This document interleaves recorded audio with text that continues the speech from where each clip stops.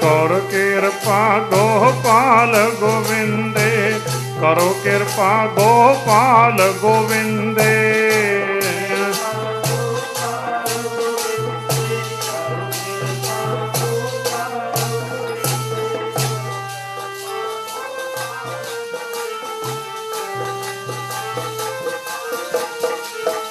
ਆਪਣਾ ਨਾਮ ਜਪਾਵੋ, ਹਰ ਹਰ ਹਰ ਗੁਣ ਗਾਵੋ। ਆਪਣਾ ਨਾਮ ਜਪਾਵੋ, ਹਰ ਹਰ ਹਰ ਗੁਣ ਗਾਵੋ। ਆਪਣਾ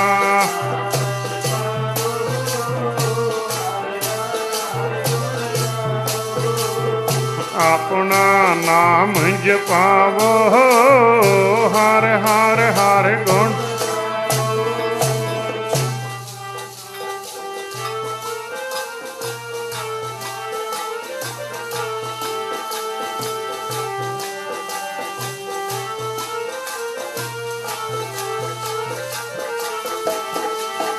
ਕਰੋ ਕਿਰਪਾ ਗੋਪਾਲ ਗੋਵਿੰਦੇ, ਕਰੋ ਕਿਰਪਾ ਗੋਪਾਲ ਗੋਵਿੰਦੇ।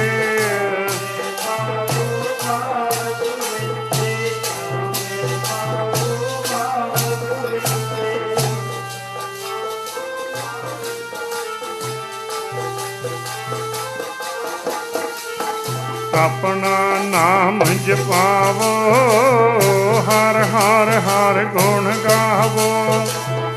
ਹਰ ਹਰ ਹਰ ਗੁਣ ਗਾਵੋ, ਹਰ ਹਰ ਹਰ ਗੁਣ ਗਾਵੋ।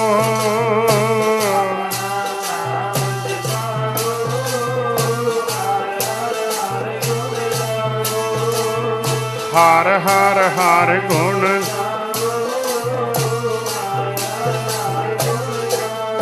ਵਾਹਿਗੁਰੂ।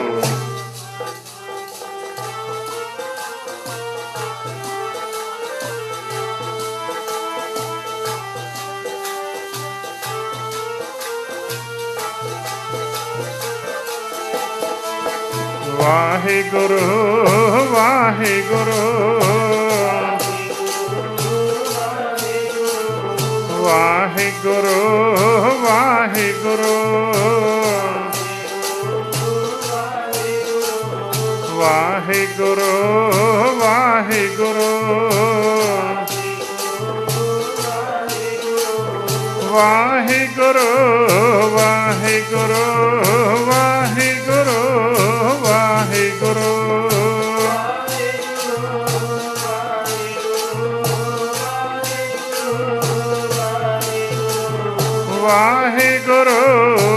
ਵਾਹਿਗੁਰੂ ਵਾਹਿਗੁਰੂ ਵਾਹਿਗੁਰੂ ਵਾਹਿਗੁਰੂ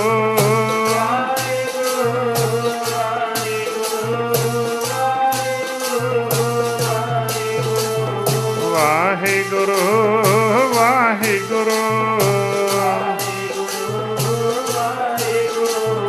ਵਾਹਿਗੁਰੂ ਵਾਹਿਗੁਰੂ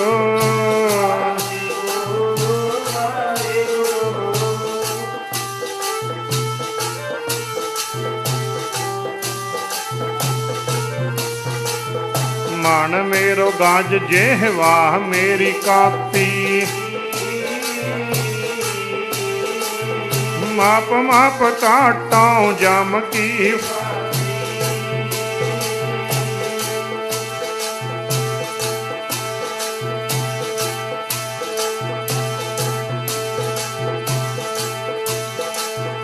ਪੁੰਨ ਦਾਨ ਜਪ ਤਪ ਜੇਤੇ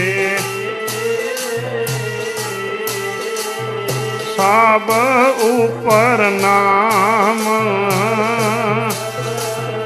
ਹਰ ਹਰ ਰਸਨਾ ਜੋ ਜਪੈ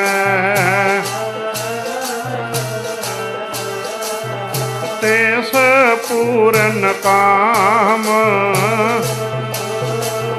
ਵਾਹੁ ਸ਼ਾਸਤਰ ਵਾਹੁ ਸਿਮਰਤੀ ਪੇਖੇ ਸਰਬ ਟੰਡੋਲ ਪੂਜਿ ਨਾਹੀ ਹਰ ਹਰੇ ਨਾਨਕ ਨਾਮ ਅਮੋਲ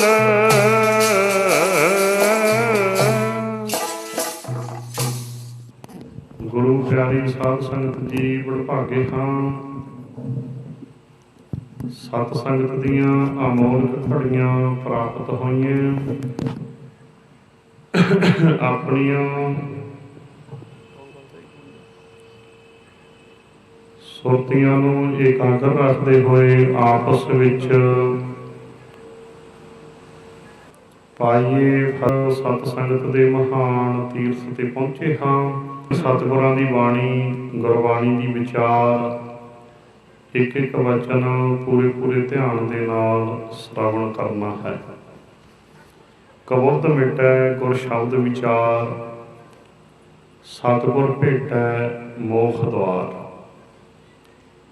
ਗੁਰ ਸ਼ਬਦ ਦੀ ਵਿਚਾਰ ਦੁਆਰਾ ਹੀ ਸਾਡੀ ਖੋਟੀ ਮੱਤ ਮਿਟਦੀ ਹੈ। ਗੁਰ ਸ਼ਬਦ ਦੀ ਵਿਚਾਰ ਦੁਆਰਾ ਹੀ ਸਾਡੀ ਸਤਿਗੁਰੂ ਜੀ ਨਾਲ ਮੁਲਾਕਾਤ ਹੁੰਦੀ ਹੈ। ਸਤਿਗੁਰ ਭੇਟੈ ਮੋਖ ਦੁਆਰ। ਜਦੋਂ ਸ਼ਬਦ ਦੀ ਵਿਚਾਰ ਦੁਆਰਾ ਅਸੀਂ ਗੁਰੂ ਜੀ ਨਾਲ ਮੁਲਾਕਾਤ ਕਰਦੇ ਹਾਂ ਤਾਂ ਸਾਨੂੰ ਮੁਕਤੀ ਦਾ ਦਰ ਪ੍ਰਾਪਤ ਹੋ ਜਾਂਦਾ। ਭਾਵ ਕਿ ਸਰੀਰ ਵਿੱਚ ਰਹਿੰਦਿਆਂ ਹੀ ਅਸੀਂ ਮੁਕਤ ਹੋ ਜਾਂਦੇ ਹਾਂ। ਫਿਰ ਦੁਬਾਰਾ ਨੋਟ ਕਰੋ, ਗੁਰਬਾਣੀ ਦੀ ਵਿਚਾਰ ਕਰਨਾ ਹੀ ਗੁਰੂ ਜੀ ਨਾਲ ਮੁਲਾਕਾਤ ਹੈ। ਗੁਰ ਸ਼ਬਦ ਦੀ ਵਿਚਾਰ ਦੁਆਰਾ ਸਾਡੀ ਖੋਟੀ ਮੱਤ ਮਿਟਦੀ ਹੈ। ਸ਼ਬਦ ਦੀ ਵਿਚਾਰ ਦੁਆਰਾ ਹੀ ਸਤਿਗੁਰੂ ਜੀ ਨਾਲ ਸਾਡੀ ਮੁਲਾਕਾਤ ਹੁੰਦੀ ਹੈ। ਸ਼ਬਦ ਦੀ ਵਿਚਾਰ ਦੁਆਰਾ ਮੁਲਾਕਾਤ ਜਦੋਂ ਹੁੰਦੀ ਹੈ ਗੁਰੂ ਜੀ ਨਾਲ, ਫਿਰ ਹੀ ਸਾਨੂੰ ਮੁਕਤੀ ਦਾ ਦੁਆਰ ਮਿਲਦਾ ਹੈ। ਤਾਂ ਕਿ ਇਹ ਦੋ ਪੰਕਤੀਆਂ ਤੋਂ ਕਿੱਡਾ ਵੱਡਾ ਆਪਾਂ ਨੂੰ ਗਿਆਨ ਮਿਲ ਗਿਆ ਵੀ ਸ਼ਬਦ ਦੀ ਵਿਚਾਰ ਹੀ ਗੁਰੂ ਜੀ ਨਾਲ ਮੁਲਾਕਾਤ ਹੈ। ਵਿਰਲੇ ਸਿੱਖ ਹੈ ਜਿਹੜੇ ਗੁਰੂ ਗ੍ਰੰਥ ਸਾਹਿਬ ਜੀ ਨਾਲ ਮੁਲਾਕਾਤ ਕਰਦੇ ਆ, ਭਾਵ ਗੁਰਬਾਣੀ ਦੀ ਵਿਚਾਰ ਸੁਣਦੇ ਆ। ਨਹੀਂ ਬਹੁਤੀ ਦੁਨੀਆ, ਸਾਰੀ ਨਹੀਂ, ਬਹੁਤੀ ਦੁਨੀਆ ਗੁਰਦੁਆਰਿਆਂ ਵਿੱਚ ਜਾਂਦੀ ਹੈ ਤੇ ਮੱਥਾ ਟੇਕ ਕੇ ਦੋ ਪਤਾਸੇ ਲੈ ਕੇ ਮੁੜ ਆਉਂਦੇ ਆ। ਜੇ ਪੁੱਛੀਏ ਭਾਈ ਕਿੱਥੇ ਗਏ ਸੀ? ਗੁਰਦੁਆਰਾ ਸਾਹਿਬ। ਚੰਗੀ ਗੱਲ ਹੈ, ਚੰਗੀ ਗੱਲ ਹੈ। ਪਰ ਜੇ ਪੁੱਛੀਏ ਗੁਰਦੁਆਰਾ ਸਾਹਿਬ ਗਏ ਸੀ, ਗੁਰੂ ਜੀ ਨਾਲ ਮੁਲਾਕਾਤ ਕੀਤੀ? ਫਿਰ ਚੁੱਪ ਕਰ ਜਾਂਦੇ ਆ।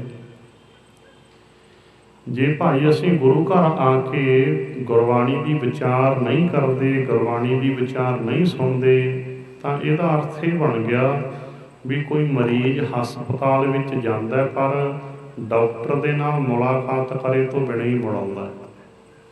ਹੁਣ ਜੇ ਮਰੀਜ਼ ਹਸਪਤਾਲ ਵਿੱਚ ਜਾ ਕੇ ਡਾਕਟਰ ਨੂੰ ਮਿਲੇ ਹੀ ਨਹੀਂ, ਮਰੀਜ਼ਾਂ ਵਾਲੇ ਬੈਂਚਾਂ 'ਤੇ ਬਹਿ ਕੇ ਮੁੜਿਆ, ਫਿਰ ਇੱਦਾਂ ਤਾਂ ਮਰੀਜ਼ ਭਾਵੇਂ ਦਿਨ ਵਿੱਚ 100 ਵਾਰੀ ਹਸਪਤਾਲ ਵਿੱਚ ਜਾਇਆ ਹੋਵੇ, ਤੰਦਰੁਸਤੀ ਨਹੀਂ ਮਿਲਦੀ। ਭਾਵ ਜੇ ਅਸੀਂ ਗੁਰੂ ਜੀ ਨਾਲ ਮੁਲਾਕਾਤ ਨਹੀਂ ਕਰਦੇ, ਗੁਰਦੁਆਰੇ ਦੇ ਭਾਵੇਂ 100 ਗੇੜੇ ਮਾਰ ਲਈਏ, ਕੁਝ ਨਹੀਂ ਮਿਲਦਾ।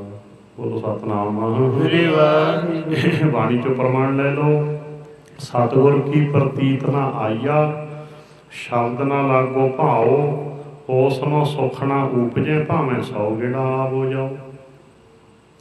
ਭਾਈ ਜੀ ਤੁਹਾਨੂੰ ਗੁਰਬਾਣੀ ਤੇ ਯਕੀਨ ਹੈ ਨਹੀਂ, ਸਤਿਗੁਰ ਕੀ ਪ੍ਰਤੀਤ ਨਾ ਆਈਆ, ਜੇ ਗੁਰਬਾਣੀ ਤੇ ਯਕੀਨ ਨਹੀਂ ਆਇਆ ਵੀ ਜੋ ਗੁਰੂ ਜੀ ਬਾਣੀ ਵਿੱਚ ਕਹਿੰਦੇ ਆ ਇੱਕ ਇੱਕ ਵਚਨ ਸੱਤ ਹੈ, ਜੇ ਗੁਰਬਾਣੀ ਤੇ ਯਕੀਨ ਨਾ ਆਇਆ, ਜੇ ਗੁਰਬਾਣੀ ਨਾਲ ਪਿਆਰ ਨਾ ਪਿਆ, ਸ਼ਬਦ ਨਾ ਲਾਗੋ ਭਾਓ, ਜੇ ਸ਼ਬਦ ਨਾਲ, ਬਾਣੀ ਨਾਲ, ਉਪਦੇਸ਼ ਨਾਲ ਪਿਆਰ ਨਹੀਂ ਪਿਆ, ਉਸ ਨੂੰ ਸੁੱਖ ਨਾ ਉਪਜੈ।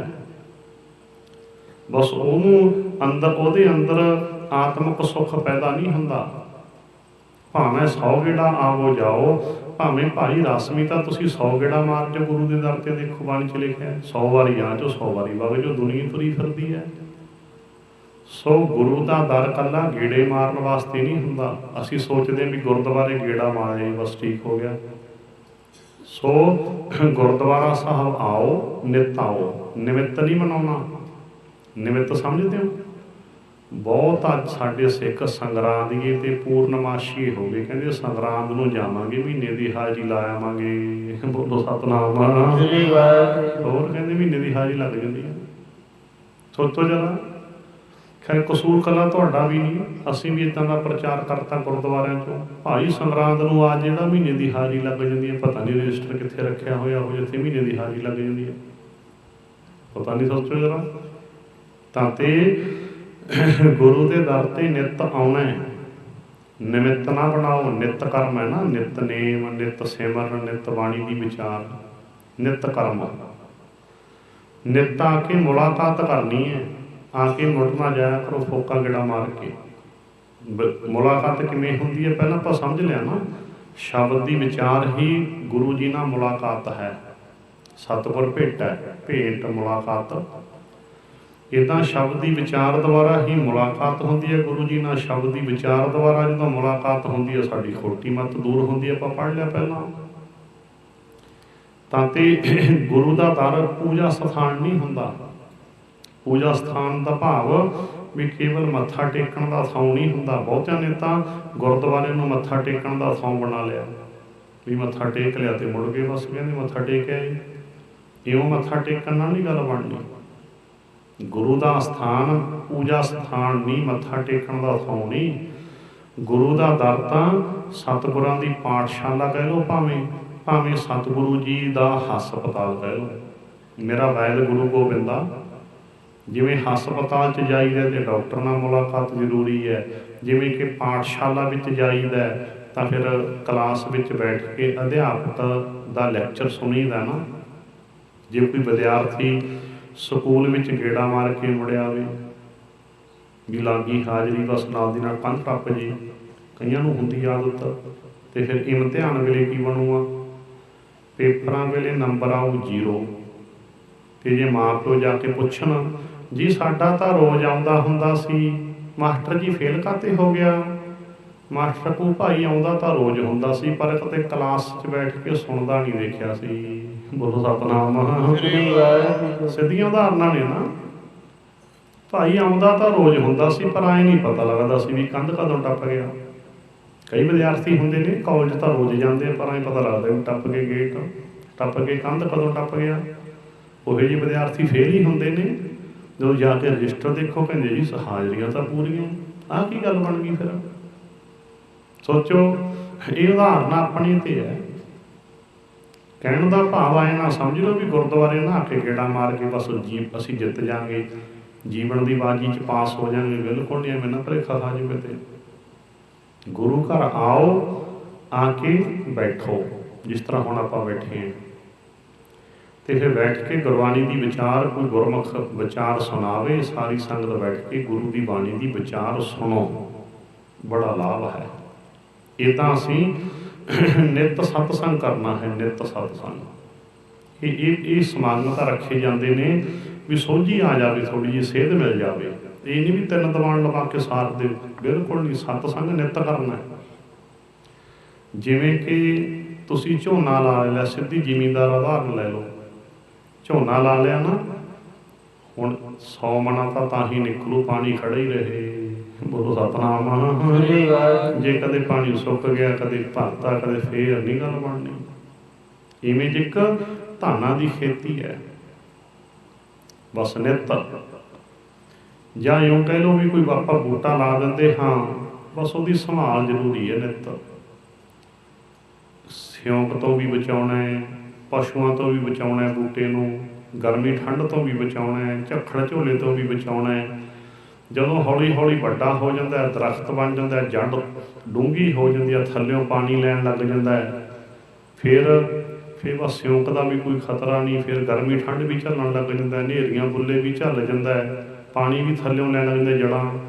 ਉਨੀ ਦੇਰ ਤੱਕ ਬਹੁਤ ਜ਼ਿਆਦਾ ਖਿਆਲ ਰੱਖਣ ਦੀ ਲੋੜ ਹੈ। ਤਾਂ ਤੇ ਇੱਦਾਂ ਫਿਰ ਜਾ ਕੇ ਕਿਤੇ ਬੂਟਾ ਦਰਖਤ ਬਣਦਾ ਹੈ, ਜੇ ਉਹਦੀ ਸੰਭਾਲ ਕਰੀਏ, ਨਿੱਤ ਖਿਆਲ ਰੱਖੀਏ। ਇਵੇਂ ਇੱਕ ਝੋਨਾ ਲਾਇਆ ਤੇ ਪੂਰਾ ਖਿਆਲ ਰੱਖੀਏ ਵੀ ਪਾਣੀ ਨਾ ਕਿਤੇ ਸੁੱਕ ਜੇ। ਇਹ ਉਦਾਹਰਨਾਂ ਨੇ ਸਿੱਧੀਆਂ। ਇਵੇਂ ਜਿਵੇਂ ਜੇ ਅਸੀਂ ਚਾਹੁੰਦੇ ਹਾਂ ਤਰੱਕੀ ਹੋਵੇ ਸਾਡੇ ਜੀਵਨ 'ਚ, ਸਾਡੀ ਸੁਰਤ ਦੇ ਵਿੱਚ ਤਰੱਕੀ ਹੋਵੇ, ਤਾਂ ਭਾਈ ਨਿੱਤ ਸਤਸੰਗ ਹੈ। ਨਿੱਤ ਨੇਮ ਕਰੋ, ਇਹ ਵੀ ਨਿੱਤ ਦਾ ਸਤਸੰਗ ਹੈ ਨਾ।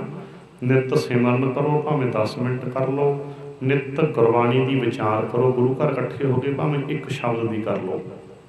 ਨਿੱਤ ਤਾਂ ਤੇ ਨਿੱਤ ਕਰਮ ਹੈ ਜੋ ਅਸੀਂ ਗੁਰੂ ਜੀ ਦੀ ਬਾਣੀ ਤੋਂ ਇਹ ਸਮਝਣਾ ਹੈ। ਕੀ ਕਹਿੰਦੇ? ਗੁਰ ਸਤਿਗੁਰ ਕਾ ਜੋ ਸਿੱਖ ਅਖਾਏ, ਸੋ ਭੜ ਕੇ ਉੱਠ ਹਰ ਨਾਮ ਧਿਆਵੈ। ਉਦਮ ਕਰੇ ਭੜ ਕੇ ਪ੍ਰਭਾਤੀ, ਇਸ਼ਨਾਨ ਕਰੇ ਅੰਮ੍ਰਿਤ ਸਰ ਨਹਾਵੈ। ਨਿੱਤ ਇਸ਼ਨਾਨ ਕਰਕੇ, ਨਿੱਤ ਅੰਮ੍ਰਿਤ ਸਰ ਜੀ ਕਾ ਇਸ਼ਨਾਨ ਕਰਨਾ ਹੈ।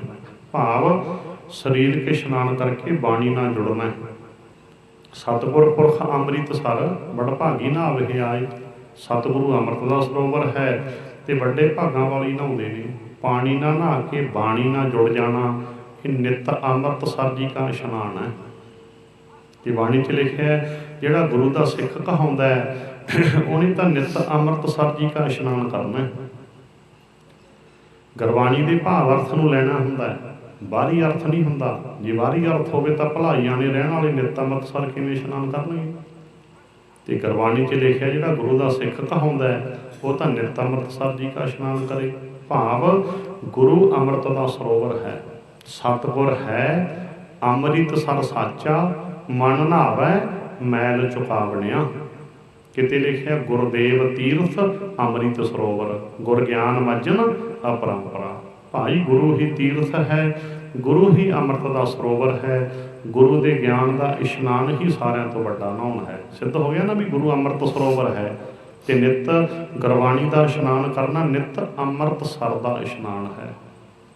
ਨਿੱਤ ਤਾਂ ਤੇ ਇੱਦਾਂ ਅਸੀਂ ਨਿੱਤ ਅੰਮ੍ਰਿਤਸਰ ਜੀ ਦਾ ਨਿੱਤ ਇਸ਼ਨਾਨ ਕਰਨਾ ਹੈ। ਨਿੱਤ ਇਹ ਬਾਣੀ ਦੇ ਆਧਾਰ ਦੇ ਉੱਤੇ ਆਪਾਂ ਗੱਲ ਕੀਤੀ ਹੈ।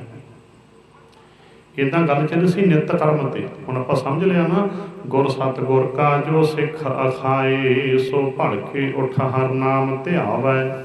ਉਦਮ ਕਰੇ ਭਲਕੇ ਪ੍ਰਭਾਤੀ, ਇਸ਼ਨਾਨ ਕਰੇ ਅੰਮ੍ਰਿਤਸਰ ਨਹਾਵੈ। ਉਪਦੇਸ਼ ਗੁਰੂ ਹਰ ਹਰ ਜਪ ਜਾਪੈ, ਸਭ ਕਿਲ ਵਿਖ ਪਾਪ ਦੋਖ ਲੈ ਜਾਵੈ। ਫਿਰ ਚੜ੍ਹੈ ਦਿਵਸ ਗੁਰਬਾਣੀ ਗਾਵੈ, ਬਹਿੰਦਿਆਂ ਉੱਠਦਿਆਂ ਹਰ ਨਾਮ ਧਿਆਵੈ। ਜੋ ਸਾਸ ਗਿਰਾਸ ਧਿਆਏ ਮੇਰਾ ਹਰ ਹਰ, ਸੋ ਗੁਰ ਸਿੱਖ ਗੁਰੂ ਮਨ ਭਾਵੈ। ਜਿਸਨੋ ਦਇਆਲ ਹੋਵੈ ਮੇਰਾ ਸੁਆਮੀ, ਤਿਸ ਗੁਰ ਸਿੱਖ ਗੁਰੂ ਉਪਦੇਸ਼ ਸੁਣਾਵੈ।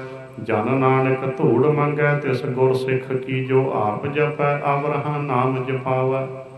ਇੱਦਾਂ ਇਹ ਨਿੱਤ ਕਰਮ ਹੈ ਸਿੱਖ ਦਾ। ਜੋ ਚੌਥੇ ਪਾਤਸ਼ਾਹ ਜੀ ਦੇ ਵਚਨ ਹੈ, ਇਹ ਹੈ ਗੁਰਸਿੱਖ ਦਾ ਨਿੱਤ ਨੇਮ। ਨਿੱਤ ਸਿਮਰਨ, ਨਿੱਤ ਬਾਣੀ ਪੜ੍ਹਨੀ, ਉੱਠਦੇ ਬਹਿੰਦੇ ਵੀ ਪਰਮਾਤਮਾ ਨੂੰ ਯਾਦ ਰੱਖਣਾ, ਆਪ ਵੀ ਜਪਣਾ, ਦੂਜਿਆਂ ਨੂੰ ਵੀ ਜਪਣ ਦੀ ਸਿੱਖਿਆ ਦੇਣੀ, ਆਪ ਵੀ ਬਾਣੀ ਵਿਚਾਰਨੀ, ਦੂਜਿਆਂ ਨੂੰ ਵੀ ਬਾਣੀ ਦੀ ਸਿੱਖਿਆ ਦੇਣੀ। ਇੱਦਾਂ ਇਹ ਗੁਰਸਿੱਖ ਦਾ ਜੀਵਨ ਹੈ। ਸਿੱਖੀ ਹੈ ਜੋ ਇਹ ਅਸੂਲਾਂ ਦੀ ਹੈ। ਜਿਸ ਤਰ੍ਹਾਂ ਭਾਈ ਗੁਰਦਾਸ ਜੀ ਕਹਿੰਦੇ, ਹਉ ਤਿਸ ਘੋਲ ਘੁਮਾਇਆ, ਗੁਰਮਤਿ ਧਰੇ ਦਾ ਗਰੀਬੀ ਆਵੈ। ਕਹਿੰਦੇ ਬਲਹਾਰ ਜਾਈਏ ਐਸੇ ਗੁਰਸਿੱਖ ਤੋਂ ਜਿਹਦੇ ਅੰਦਰ ਨਿਮਰਤਾ ਹੋਵੇ, ਬਾਹਰ ਨਹੀਂ।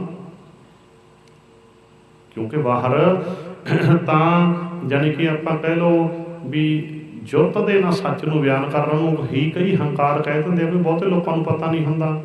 ਮਿਲਣ ਕਰਨ ਨੂੰ ਨਿਮਰਤਾ ਨਹੀਂ ਕਹਿੰਦੇ ਵੀ ਮਿਲਣ ਜੇ ਕਰੀ ਚਲੋ, ਨਹੀਂ। ਨਿਮਰਤਾ ਦਾ ਭਾਵ ਅੰਦਰ ਹੋਣਾ ਅਤੀ ਜ਼ਰੂਰੀ ਹੈ। ਕਿਸੇ ਦੇ ਭਲੇ ਵਾਸਤੇ ਬਾਹਰੋਂ ਤਾਂ ਸਖਤ ਵਚਨ ਵੀ ਬੋਲਣੇ ਪੈ ਜਾਂਦੇ ਆ। ਬਹੁਤ ਵਾਰ ਦਵਾਨਾ ਸੁਣਿਆ ਤੁਸੀਂ।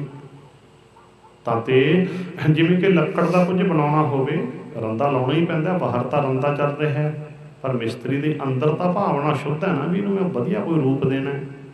ਹੁਣ ਬਾਹਰੋਂ ਤਾਂ ਲੋਹੇ ਤੇ ਥੌੜਾ ਚੱਲ ਰਿਹਾ ਹੈ, ਦੇ ਥੌੜੇ ਦੇ ਥੌੜਾ, ਦੇ ਥੌੜੇ ਦੇ ਥੌੜਾ। ਬਾਹਰੋਂ ਤਾਂ ਥੌੜੇ ਚੱਲਦੇ ਹੈ, ਪਰ ਅੰਦਰ ਭਾਵਨਾ ਕੀ ਹੈ ਵੀ ਲੋਹੇ ਦਾ ਕੁਛ ਬਣਾਉਣਾ। ਸੋਚੋ, ਤੇ ਕੱਚਾ ਢਾਇਆ ਜਾ ਰਿਹਾ ਹੈ, ਧੂੜ ਪੱਟੀ ਜਾ ਰਹੀ ਹੈ, ਅੰਦਰ ਕੀ ਭਾਵਨਾ ਵੀ ਪੱਕਾ ਪਾਉਣਾ। ਕੱਚੀਆਂ ਕੰਧਾਂ ਤੇ ਪਲਸਤਰ ਨਹੀਂ ਖੜਦਾ। ਭਾਵ ਜੀਵਨ ਬਣਾਉਣ ਵਾਸਤੇ ਤਾਂ ਛਿੱਲ ਛਿਲਾਈ ਕਰਨੀ ਵੀ ਪੈਂਦੀ ਹੈ। ਉਹਨੂੰ ਰੁੱਖਾਪਣ ਜਾਂ ਯਾਨੀ ਕਿ ਨਿੰਦਾ ਜਾਂ ਯਾਨੀ ਕਿ ਆਪਾਂ ਕਹਿ ਲਓ ਵੀ ਹੰਕਾਰ ਨਹੀਂ ਕਿਹਾ ਜਾਂਦਾ। ਤਾਂ ਤੇ ਲੱਕੜ ਦਾ ਕੁਛ ਬਣਾਉਣਾ ਹੋਵੇ, ਹਰ ਥਾਂ ਤੇ ਦਾਸੇ ਵਚਨ ਕਹਿੰਦਾ ਹੁੰਦਾ ਹੈ। ਲੱਕੜ ਦਾ ਕੁਝ ਬਣਾਉਣਾ ਹੋਵੇ ਤੇ ਰੰਦਾ ਲਾਉਣਾ ਹੀ ਪੈਂਦਾ। ਲੋਹੇ ਦਾ ਕੁਝ ਬਣਾਉਣਾ ਹੋਵੇ ਥੌੜਾ ਚਲਾਉਣਾ ਹੀ ਪੈਂਦਾ। ਪੱਕਾ ਪਾਉਣਾ ਹੋਵੇ ਤੇ ਕੱਚਾ ਢਾਉਣਾ ਹੀ ਪੈਂਦਾ। ਬੰਦੇ ਦਾ ਜੀਵਨ ਬਣਾਉਣਾ ਹੋਵੇ ਤੇ ਖੜਕਾਉਣਾ ਹੀ ਪੈਂਦਾ, ਫਿਰ ਜੀਵਨ ਬਣ ਜਾਂਦਾ। ਜਿਵੇਂ ਕਿ ਅਧਿਆਪਕ ਕਹਿ ਦਿੰਦਾ ਨਾ, ਗਿੱਟੇ ਛਾਂਗ ਦੋ ਜੇ ਕੱਲ੍ਹ ਨੂੰ ਨਾ ਪੜ੍ਹ ਕੇ ਆਇਆ ਤਾਂ। ਮੂਰਖ ਜਾਣਾ ਹੋਵੇ ਨਲਾਇਕ ਕਿਸੇ ਥਾਂ ਦਾ। ਟੀਚਰ ਉੱਤੇ ਹੀ ਸਖਤ ਬੋਲਦਾ, ਅੰਦਰ ਤਾਂ ਉਹਦੇ ਪਿਆਰ ਹੈ ਵੀ ਇਹ ਵਿਦਿਆਰਥੀ ਵੀ ਪੜ੍ਹ ਕੇ ਕੁਝ ਬਣ ਜਾਵੇ। ਬੋਲੋ ਸਤਿਨਾਮ। ਇਹ ਉਦਾਹਰਨਾਂ ਦੇਣੀਆਂ ਪੈਂਦੀਆਂ ਹੁੰਦੀਆਂ ਨਾ। ਅੰਦਰ ਉਹਦੀ ਭਾਵਨਾ ਕੀ ਹੈ? ਭਾਵਨਾ ਬੜੀ ਸ਼ੁੱਧ ਹੈ ਇਸ ਟੀਚਰ ਦੀ। ਸੋਚੋ ਜਰਾ, ਜਿਹੜਾ ਵਿਦਿਆਰਥੀ ਨਹੀਂ ਪੜ੍ਹਦਾ ਉਹਨੂੰ ਤਾੜਨਾ ਕਰਨੀ ਪੈਂਦੀ ਹੈ, ਗਿੱਟੇ ਛਾਂਗ ਦੂੰ ਤੇਰੇ ਕੱਲ੍ਹ ਨੂੰ। ਉਹਨੂੰ ਮੂਰਖ ਤੇ ਜਦੋਂ ਨਲਾਇਕ ਕਹਿੰਦੇ ਨਾ ਅਧਿਆਪਕ, ਉਹਨੂੰ ਜਲੀਲ ਕਰਨ ਵਾਸਤੇ ਨਹੀਂ ਕਹਿੰਦਾ, ਉਹਨੂੰ ਜਗਾਉਣ ਵਾਸਤੇ। ਅੰਦਰ ਪਿਆਰ ਹੈ, ਉੱਪਰੋਂ ਕਹੀ ਜਾਂਦਾ ਮੂਰਖ ਜਾਣਾ ਹੋਵੇ ਨਲਾਇਕ ਕਿਸੇ ਥਾਂ ਦਾ। ਤਾਂ ਤੇ ਇਹ ਗੱਲ ਨੂੰ ਸਮਝਣ ਦੀ ਕੋਸ਼ਿਸ਼ ਕਰੇ, ਕਿਉਂਕਿ ਹਰ ਥਾਂ ਤੇ ਇਹ ਦਾਸ ਕਹਿੰਦੇ ਤਾਂ ਕਿ ਸਾਨੂੰ ਸਮਝ ਆ ਜਾਵੇ। ਤੇ ਜਿਹੜੀ ਮੂੰਹ ਦੀ ਮਿਠਾਸ ਹੈ, ਇਹ ਤਾਂ ਠੱਗ ਬਥੇਰੇ ਮਿੱਠੇ ਹੁੰਦੇ ਆ ਮੂੰਹ ਦੇ। ਤਾਂ ਇਹ ਤਾਂ ਦੱਸਿਆ ਨਾ, ਬਹੁਤੇ ਲੋਕ ਇਕੱਲੇ ਮੂੰਹ ਦੀ ਮਿਠਾਸ ਤੇ ਰੁਕ ਜਾਂਦੇ ਆ। ਬਾਣੀ ਦਾ ਫੈਸਲਾ ਲੈ ਲਓ, ਦਿਲ ਕਾਤੀ ਗੁੜ ਵਾਰਤ, ਕਹਿੰਦੇ ਕਈਆਂ ਦੇ ਅੰਦਰ ਠੱਗੀ ਮਾਰਨ ਦੀ ਲਾਲਸਾ ਹੁੰਦੀ ਹੈ। ਕਾਤੀ ਕੈਂਚੀ, ਅੰਦਰ ਠੱਗੀ ਮਾਰਨ ਦੀ ਲਾਲਸਾ। ਗੁੜ ਵਾਰਤ ਕਹਿੰਦੇ ਮੂੰਹ ਤੋਂ ਗੁੜ ਵਰਗੀਆਂ ਗੱਲਾਂ ਕਰਦੇ ਆ, ਮੂੰਹ ਤੋਂ ਗੁੜ ਵਰਗੀਆਂ ਗੱਲਾਂ ਕਰਦੇ ਆ, ਅੰਦਰ ਠੱਗੀ ਮਾਰਨ ਦੀ ਲਾਲਸਾ। ਤਾਂ ਤੇ ਕਹਿਣ ਦਾ ਭਾਵ ਜਿਹੜੇ ਠੱਗ ਹੁੰਦੇ ਨੇ ਮੂੰਹ ਦੇ ਮਿੱਠੇ ਹੁੰਦੇ ਨੇ, ਮੋਮੋ ਠੱਗਣੀਆਂ ਗੱਲਾਂ ਕਰਕੇ ਜੇਬਾਂ ਖਾਲੀ ਕਰਾ ਲੈ ਜਾਂਦੇ ਆ। ਇਹੋ ਜਿਹੀ ਮਿਠਾਸ ਤੋਂ ਆਪਾਂ ਕੀ ਕਰਾਉਣਾ? ਸੋਚੋ, ਇਹ ਤਾਂ ਦੱਸਿਆ ਵੀ ਜੋ ਗਰੀਬੀ ਭਾਵ ਹੈ, ਨਿਮਰਤਾ ਹੈ, ਅੰਦਰ ਦੀ ਭਾਵਨਾ ਹੈ। ਬਾਹਰੋਂ ਤਾਂ ਅਪਰਾਧੀ ਬਥੇਰੀ ਨਿਮਰਤਾ ਦਿਖਾਉਂਦਾ, ਕੋਈ ਮਾੜਾ ਕੰਮ ਕਰਕੇ ਪੁਲਿਸ ਵਾਲਿਆਂ ਕੋਲੇ ਬਥੇਰੇ ਹੱਥ ਜੀ ਬਣਦਾ, ਜੱਜ ਕੋਲੇ ਮੋਤੀਆਂ ਵਾਲੀ ਸਰਕਾਰ, ਮੋਤੀਆਂ ਵਾਲੀ ਸਰਕਾਰ, ਉਹਨੂੰ ਨਿਮਰਤਾ ਉਹ। ਤੇ ਸ਼ਿਕਾਰੀ ਤਾਂ ਕਈ ਵਾਰੀ ਮਿਰਗ ਨੂੰ ਦੇਖ ਕੇ ਲੰਮਾ ਹੀ ਪੈ ਜਾਂਦਾ। ਹੁਣ ਡੜੌਤ ਬੰਦਨਾ ਥੋੜਾ ਕਰਦਾ, ਉਹ ਤਾਂ ਘਾਤ ਲਾਉਂਦਾ। ਬੋਲੋ ਸਤਨਾਮ। ਬਾਹਰੋਂ ਤਾਂ ਨਿਮਰਤਾ ਹਨਾ ਆਏ ਪੈ ਜਾਂਦਾ। ਸੋਚੋ ਜਰਾ, ਬਾਹਰੋਂ ਬਾਹਰੀ ਗੱਲ ਚੱਲੀ ਆ ਨਾ, ਜਿਸ ਕਰਕੇ ਨਿਮਰਤਾ ਅੰਦਰ ਦੀ ਹੁੰਦੀ ਹੈ। ਅੰਦਰ ਦੀ ਨਿਮਰਤਾ ਭਾਵ ਹੁੰਦਾ ਹੈ। ਬਾਹਰ ਤਾਂ ਸਥਿਤੀ ਮੁਤਾਬਕ ਵੀ ਕਈ ਵਾਰੀ ਵਰਤਣਾ ਪੈ ਜਾਂਦਾ, ਮਾਫ਼ ਕਰਨਾ, ਵਰਤਣਾ ਪੈ ਜਾਂਦਾ ਕਈ ਵਾਰ। ਤਾਂ ਤੇ ਜਿਵੇਂ ਕਿ ਆਪਾਂ ਕਹਿ ਲਓ ਵੀ ਹਲਕਾ ਕੁੱਤਾ ਆ ਗਿਆ ਤੇ ਡਾਂਗ ਚਲਾਉਣੀ ਪੈਂਦੀ ਹੈ ਨਾ, ਪਰ ਜਦੋਂ ਹਲਕੇ ਕੁੱਤੇ ਤੇ ਡਾਂਗ ਚੱਲਦੀ ਹੈ ਅੰਦਰ, ਤਾਂ ਉਦੋਂ ਵੀ ਭਲੇ ਦੀ ਭਾਵਨਾ ਹੁੰਦੀ ਹੈ। ਉਦੋਂ ਭਲੇ ਦੀ ਭਾਵਨਾ ਕਿਹੜੀ? ਵੀ ਇਸ ਹਲਕੇ ਕੁੱਤੇ ਨੇ ਕਿੰਨੀਆਂ ਮਾਈਆਂ ਨੂੰ, ਬੱਚੀਆਂ ਨੂੰ, ਬੁੱਢਿਆਂ ਨੂੰ ਵੱਢ ਜਾਣਾ ਹੈ। ਬਾਹਰੋਂ ਡਾਂਗ ਚੱਲਦੀ ਹੈ, ਅੰਦਰ ਭਾਵਨਾ ਬੜੀ ਸ਼ੁੱਧ ਹੈ ਵੀ ਇਸ ਹਲਕੇ ਕੁੱਤੇ ਨੇ ਪਤਾ ਨਹੀਂ ਕਿੰਨਿਆਂ ਨੂੰ ਕੱਟ ਜਾਣਾ ਹੈ। ਬੋਲੋ ਸਤਨਾਮ। ਸੋਚੋ ਜਰਾ, ਬਾਹਰੋਂ ਡਾਂਗ ਚੱਲ ਰਹੀ ਹੈ, ਅੰਦਰ ਪਿਆਰ ਹੈ। ਅੰਦਰ ਜਿਸ ਵੇਲੇ ਹਲਕੇ ਕੁੱਤੇ ਤੇ ਡਾਂਗ ਚੱਲਦੀ ਹੈ ਤੇ ਅੰਦਰ ਉਦੋਂ ਵੀ ਅਹਿੰਸਾ ਦਾ ਭਾਵ ਹੀ ਹੁੰਦਾ ਹੈ। ਉਦੋਂ ਹਿੰਸਾ ਨਹੀਂ ਅੰਦਰ ਹੁੰਦੀ, ਨਹੀਂ, ਕਿਉਂਕਿ ਹਲਕਿਆ ਕੁੱਤਾ ਹਿੰਸਕ ਹੈ। ਹਲਕੇ ਕੁੱਤੇ ਨੇ ਹਿੰਸਾ ਕਰਨੀ ਹੈ ਨਾ, ਹਲਕੇ ਕੁੱਤੇ ਤੇ ਡਾਂਗ ਚਲਾ ਦਿੱਤੀ, ਹਲਕੇ ਕੁੱਤੇ ਨੂੰ ਸੋਧ ਦਿੱਤਾ ਤੇ ਹਿੰਸਾ ਨੂੰ ਰੋਕ ਦਿੱਤਾ। ਇਹ ਦੱਸਣੀਆਂ ਪੈਂਦੀਆਂ ਨੇ ਨਾ ਗੱਲਾਂ, ਭਾਵਨਾ ਅੰਦਰ ਦੀ ਭਾਵਨਾ ਨੂੰ ਸਮਝਣਾ ਹੁੰਦਾ ਹੈ। ਇਹ ਗੱਲਾਂ ਆਪਾਂ ਸਮਝਣ ਦੀ ਕੋਸ਼ਿਸ਼ ਕਰੀਏ। ਭਾਵ ਕਿ ਬਾਹਰੋਂ ਜਦੋਂ ਹਲਕੇ ਕੁੱਤੇ ਤੇ ਡਾਂਗ ਚੱਲਦੀ ਹੈ ਤੇ ਅੰਦਰ ਤਾਂ ਉਦੋਂ ਵੀ ਭਾਵਨਾ ਤਾਂ ਸ਼ੁੱਧੀ ਹੁੰਦੀ ਆ ਨਾ। ਹੋਰ ਉਦਾਹਰਨ ਲੈ ਲਓ, ਹੱਦ ਦੇ ਉੱਤੇ ਫੌਜੀ ਦਾ ਪਹਿਰਾ ਹੈ, ਕੋਈ ਘੁਸਪੈਠੀਆ ਘੁਸਪੈਠ ਕਰ ਰਿਹਾ ਹੈ, ਉਹਦੇ ਕੋਲੇ ਵਿਸਫੋਟਕ ਪਦਾਰਥ ਹੈ ਜਿਹਨੂੰ RDX ਕਹਿ ਦਿੰਦੇ ਆ, ਗਲਤ ਏਜੰਸੀ ਦਾ ਬੰਦਾ ਹੈ, ਤੇ ਫੌਜੀ ਨੇ ਸ਼ੂਟ ਕਰ ਦਿੱਤਾ ਘੁਸਪੈਠੀਏ ਨੂੰ, ਘੁਸਪੈਠੀਆ ਮਾਰਿਆ ਗਿਆ। ਫੌਜੀ ਨੇ ਹਿੰਸਾ ਨਹੀਂ ਕੀਤੀ ਨਾ, ਫੌਜੀ ਨੇ ਤਾਂ ਹਿੰਸਾ ਨੂੰ ਰੋਕਿਆ, ਕਿਉਂਕਿ ਹਿੰਸਾ ਤਾਂ ਉਸ ਗਲਤ ਬੰਦੇ ਨੇ ਕਰਨੀ ਸੀ। ਇੱਧਰ ਬੰਬ ਚਲਾ ਕੇ ਪਤਾ ਨਹੀਂ ਕਿੰਨੇ ਨਾਗਰਿਕ ਮਾਰ ਦੇਣੇ ਸੀ। ਬੋਲੋ ਸਤਨਾਮ। ਨੋਟ ਕਰਿਓ, ਉਹਦੀ ਭਾਵਨਾ ਸ਼ੁੱਧ ਹੈ, ਉੱਥੇ ਉਹਨੂੰ ਪਾਪ ਨਹੀਂ ਲੱਗਣਾ। ਤਾਂ ਤੇ ਕਹਿਣ ਦਾ ਭਾਵ ਪੁੰਨ ਪਾਪ ਕੀ ਹੈ, ਇਹ ਤੁਹਾਡੇ ਮਨ ਦੀ ਅਵਸਥਾ ਹੈ। ਬਹੁਤ ਵਾਰ ਆਪਾਂ ਗੱਲ ਕੀਤੀ ਹੈ, ਪੁੰਨ ਪਾਪ ਕਰਮ ਨਹੀਂ ਹੁੰਦਾ, ਪੁੰਨ ਪਾਪ ਤੁਹਾਡੇ ਮਨ ਦੀ ਭਾਵਨਾ ਹੈ। ਜਿਹੜਾ ਕਰਮ ਤੁਸੀਂ ਅੰਦਰ ਦੀ ਸ਼ੁੱਧ ਭਾਵਨਾ ਸਹਿਤ ਕੀਤਾ ਉਹ ਪੁੰਨ ਕਰਮ ਹੈ, ਜਿਹੜਾ ਕਰਮ ਮਾੜੀ ਭਾਵਨਾ ਨਾਲ ਕੀਤਾ ਉਹ ਪਾਪ ਕਰਮ ਹੈ। ਪੁੰਨ ਪਾਪ ਦਾ ਫੈਸਲਾ ਤੁਹਾਡੀ ਭਾਵਨਾ ਤੇ ਹੁੰਦਾ, ਕਰਮ ਤੇ ਨਹੀਂ ਹੁੰਦਾ। ਮਨ ਦੀ, ਹੁਣ ਫੌਜੀ ਦਾ ਪਹਿਰਾ ਹੱਦ ਤੇ ਉਹਦੇ ਮਨ ਦੀ ਭਾਵਨਾ ਤਾਂ ਸ਼ੁੱਧ ਹੈ ਨਾ, ਘੁਸਪੈਠੀਆ ਮਾਰਿਆ ਗਿਆ।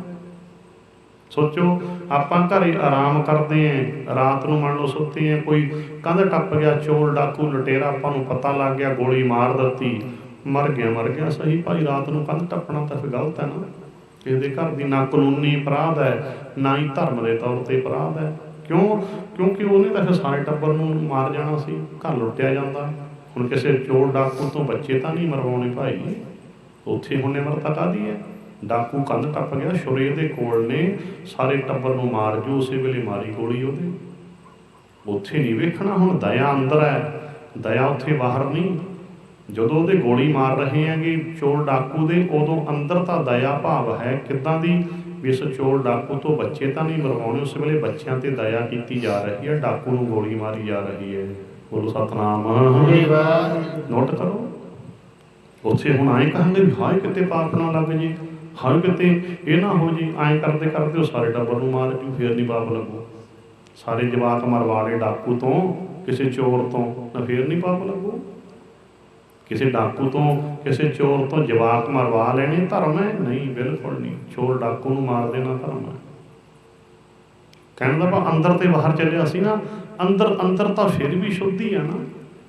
ਕੋਈ ਰਾਤ ਨੂੰ ਭਾਈ ਕੰਧ ਟੱਪਦਾ ਤਾਂ ਗੋਲੀ ਮਾਰਨੀ ਵੀ ਪੈਂਦੀ ਹੈ, ਅੰਦਰ ਤਾਂ ਉਦੋਂ ਵੀ ਸ਼ੁੱਧੀ ਹੈ, ਅੰਦਰ ਤਾਂ ਆਪਣੀ ਮਾੜੀ ਭਾਵਨਾ ਨਹੀਂ ਉਸ ਵੇਲੇ ਵੀ।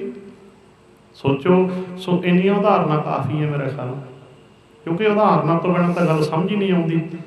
ਹੁਣ ਕਿਸਾਨ ਹੈ, ਫਸਲ ਦੇ ਉੱਤੇ ਹਮਲਾ ਕਰਤਾ ਕੀੜੇ ਮਕੌੜਿਆਂ ਨੇ, ਕਿਸਾਨ ਨੇ ਸਪਰੇਅ ਕਰ ਦਿੱਤੀ। ਕੀ ਕੀਤਾ? ਹਿੰਸਾ ਕੀਤੀ? ਨਹੀਂ, ਹਿੰਸਾ ਤਾਂ ਕੀੜੇ ਮਕੌੜੇ ਕਰ ਰਹੇ ਸੀ ਫਸਲ ਦੀ। ਕਿਸਾਨ ਨੇ ਤਾਂ ਹਿੰਸਾ ਨੂੰ ਰੋਕ ਦਿੱਤਾ, ਕਿਉਂਕਿ ਫਸਲ ਬੰਦੇ ਵਾਸਤੇ ਜ਼ਰੂਰੀ ਹੈ। ਬੋਲੋ ਸਤਿਨਾਮ। ਨੋਟ ਕਰਿਓ। ਹੁਣ ਬਾਹਰੀ ਤੌਰ ਤੇ ਤਾਂ ਲੱਗਦਾ ਨਾ ਵੀ ਕੀੜੇ ਮਕੌੜੇ ਮਰ ਗਏ, ਨਹੀਂ ਨਹੀਂ ਨਹੀਂ, ਉਹਦੇ ਅੰਦਰ ਦੀ ਭਾਵਨਾ ਸ਼ੁੱਧ ਹੈ। ਜਿਸ ਕਰਕੇ ਫਸਲ ਤੇ ਸਪਰੇਅ ਕਰਨਾ ਵੀ ਪੁੰਨ ਹੈ। ਭਾਵ ਫੈਸਲਾ ਭਾਵਨਾ ਤੋਂ ਹੁੰਦਾ ਹੈ। ਉਹ ਹਮਲਾ ਕੀਤਾ ਉਹਨਾਂ ਨੇ ਫਸਲ ਦੇ ਉੱਤੇ, ਉਹ ਫਸਲ ਦੀ ਹਿੰਸਾ ਕਰ ਰਹੇ ਆ, ਖਾ ਰਹੇ ਆ ਫਸਲ ਨੂੰ ਜਿਹੜੀ ਬੰਦੇ ਵਾਸਤੇ ਜ਼ਰੂਰੀ ਹੈ। ਤੇ ਉਸ ਹਮਲੇ ਨੂੰ ਜ਼ਿਮੀਂਦਾਰ ਨੇ ਸਪਰੇਅ ਕਰਕੇ ਉਸ ਹਮਲੇ ਨੂੰ ਪਛਾੜ ਦਿੱਤਾ। ਤਾਂ ਤੇਰਾ ਉਹ ਵਿਚਾਰ, ਮੇਰਾ ਖਿਆਲ ਹੁਣ ਤਸੱਲੀ ਹੋ ਗਈ। ਇੰਨੀਆਂ ਤਾਂ ਉਦਾਹਰਨਾਂ ਬਹੁਤ ਹੁੰਦੀਆਂ ਕਿਸੇ ਵੀ ਨੁਕਤੇ ਤੇ। ਤਾਂ ਤੇ ਗੱਲ ਚੱਲੀ ਗਿਆ ਅਸੀਂ ਅੰਦਰ ਸਾਡੇ ਭਾਵਨਾ ਸਾਡੀ ਸ਼ੁੱਧ ਹੋਵੇ, ਅੰਦਰ ਸਾਡੇ ਭਲੇ ਦਾ ਭਾਵ ਹੋਵੇ। ਕਈ ਵਾਰੀ ਤਾਂ ਥੱਪੜ ਮਾਰ ਕੇ ਭਲਾ ਕਰਨਾ ਪੈਂਦਾ। ਤਾਂ ਪਹਿਲਾਂ ਸੁਣ ਲਿਆ ਨਾ, ਟੀਚਰ ਹੈ ਜੇ ਸਾਡੇ ਕੋਲ ਵਿਦਿਆਰਥੀ ਜਾਣੀ ਕਿ ਨਹੀਂ ਪੜ੍ਹ ਕੇ ਆਇਆ, ਪਹਿਲਾਂ ਤਾੜਨਾ ਕੀਤੀ, ਜੇ ਅਗਲੇ ਨੇ ਫੇਰ ਨਹੀਂ ਕੰਮ ਕੀਤਾ, 2 ਮਾਰੇ ਬੂਥੜ ਦੇ ਉੱਤੇ ਅਧਿਆਪਕ ਨੇ, ਉਦੋਂ ਵੀ ਭਲੀ ਕਰੀ ਜਾਂਦਾ ਹੈ। ਬੋਲੋ ਸਤਿਨਾਮ। ਉਦੋਂ ਵੀ ਭਲੀ ਕਰੀ ਜਾਂਦਾ। ਦੱਸ ਦਿਓ ਜੇ ਗਲਤ ਹੈ ਤਾਂ, ਭਲਾ ਕਰ ਰਿਹਾ ਉਦੋਂ 2 ਮਾਰੇ ਬੁਥਾੜ ਦੇ ਉੱਤੇ। ਸੋਚੋ, ਬਾਪ ਹੁੰਦਾ ਹੈ, ਪੁੱਤ ਨੂੰ ਪਿਆਰ ਵੀ ਦਿੰਦਾ ਹੈ, ਕਦੇ ਝਿੜਕ ਵੀ ਦਿੰਦਾ ਹੈ, ਜੇ ਫੇਰ ਵੀ ਨਾ ਲੋਟ ਆਵੇ 2 ਬਾਪ ਮਾਰਦਾ ਮੂੰਹ ਦੇ ਉੱਤੇ। ਅੰਦਰ ਬਾਪ ਦੀ ਵੀ ਪਿਆਰ ਹੀ ਹੁੰਦਾ। ਦੱਸ ਦਿਓ ਜੇ ਗਲਤ ਹੈ ਤਾਂ, ਅੰਦਰ ਤਾਂ ਪਿਆਰ ਹੀ ਹੁੰਦਾ ਉਸ ਵੇਲੇ ਵੀ। ਇਹਨਾਂ ਗੱਲਾਂ ਨੂੰ ਅਸੀਂ ਸਮਝਣ ਦੀ ਕੋਸ਼ਿਸ਼ ਕਰਨੀ ਹੈ। ਅੰਦਰ ਤੇ ਬਾਹਰ ਦੀ ਅਵਸਥਾ ਮੈਂ ਤਾਂ ਕਿਹਾ ਵੀ ਇੱਦਾਂ ਆਪਾਂ ਕਈ ਵਾਰੀ ਬਾਹਰ ਤੇ ਰੁਕ ਜਾਂਦੇ ਵੀ ਜਿਹਨੇ ਬਾਹਰੋਂ ਲੱਪੜ ਮਾਰਿਆ ਸ਼ਾਇਦ ਉਹ ਮਾੜਾ ਬੰਦਾ ਹੀ ਹੈ। ਬਿਲਕੁਲ ਨਹੀਂ। ਕੀ ਟੀਚਰ ਮਾੜਾ ਹੈ? ਥੱਪੜ ਮਾਰਦਾ ਬਾਹਰੋਂ ਤਾਂ ਉਹ ਬਾਹਰ ਨਿਮਰਤਾ ਦਿਖਾਉਂਦਾ, ਕਿਤੇ ਗਿੱਟੇ ਛਾਂਗ ਦਿੰਦਾ ਉਹ। ਸੋਚੋ, ਬਾਪ ਹੈ, ਛਿੱਲ ਲਾ ਹੁੰਦਾ ਪੁੱਤ ਜੀ ਆਖੇ ਨਾ ਲੱਗੇ ਤਾਂ। ਅੰਦਰ ਕੀ ਹੈ? ਉਹਦੇ ਅੰਦਰ ਤਾਂ ਭਾਵਨਾ ਬਹੁਤ ਵਧੀਆ ਹੁੰਦੀ ਹੈ। ਸੋ ਅੰਦਰ ਤੇ ਬਾਹਰ ਨੂੰ ਸਮਝਣ ਦੀ ਕੋਸ਼ਿਸ਼ ਕਰੋ। ਸੋ ਗੱਲ ਜ਼ਿਆਦਾ ਅੰਦਰ ਦੀ ਹੈ। ਅੰਦਰ ਤੁਹਾਡੇ ਕੀ ਹੈ? ਬਸ ਅੰਦਰ ਸਾਡਾ ਸ਼ੁੱਧ ਹੋਵੇ, ਅੰਦਰ ਸਾਡੇ ਭਲੇ ਦਾ ਭਾਵ ਹੋਵੇ, ਅੰਦਰ ਦੀ ਭਾਵਨਾ ਸਾਡੀ ਸ਼ੁੱਧ ਹੋਵੇ, ਅੰਦਰ ਸਾਡੇ ਨਿਮਰਤਾ ਹੋਵੇ, ਗਰੀਬੀ ਹੋਵੇ। ਬਾਹਰ ਤਾਂ ਸਥਿਤੀ ਮੁਤਾਬਕ ਵਰਤਣਾ ਪੈਂਦਾ, ਵੀ ਹਲਕੇ ਕੁੱਤੇ ਨਾਲ ਤਾਂ ਉਵੇਂ ਵਰਤਣਾ ਪੈਂਦਾ ਨਾ। ਜੇ ਉਹ ਹਲਕਾ ਕੁੱਤਾ ਘਰੇ ਆ ਕੇ ਉਹਨੂੰ ਆਪਾਂ ਕਹੀ ਚੱਲ ਗਈ ਨਿਮਰਤਾ, ਮਹਾਰਾਜ ਜੀ ਵੱਡੇ ਹੋਣਾ ਜੀ ਮਹਾਰਾਜ, ਇਹ ਨਿਮਰਤਾ ਨਹੀਂ ਤਾਂ ਕਮਲਪਣ, ਉਹ ਤਾਂ ਹੱਥਾਂ ਨੂੰ ਹੀ ਵੱਢ ਜੂਗਾ। ਬੋਲੋ ਸਤਿਨਾਮ। ਦਿਖਾਇਓ ਨਿਮਰਤਾ ਹਲਕੇ ਕੁੱਤੇ ਮੂਹਰੇ। ਸੋਚੋ ਜਰਾ, ਉਦਾਹਰਨ ਸਮਝ ਆ ਗਈ। ਹੁਣ ਇਹ ਨਿਮਰਤ ਹੈ? ਹਲਕੇ ਕੁੱਤੇ ਨੂੰ ਕਹੋ ਜੀ ਮਹਾਰਾਜ ਜੀ ਵੱਡੇ ਹੋਣਾ ਜੀ, ਮੁੜ ਜਾਓ ਜੀ, ਘਰੋਂ ਬਾਹਰ ਵਗ ਜਾਓ, ਹਲਕਾ ਕੁੱਤਾ ਸਾਹਿਬ ਜੀ, ਲੈ ਦੱਸੋ ਵੱਢੂਗਾ ਉਹ? ਸੋਚੋ ਜਰਾ, ਇਹ ਨਿਮਰਤਾ ਹੈ? ਇਹ ਨਿਮਰਤਾ ਨਹੀਂ, ਮੂਰਖਤਾ ਹੈ। ਹਲਕੇ ਕੁੱਤੇ ਨੂੰ ਹੱਥ ਬੰਨ੍ਹਣੇ ਮੂਰਖਤਾ ਹੈ, ਨਿਮਰਤਾ ਨਹੀਂ। ਰਹੋ ਵਿਚਾਰ। ਤਾਂ ਤੇ ਹਿਰਦਾ ਗਰੀਬੀ ਤੇ ਦਾਸ ਨੇ ਕੁਝ ਵਿਆਖਿਆ ਕੀਤੀ ਆ ਨਾ। ਤਾਂ ਤੇ ਇੱਦਾਂ ਭਾਈ ਗੁਰਦਾਸ ਜੀ ਕਹਿੰਦੇ, ਹਉ ਤਿਸ ਘੋਲ ਘੁਮਾਇਆ, ਗੁਰਮਤਿ ਹਿਰਦਾ ਗਰੀਬੀ ਆਵੈ। ਕਹਿੰਦੇ ਬਲਹਾਰ ਜਾਈਏ ਇਸੇ ਗੁਰਸਿੱਖ ਤੋਂ ਜਿਹਦੇ ਅੰਦਰ ਗੁਰੂ ਦੀ ਮੱਤ ਦੁਆਰਾ ਅੰਦਰ ਗਰੀਬੀ ਆ ਜਾਂਦੀ ਹੈ, ਅੰਦਰ ਨਿਮਰਤਾ, ਅੰਦਰ ਭਾਵਨਾ ਸ਼ੁੱਧ ਹੋ ਜਾਂਦੀ ਹੈ। ਹਉ ਤਿਸ ਘੋਲ ਘੁਮਾਇਆ, ਕਹਿੰਦੇ ਬਲਹਾਰ ਜਾਈਏ ਐਸੇ ਗੁਰਸਿੱਖ ਤੋਂ। ਕਿਸ ਗੁਰਸਿੱਖ ਤੋਂ? ਕਹਿੰਦੇ ਪਰਦਾ ਰਵੈ ਨੂੰ ਹੱਥ ਨਾ ਲਾਵੈ। ਕਹਿੰਦੇ ਜਿਹੜਾ ਪਰਾਈ ਅਮਾਨਤ ਨੂੰ ਹੱਥ ਹੀ ਨਹੀਂ ਲਾਉਂਦਾ, ਦਰਬ ਕਹਿ ਲਓ, ਧਨ ਕਹਿ ਲਓ, ਜਿਹੜਾ ਕਿਸੇ ਦਾ ਹੱਕ ਨਹੀਂ ਖਾਂਦਾ, ਭਾਵ ਪਰਾਏ ਧਨ ਨੂੰ ਹੱਥ ਨਹੀਂ ਲਾਉਂਦਾ, ਹੱਥ ਨਹੀਂ ਲਾਉਂਦਾ ਪਰਾਏ ਧਨ ਨੂੰ। ਕਿਉਂਕਿ ਕਿਸੇ ਦਾ ਹੱਕ ਖਾਣਾ ਗੰਦ ਖਾਣਾ ਹੁੰਦਾ। ਲਿਖਿਆ ਨਾ ਬਾਣੀ ਵਿੱਚ, ਠੱਗ ਖਾਂਦਾ ਮੁਰਦਾਰ। ਜਿਹੜਾ ਠੱਗੀ ਮਾਰ ਕੇ ਖਾਣਾ ਹੈ ਭਾਈ, ਇਹ ਗੰਦ ਖਾਣਾ ਹੈ। ਸੋਚੋ, ਤਾਂ ਕਿ ਗੰਦ ਖਾਣਾ ਛੱਡ ਦੇਣਾ, ਗੰਦ ਖਾਣਾ ਛੱਡ ਦੇਣਾ। ਕੂੜ ਬੋਲ ਮੁਰਦਾਰ ਖਾਈ ਵੀ ਲਿਖਿਆ। ਜਦੋਂ ਆਪਾਂ ਝੂਠ ਬੋਲਦੇ ਹਾਂ ਉਦੋਂ ਵੀ ਗੰਦ ਖਾ ਰਹੇ ਹਾਂ। ਝੂਠ ਬੋਲਣਾ ਵੀ ਗੰਦ ਖਾਣਾ ਹੁੰਦਾ ਹੈ ਤੇ ਕਿਸੇ ਦਾ ਹੱਕ ਖਾਣਾ ਵੀ ਗੰਦ ਖਾਣਾ ਹੈ। ਜਿਸ ਕਰਕੇ ਇੱਦਾਂ ਅਸੀਂ ਇਹ ਬੁਰਾਈਆਂ ਨੇ ਜੋ ਛੱਡਣੀਆਂ। ਭਾਈ ਗੁਰਦਾਸ ਜੀ ਕਹਿੰਦੇ ਹਉ ਤਿਸ ਘੋਲ ਘਮਾਇਆ ਪਰ ਦਰ ਬੈਨੋ ਹੱਥ ਨਾ ਲਾਵੈ। ਵੀ ਅਸੂਲ ਹੈ ਧਰਮ ਦੇ, ਸਿੱਖੀ ਦੇ ਅਸੂਲ ਹੁੰਦੇ ਆ। ਪਹਿਲਾਂ ਤਾਂ ਸਮਝ ਲਿਆ ਸੀ ਆਪਾਂ ਵੀ ਅੰਦਰ ਦੀ ਗਰੀਬੀ, ਫਿਰ ਆਪਾਂ ਸਮਝ ਲਿਆ ਵੀ ਕਿਸੇ ਦੇ ਪਰਾਏ ਧਨ ਨੂੰ ਹੱਥ ਨਹੀਂ ਲਾਉਂਦਾ ਸਿੱਖ, ਕਿਸੇ ਦਾ ਹੱਕ ਨਹੀਂ ਖਾਂਦਾ। ਖਾਣਾ ਤਾਂ ਕੀ ਹੈ, ਹੱਥ ਵੀ ਨਹੀਂ ਲਾਉਂਦਾ, ਗੱਲ ਖਤਮ ਹੈ ਕਿਸੇ ਦੇ ਪਰਾਏ ਹੱਕ ਨੂੰ, ਪਰਾਏ ਧਨ ਨੂੰ। ਹਉ ਤਿਸ ਘੋਲ ਘਮਾਇਆ ਪਰ ਦਰ ਬੈਨੋ ਹੱਥ ਨਾ ਲਾਵੈ। ਹਉ ਤਿਸ ਘੋਲ ਘਮਾਇਆ ਪਰ ਨਾਰੀ ਦੇ ਨੇੜ ਨਾ ਜਾਵੈ। ਫਿਰ ਕਹਿੰਦੇ ਕਰੈਕਟਰ ਦੇ ਵਿੱਚ, ਚਾਲ ਚੱਲਣ ਦੇ ਵਿੱਚ ਪੱਕਾ ਹੋਵੇ ਕਿ ਪਰਾਈ ਇਸਤਰੀ ਦੇ ਨੇੜੇ ਨਾ ਜਾਵੇ, ਇਸਤਰੀ ਪਰਾਏ ਪੁਰਸ਼ ਦੇ ਨੇੜੇ ਨਾ ਜਾਵੇ। ਭਾਵ ਕੀ ਹੈ, ਉਪਦੇਸ਼ ਸਾਰਿਆਂ ਵਾਸਤੇ ਸਾਂਝਾ ਹੁੰਦਾ ਨਾ, ਇੱਥੇ ਜਾਣੀ ਕਿ ਸੰਬੋਧਨ ਭਾਈ ਨੂੰ ਹੀ ਕੀਤਾ ਹੈ। ਤਾਂ ਤੇ ਇੱਦਾਂ ਅਸੀਂ ਇਹਨਾਂ ਗੱਲਾਂ ਨੂੰ ਸਮਝਣ ਦੀ ਕੋਸ਼ਿਸ਼ ਕਰਨੀ ਹੈ। ਭਾਵ ਚਾਲ ਚੱਲਣ, ਕਰੈਕਟਰ। ਹਉ ਤਿਸ ਘੋਲ ਘਮਾਇਆ ਪਰ ਨਾਰੀ ਦੇ ਨੇੜ ਨਾ ਜਾਵੇ। ਫਿਰ ਕਹਿੰਦੇ ਹਉ ਤਿਸ ਘੋਲ ਘਮਾਇਆ ਸਤਿਗੁਰ ਦਾ ਉਪਦੇਸ਼ ਕਮਾਵੈ। ਵੀ ਗੁਰੂ ਦਾ ਉਪਦੇਸ਼ ਹੈ, ਜੋ ਗੁਰੂ ਦੇ ਵਚਨ ਹਨ, ਗੁਰੂ ਦੇ ਵਚਨਾਂ ਨੂੰ ਅਸੀਂ ਕਮਾਉਣਾ ਹੈ। ਇਹ ਬਹੁਤ ਵਾਰ ਗੱਲ ਹੋਈ ਹੈ ਵੀ ਗੁਰੂ ਦੇ ਵਚਨ ਕੇਵਲ ਪੜ੍ਹਨ ਵਾਸਤੇ ਨਹੀਂ ਹੁੰਦੇ, ਗੁਰੂ ਦੇ ਵਚਨ ਸੁਣ ਕੇ ਸਮਝ ਕੇ ਕਮਾਉਣ ਵਾਸਤੇ ਹੁੰਦੇ ਹੈ। ਹਾਂ, ਗੁਰੂ ਦੇ ਉਪਦੇਸ਼ ਨੂੰ ਦ੍ਰਿੜ ਕਰਨ ਵਾਸਤੇ ਦੁਹਰਾਉਣਾ ਜ਼ਰੂਰ ਪੈਂਦਾ ਹੈ, ਕਿਉਂਕਿ ਸਾਡਾ ਢੀਠ ਮਨ ਨਾ, ਜੋ ਇਹ ਕਈ ਵਾਰੀ ਇੱਕ ਵਾਰੀ ਗੱਲ ਸੁਣ ਕੇ ਮੰਨਦਾ ਨਹੀਂ, ਵਾਰੀ ਵਾਰੀ ਇਹਨੂੰ ਕੋਈ ਵਚਨ ਸੁਣਾਇਆ ਜਾਵੇ ਨਾ, ਮੰਨਣ ਵਿੱਚ ਆ ਜਾਂਦਾ। ਜਿਵੇਂ ਸਿਆਣੇ ਕਹਿੰਦੇ ਨੇ ਨਾ, ਕਹਿੰਦੇ ਖੂਹ ਦੀ ਮੌਣ ਦੇ ਉੱਤੇ ਲਾਸ਼ ਚੱਲੇ ਤੇ ਪੱਥਰਾਂ ਨੂੰ ਘਾਸੇ ਪੈ ਜਾਂਦੇ ਹੈ। ਬਾਰ ਬਾਰ ਇਸ ਮਨ ਨੂੰ ਗੁਰੂ ਦਾ ਵਚਨ ਸੁਣਾਇਆ ਜਾਵੇ ਤਾਂ ਢੀਠ ਤੋਂ ਢੀਠ ਮਨ ਵੀ ਮੰਨਣ ਵਿੱਚ ਆ ਜਾਂਦਾ ਹੈ। ਜਿਸ ਕਰਕੇ ਗੁਰ ਉਪਦੇਸ਼ ਨੂੰ ਦ੍ਰਿੜ ਕਰਨ ਵਾਸਤੇ ਦੁਹਰਾਉਣਾ ਤਾਂ ਚੰਗੀ ਗੱਲ ਹੈ, ਪਰ ਖਹਿੜਾ ਉਦੋਂ ਛੁੱਟੂ ਜੇ ਅਸੀਂ ਗੁਰੂ ਦੇ ਵਚਨਾਂ ਨੂੰ ਕਮਾਵਾਂਗੇ। ਜੇ ਕੇਵਲ ਪੜ੍ਹਨ ਤੇ ਹੀ ਰਹਾਂਗੇ ਫਿਰ ਨਹੀਂ। ਸਪਸ਼ਟ ਬਹੁਤ ਵਾਰ ਵਚਨ ਹੋਇਆ, ਜਿਵੇਂ ਉਦਾਹਰਨ ਦੇਵਾਂ ਫਿਰ ਸਮਝ ਆ ਜੂ। ਪਹਿਲਾਂ ਹੁਣ ਮੇਰੇ ਤੇ ਲਾ ਲਓ ਵੀ ਹੁਣ ਮੈਂ ਪੜ੍ਹਦਾ ਰਿਹਾ, ਵਿੱਚ ਦੁਨੀਆ ਸੇਵ ਕਮਾਈਐ ਤਾਂ ਦਰਗਾਹ ਵੈਸਨ ਪਾਈਐ। ਵਿੱਚ ਦੁਨੀਆ ਸੇਵ ਕਮਾਈਐ ਤਾਂ ਦਰਗਾਹ ਵੈਸਨ ਪਾਈਐ। ਹੁਣ ਇਹ ਪੜ੍ਹਦੇ ਰਹੇ ਵੀ ਜੇ ਦੁਨੀਆ 'ਚ ਸੇਵਾ ਕਰੀਏ, ਭਲੇ ਦੇ ਕੰਮ ਕਹਿ ਲਓ, ਪਰਉਪਕਾਰ ਦੇ ਕੰਮ ਕਹਿ ਲਓ, ਸਮਾਜ ਭਲਾਈ ਦੇ ਕੰਮ ਕਹਿ ਲਓ, ਦੀਨ ਦੁਖੀ ਦੀ ਸੇਵਾ, ਲੋੜਵੰਦ ਦੀ ਸਹਾਇਤਾ। ਭਾਵ ਕਿ ਪਹਿਲਾਂ ਤਾਂ ਗੁਰੂ ਦੇ ਵਚਨ ਨੂੰ ਸਮਝਣਾ ਚਾਹੀਦਾ ਨਾ, ਸਮਝ ਕੇ ਹੀ ਕਮਾਇਆ ਜਾ ਸਕਦਾ। ਹੁਣ ਆਪਾਂ ਸਮਝ ਲਿਆ, ਗੁਰੂ ਜੀ ਕਹਿੰਦੇ ਜੇ ਦੁਨੀਆ 'ਚ ਵਿਚਰਦਿਆਂ ਹੋਇਆਂ ਭਲੇ ਦੇ ਕੰਮ ਕਰੀਏ, ਸੇਵਾ ਕਰੀਏ, ਵਿੱਚ ਦੁਨੀਆ ਸੇਵ ਕਮਾਈਐ ਤਾਂ ਦਰਗਾਹ ਵੈਸਨ ਪਾਈਐ, ਤਾਂ ਕਹਿੰਦੇ ਪਰਮਾਤਮਾ ਦੀ ਹਜ਼ੂਰੀ ਵਿੱਚ ਥਾਂ ਮਿਲਦਾ। ਆਪਾਂ ਨੂੰ ਸਮਝ ਆ ਗਈ ਦੇਖੋ ਇਸ ਗੱਲ ਦੀ। ਤਾਂ ਹੁਣ ਇਹ ਵਚਨ ਆਪਾਂ ਸਮਝ ਲਿਆ। ਹੁਣ ਗੱਲ ਤਾਂ ਹੀ ਬਣੂ ਨਾ ਜੇ ਦੁਨੀਆ 'ਚ ਵਿਚਰਦੇ ਸੇਵਾ ਕਰਾਂਗੇ। ਹੁਣ ਫਰਜ਼ ਕਰੋ ਪਹਿਲਾਂ ਮੇਰੇ ਤੇ ਲਾ ਲਓ ਵੀ ਮੈਂ ਇਹਨਾਂ ਪੰਕਤੀਆਂ ਨੂੰ ਪੜ੍ਹਦਾ ਹੀ ਰਿਹਾ, ਵੀ ਮੰਨ ਲਓ ਲੱਖ ਵਾਰੀ ਪੜ੍ਹ ਲਿਆ ਮੈਂ, ਵਿੱਚ ਦੁਨੀਆ ਸੇਵ ਕਮਾਈਐ ਤਾਂ ਦਰਗਾਹ ਵੈਸਨ ਪਾਈਐ। ਵਿੱਚ ਤੁਸੀਂ ਲੱਖ ਵਾਰੀ ਸੁਣ ਲਿਆ, ਨਾ ਸੇਵਾ ਮੈਂ ਕੀਤੀ, ਭਾਵ ਕੋਈ ਭਲੇ ਦਾ ਕੰਮ, ਕਿਸੇ ਕਦੇ ਲੋੜਵੰਦ ਦੀ ਸਹਾਇਤਾ, ਕੋਈ ਫਰਜ਼ ਕਰੋ ਮੇਰੇ ਤੇ ਕਹਿ ਲਓ ਵੀ ਨਾ ਤਾਂ ਮੈਂ ਇਹ ਕੰਮ ਕੀਤਾ ਜੋ ਪੜ੍ਹਿਆ, ਨਾ ਤੁਸੀਂ ਸੁਣਨ ਵਾਲਿਆਂ ਨੇ ਕੀਤਾ। ਫਿਰ ਗੁਰੂ ਦੇ ਵਚਨਾਂ ਨੂੰ ਗਾ ਕੇ ਤੇ ਸੁਣ ਕੇ ਨਹੀਂ ਖਹਿੜਾ ਛੁੱਟ ਜਾਂਦਾ, ਗੁਰੂ ਦੇ ਵਚਨਾਂ ਨੂੰ ਕਮਾ ਕੇ ਖਹਿੜਾ ਛੁੱਟਦਾ ਹੈ। ਬੋਲੋ ਸਤਿਨਾਮ।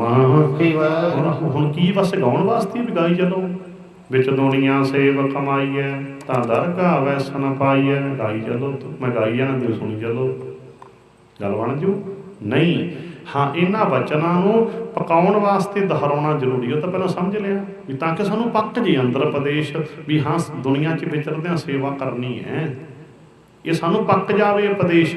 ਜਿਸ ਕਰਕੇ ਪਕਾਉਣ ਵਾਸਤੇ ਜਿਵੇਂ ਬੱਚੇ ਪਹਾੜੇ ਕਹਾਉਂਦੇ ਨੇ ਨਾ ਵੀ 1 ਦੂਣੀ 2 ਦੂਣੀ 4 ਦੁਬਾਰੇ ਤਾਂ ਕਿ ਪੱਕ ਜਾਣ। ਸੋ ਗੁਰੂ ਦੇ ਉਪਦੇਸ਼ ਨੂੰ ਪਕਾਉਣ ਵਾਸਤੇ ਦੁਹਰਾਉਣਾ ਤਾਂ ਕੋਈ ਠੀਕ ਹੈ, ਪਰ ਜੇ ਗੁਰੂ ਦੇ ਵਚਨ ਨੂੰ ਕਮਾਵਾਂਗੇ ਨਹੀਂ ਫੇਰ ਨਹੀਂ ਗੱਲ ਬਣਨੀ।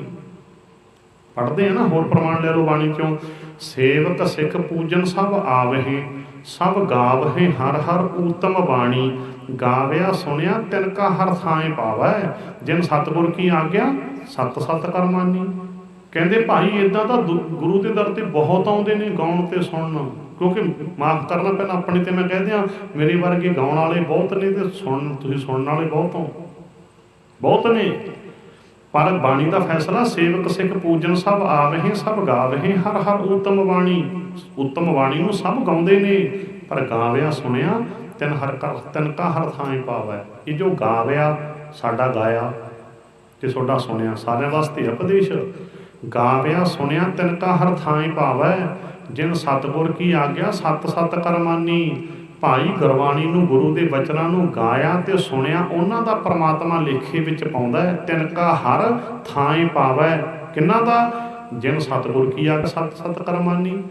ਜਿਨ੍ਹਾਂ ਨੇ ਗੁਰੂ ਦੀ ਆਗਿਆ ਨੂੰ, ਗੁਰੂ ਦੇ ਹੁਕਮ ਨੂੰ, ਗੁਰੂ ਦੇ ਉਪਦੇਸ਼ ਨੂੰ ਸਤ ਸਤ ਕਰਕੇ ਮੰਨ ਲਿਆ। ਮੰਨਣ ਦਾ ਅਰਥ ਕਮਾ ਲਿਆ ਵੀ ਜਿਨ੍ਹਾਂ ਕੰਮਾਂ ਤੋਂ ਗੁਰੂ ਜੀ ਰੋਕਦੇ ਹੈ ਉਹ ਭੈੜੇ ਕੰਮ ਛੱਡ ਦਿੱਤੇ, ਜੋ ਗੁਰੂ ਜੀ ਕਰਨ ਵਾਸਤੇ ਕਹਿੰਦੇ ਹਨ ਉਹ ਕੀਤਾ ਸੇਵਾ ਸਿਮਰਨ। ਸੋ ਜਿਨ੍ਹਾਂ ਨੇ ਗੁਰੂ ਦੀ ਆਗਿਆ ਨੂੰ, ਗੁਰੂ ਦੇ ਹੁਕਮ ਨੂੰ, ਗੁਰੂ ਦੇ ਬਚਨਾਂ ਨੂੰ ਸਤ ਕਰਕੇ ਮੰਨ ਲਿਆ, ਗੁਰੂ ਦੇ ਬਚਨਾਂ ਨੂੰ ਕਮਾ ਲਿਆ, ਉਹਨਾਂ ਦਾ ਗਾਇਆ ਤੇ ਸੁਣਿਆ ਲੇਖੇ 'ਚ ਪੈ ਜਾਂਦਾ ਹੈ।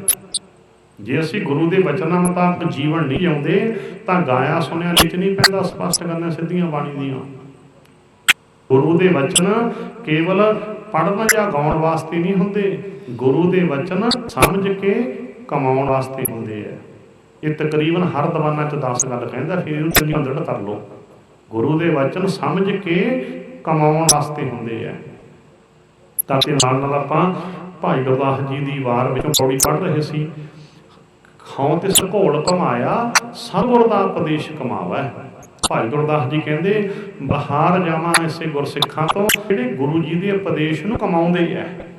ਇਹ ਨਹੀਂ ਵੀ ਗੱਲ ਪੜ੍ਹਦੇ ਹੀ ਹੈ, ਨਹੀਂ, ਗੁਰੂ ਦੇ ਉਪਦੇਸ਼ ਨੂੰ ਕਮਾਉਂਦੇ ਹੈ। ਸਤਿਗੁਰ ਕਾ ਉਪਦੇਸ਼ ਕਮਾਵੈ। ਫਿਰ ਕਹਿੰਦੇ ਹਉ ਤੇ ਘੋਲ ਕਮਾਇਆ ਥੋੜਾ ਸਵੈ ਥੋੜਾ ਹੀ ਖਾਏ। ਕਹਿੰਦੇ ਐਸੇ ਗੁਰਸਿੱਖਾਂ ਤੋਂ ਬਹਾਰ ਜਾਈਏ ਜਿਹੜੇ ਖਾਂਦੇ ਵੀ ਥੋੜਾ ਹੈ ਤੇ ਸੌਂਦੇ ਵੀ ਥੋੜਾ ਹੈ। ਤਾਂ ਬਸ ਲੋੜ ਮੁਤਾਬਕ, ਪਿੱਟੂ ਨਹੀਂ ਬਣਨਾ ਕਹਿਣ ਦਾ ਭਾਵ। ਤਾਂ ਤੇ ਲੋੜ ਮੁਤਾਬਕ ਛਕਣਾ ਹੀ ਹੈ, ਸਰੀਰ ਦੀ ਲੋੜ ਹੈ, ਨੀਂਦ ਵੀ ਲੋੜ ਹੈ।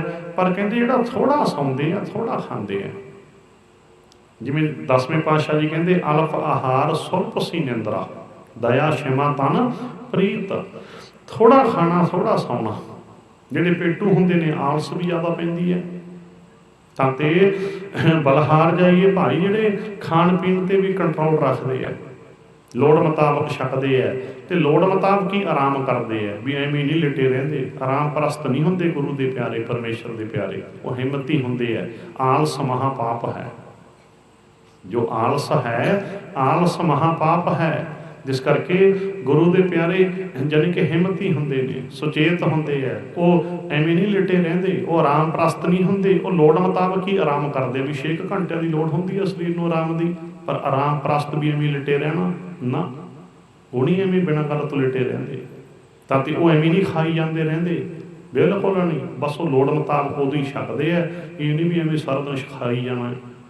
ਜਿਸ ਕਰਕੇ ਹਉ ਤੇ ਘੋਲ ਘਮਾਇਆ ਥੋੜਾ ਸਵੈ ਥੋੜਾ ਹੀ ਖਾਵੈ ਗੁਰਮੁਖ ਸੋਈ ਸਹਿਜ ਸਮਾਵੈ।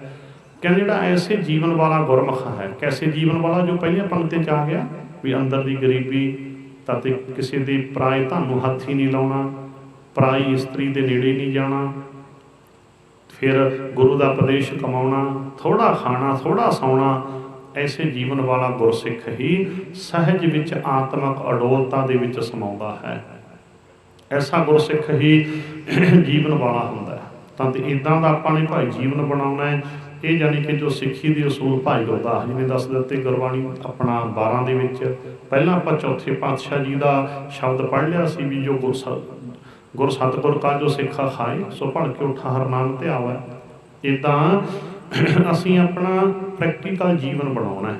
ਇਹ ਨਾ ਹੋਵੇ ਵੀ ਕਹਾਉਂਦੇ ਹੋਈਏ ਸਿੱਖ ਤੇ ਕਰਤੂਤਾਂ ਆਮ ਲੋਕਾਂ ਵਾਲੀਆਂ ਹੋਣ, ਫਿਰ ਕੋਈ ਫਰਕ ਨਹੀਂ ਰਹਿ ਜਾਂਦਾ। ਜੇ ਆਪਣੇ ਘਰੇ ਵੀ ਫਰਜ਼ ਕਰੋ ਸਿੱਖ ਵੀ ਉਹੀ ਗੰਦੀਆਂ ਟੇਪਾਂ ਚੱਲਦੀਆਂ, ਜਾਂ ਕੋਈ ਸ਼ਰਾਬ ਜਾਂ ਕੋਈ ਨਸ਼ਾ ਜਾਂ ਕੋਈ ਵਹਿਮ ਭਰਮ ਪਖੰਡ ਚੱਲਦਾ, ਫਿਰ ਕਾਹਦਾ ਸਿੱਖ? ਫਿਰ ਕਾਹਦਾ ਸਿੱਖ? ਭਾਵ ਕਿ ਸਿੰਘ ਜੀਵਨ ਸਾਰੇ ਸਮਾਜ ਤੋਂ ਸਿਰਮੌਰ ਜੀਵਨ ਹੋਵੇ। ਜਿਵੇਂ ਸਿੰਘ ਸ਼ੇਰ ਸਾਰੇ ਜੰਗਲ ਦੇ ਵਿੱਚ ਯਾਨੀ ਕਿ ਉੱਤਮ ਹੁੰਦਾ ਹੈ, ਇਵੇਂ ਇੱਕ ਅਸੀਂ ਤਾਂ ਹੀ ਸਿੰਘ ਕਹਾਉਣ ਦੇ ਹੱਕਦਾਰ ਹੈ ਜੇ ਸਾਡੇ ਘਰ ਦਾ ਜਿਹੜਾ ਮਾਹੌਲ ਹੈ, ਸਾਡੇ ਘਰ ਦਾ ਜੀਵਨ ਹੈ, ਉਹ ਸਾਰੇ ਸਮਾਜ ਦੇ ਵਿੱਚੋਂ ਉੱਤਮ ਹੋਵੇ। ਬੋਲੋ ਸਤਿਨਾਮ।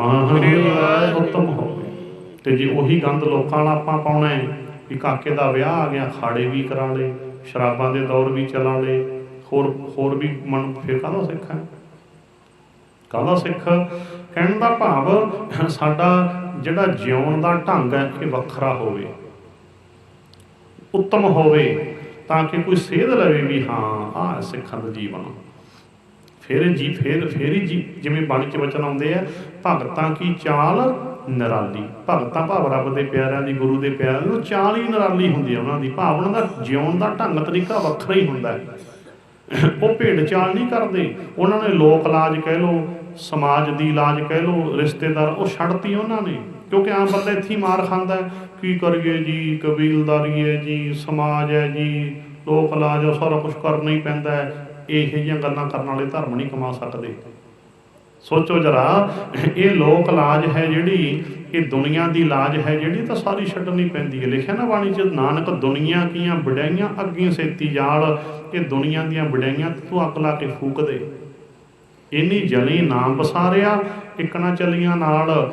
ਇਹ ਲੁਕਾਈ ਵਡਿਆਈਆਂ ਤੇਰੇ ਨਾਲ ਨਹੀਂ ਜਾਣੀਆਂ। ਕਿਤੇ ਕਬੀਰ ਸਾਹਿਬ ਜੀ ਕਹਿੰਦੇ, ਕਬੀਰ ਦੀਨ ਗਵਾਇਆ ਦੁਨੀ ਸਿਉ, ਦੁਨੀ ਨਾ ਚਾਲੀ ਸਾਥ, ਪਾਈ ਕੁਹਾੜਾ ਮਾਰਿਆ ਗਾਫਲ ਆਪਣੇ ਹੱਥ। ਭਾਈ ਤੂੰ ਦੁਨੀਆ ਦੇ ਮਗਰ ਲੱਗ ਕੇ ਦੀਨ ਨਾ ਗਵਾ, ਧਰਮ ਨਾ ਗਵਾ। ਐਵੇਂ ਤੂੰ ਕਹਿੰਦਾ ਰਹਿਣਾ ਜੀ ਮਜਬੂਰੀਆਂ ਹੁੰਦੀਆਂ ਜੀ, ਕਬੀਲਦਾਰੀ ਹੁੰਦੀ ਹੈ ਜੀ, ਸਮਾਜ ਹੈ ਜੀ। ਤੂੰ ਮਜਬੂਰੀ ਗਲਤ ਕਹਿਣਾ। ਦਰਅਸਲ ਵਿੱਚ ਤੇਰੇ ਅੰਦਰ ਗੁਰੂ ਦਾ ਉਪਦੇਸ਼ ਪੱਕਾ ਨਹੀਂ ਹੋਇਆ, ਤੇਰੇ ਅੰਦਰ ਸਿੱਖੀ ਦ੍ਰਿੜ ਨਹੀਂ ਹੋਈ। ਤੂੰ ਆਪਣੇ ਅੰਦਰ ਦੀ ਕਮਜ਼ੋਰੀ ਨੂੰ ਮਜਬੂਰੀ ਕਹੀ ਜਾਂਦਾ, ਆਪਣੀ ਕਾਇਰਤਾ ਨੂੰ ਨਾ ਤੂੰ ਮਜਬੂਰੀ ਕਹੀ ਜਾਂਦਾ। ਮਜਬੂਰੀ ਨਾ ਕਹਿ, ਤੂੰ ਐਂ ਕਹਿ ਵੀ ਮੇਰੇ ਅੰਦਰ ਕਮਜ਼ੋਰੀ ਹੈ। ਬੋਲੋ ਸਤਨਾਮ। ਪੱਕੀ ਨਹੀਂ ਹੋਈ ਅੰਦਰ ਸਿੱਖੀ ਹਲੇ। ਨਿਗਾਹ ਮਾਰ ਆਪਣੇ ਅੰਦਰ, ਹਲੇ ਤੇਰੇ ਅੰਦਰ ਦ੍ਰਿੜ ਨਹੀਂ ਹੋਈ ਸਿੱਖੀ। ਜਦੋਂ ਅੰਦਰ ਸਿੱਖੀ ਦ੍ਰਿੜ ਹੋ ਗਈ, ਮਜਬੂਰੀਆਂ ਖਤਮ। ਨਾ ਭਾਈ ਅਸੀਂ ਨਹੀਂ ਬਣਨ ਦਿੰਦੇ ਕਿਸੇ ਸ਼ਰਾਬੀ ਰਿਸ਼ਤੇਦਾਰ ਨੂੰ ਘਰੇ। ਇੱਕ ਮੈਂ ਅਰਜ਼ ਹੋਰ ਕਰਦਿਆਂ, ਤੁਸੀਂ ਸੋਚੋਗੇ ਵੀ ਤੇਰੇ ਕੋਲ ਤਾਂ ਭਾਈ ਮਾਈਕ ਹੈ, ਤੂੰ ਸਟੇਜ 'ਤੇ ਬੈਠਾ ਹੈ, ਕੁਛ ਮਰਜ਼ੀ ਕਹੀ ਚੱਲ। ਐਸੀ ਗੱਲ ਨਹੀਂ, ਮੈਂ ਅਰਜ਼ ਕਰਦੇ, ਮੈਂ ਕਹਿਣੀ ਪੈਂਦੀ ਆ ਆਤਮ ਵਿਸ਼ਵਾਸ ਨਾਲ ਗੱਲ। ਜਿਹੜੀ ਗੱਲ ਤੁਹਾਨੂੰ ਪਹਿਲਾਂ ਕਹੀ ਹੈ, ਪਹਿਲਾਂ ਮੈਂ ਆਪ ਕਮਾਈ ਹੈ। ਬੋਲੋ ਸਤਨਾਮ। ਦਿਲ 'ਤੇ ਨਹੀਂ ਪੈਰ ਧਰਨ ਦਿੰਦਾ ਕਿਸੇ ਨੂੰ। ਰਿਸ਼ਤੇਦਾਰ ਕਹਿੰਦੇ ਨਾ ਨਾ ਨਾ, ਅੰਦਰ ਖਬਰਦਾਰ ਆਇਓ। ਆਉਣੇ ਬੰਦੇ ਬਣ ਕੇ ਜਿਹੜਾ ਮਰਜ਼ੀ ਆ ਜਾਓ ਵੀ ਹਾਂ, ਸਬਜ਼ੀਆਂ 2 ਬਣਾ ਦੇਣਗੇ, ਕੋਈ ਗੱਲ ਨਹੀਂ। ਕਦੀ ਤਾਂ ਖੀਰ ਬਣਾ ਦੇਣਗੇ, ਪ੍ਰਸ਼ਾਦ, ਤਾਂ ਦੁਨਿਆਵੀ ਚੀਜ਼ਾਂ, ਕੋਈ ਗੱਲ ਨਹੀਂ ਖਾਣ ਪੀਣ ਵਾਲੀਆਂ। ਕੋਈ ਇੱਥੇ ਆ ਕੇ ਖਬਰਦਾਰ, ਸਾਡੀ ਕਿਤੇ ਗਲੀ 'ਚ ਵੀ ਵੜਿਆ ਤਾਂ ਤੇ ਧਰਮ ਅਸੂਲ ਨੇ। ਸਿੱਖ ਘਰੇ ਕਿਸੇ ਨੂੰ ਸ਼ਰਾਬ ਪੀਣ ਦਿੰਦਾ ਹੈ? ਅਸੀਂ ਤੇ ਅਸੀਂ ਸੋਚੋ ਜਰਾ, ਸਾਡੀ ਕੋਈ ਰਿਸ਼ਤੇਦਾਰੀ ਨਹੀਂ ਸ਼ਰਾਬੀ ਕਬਾਬੀ ਨਾਲ। ਇੱਥੇ ਆਇਆ ਨੂੰ ਅਸੀਂ ਨਾ ਸ਼ਰਾਬ ਪੀਈਏ, ਨਾ ਪੀਣ ਵਾਲੇ ਪੀਤੀ ਹੋਈ ਚੰਦਰ ਵੰਡ ਦਈਏ। ਤਾਂ ਤੇ ਅਸੂਲ ਨੇ। ਇਹ ਹਰ ਸਟੇਜ 'ਤੇ 10 ਵਚਨ ਕਹਿੰਦਾ। ਇੱਥੇ ਆ ਕੇ ਕਿਉਂਕਿ ਮਾਰ ਖਾਂਦੇ ਨੇ ਬਹੁਤ ਸਿੱਖ। ਬਹੁਤੇ ਤਾਂ ਜੇ ਮੰਨ ਲਓ ਕੋਈ ਚੋਣਾਂ 'ਚ ਖੜਾ ਹੋ ਗਿਆ, ਕਈਆਂ ਦੀ ਸਿੱਖੀ ਤਾਂ ਚੋਣਾਂ 'ਚ ਹੀ ਗਵਾਚ ਜਾਂਦੀ ਹੈ।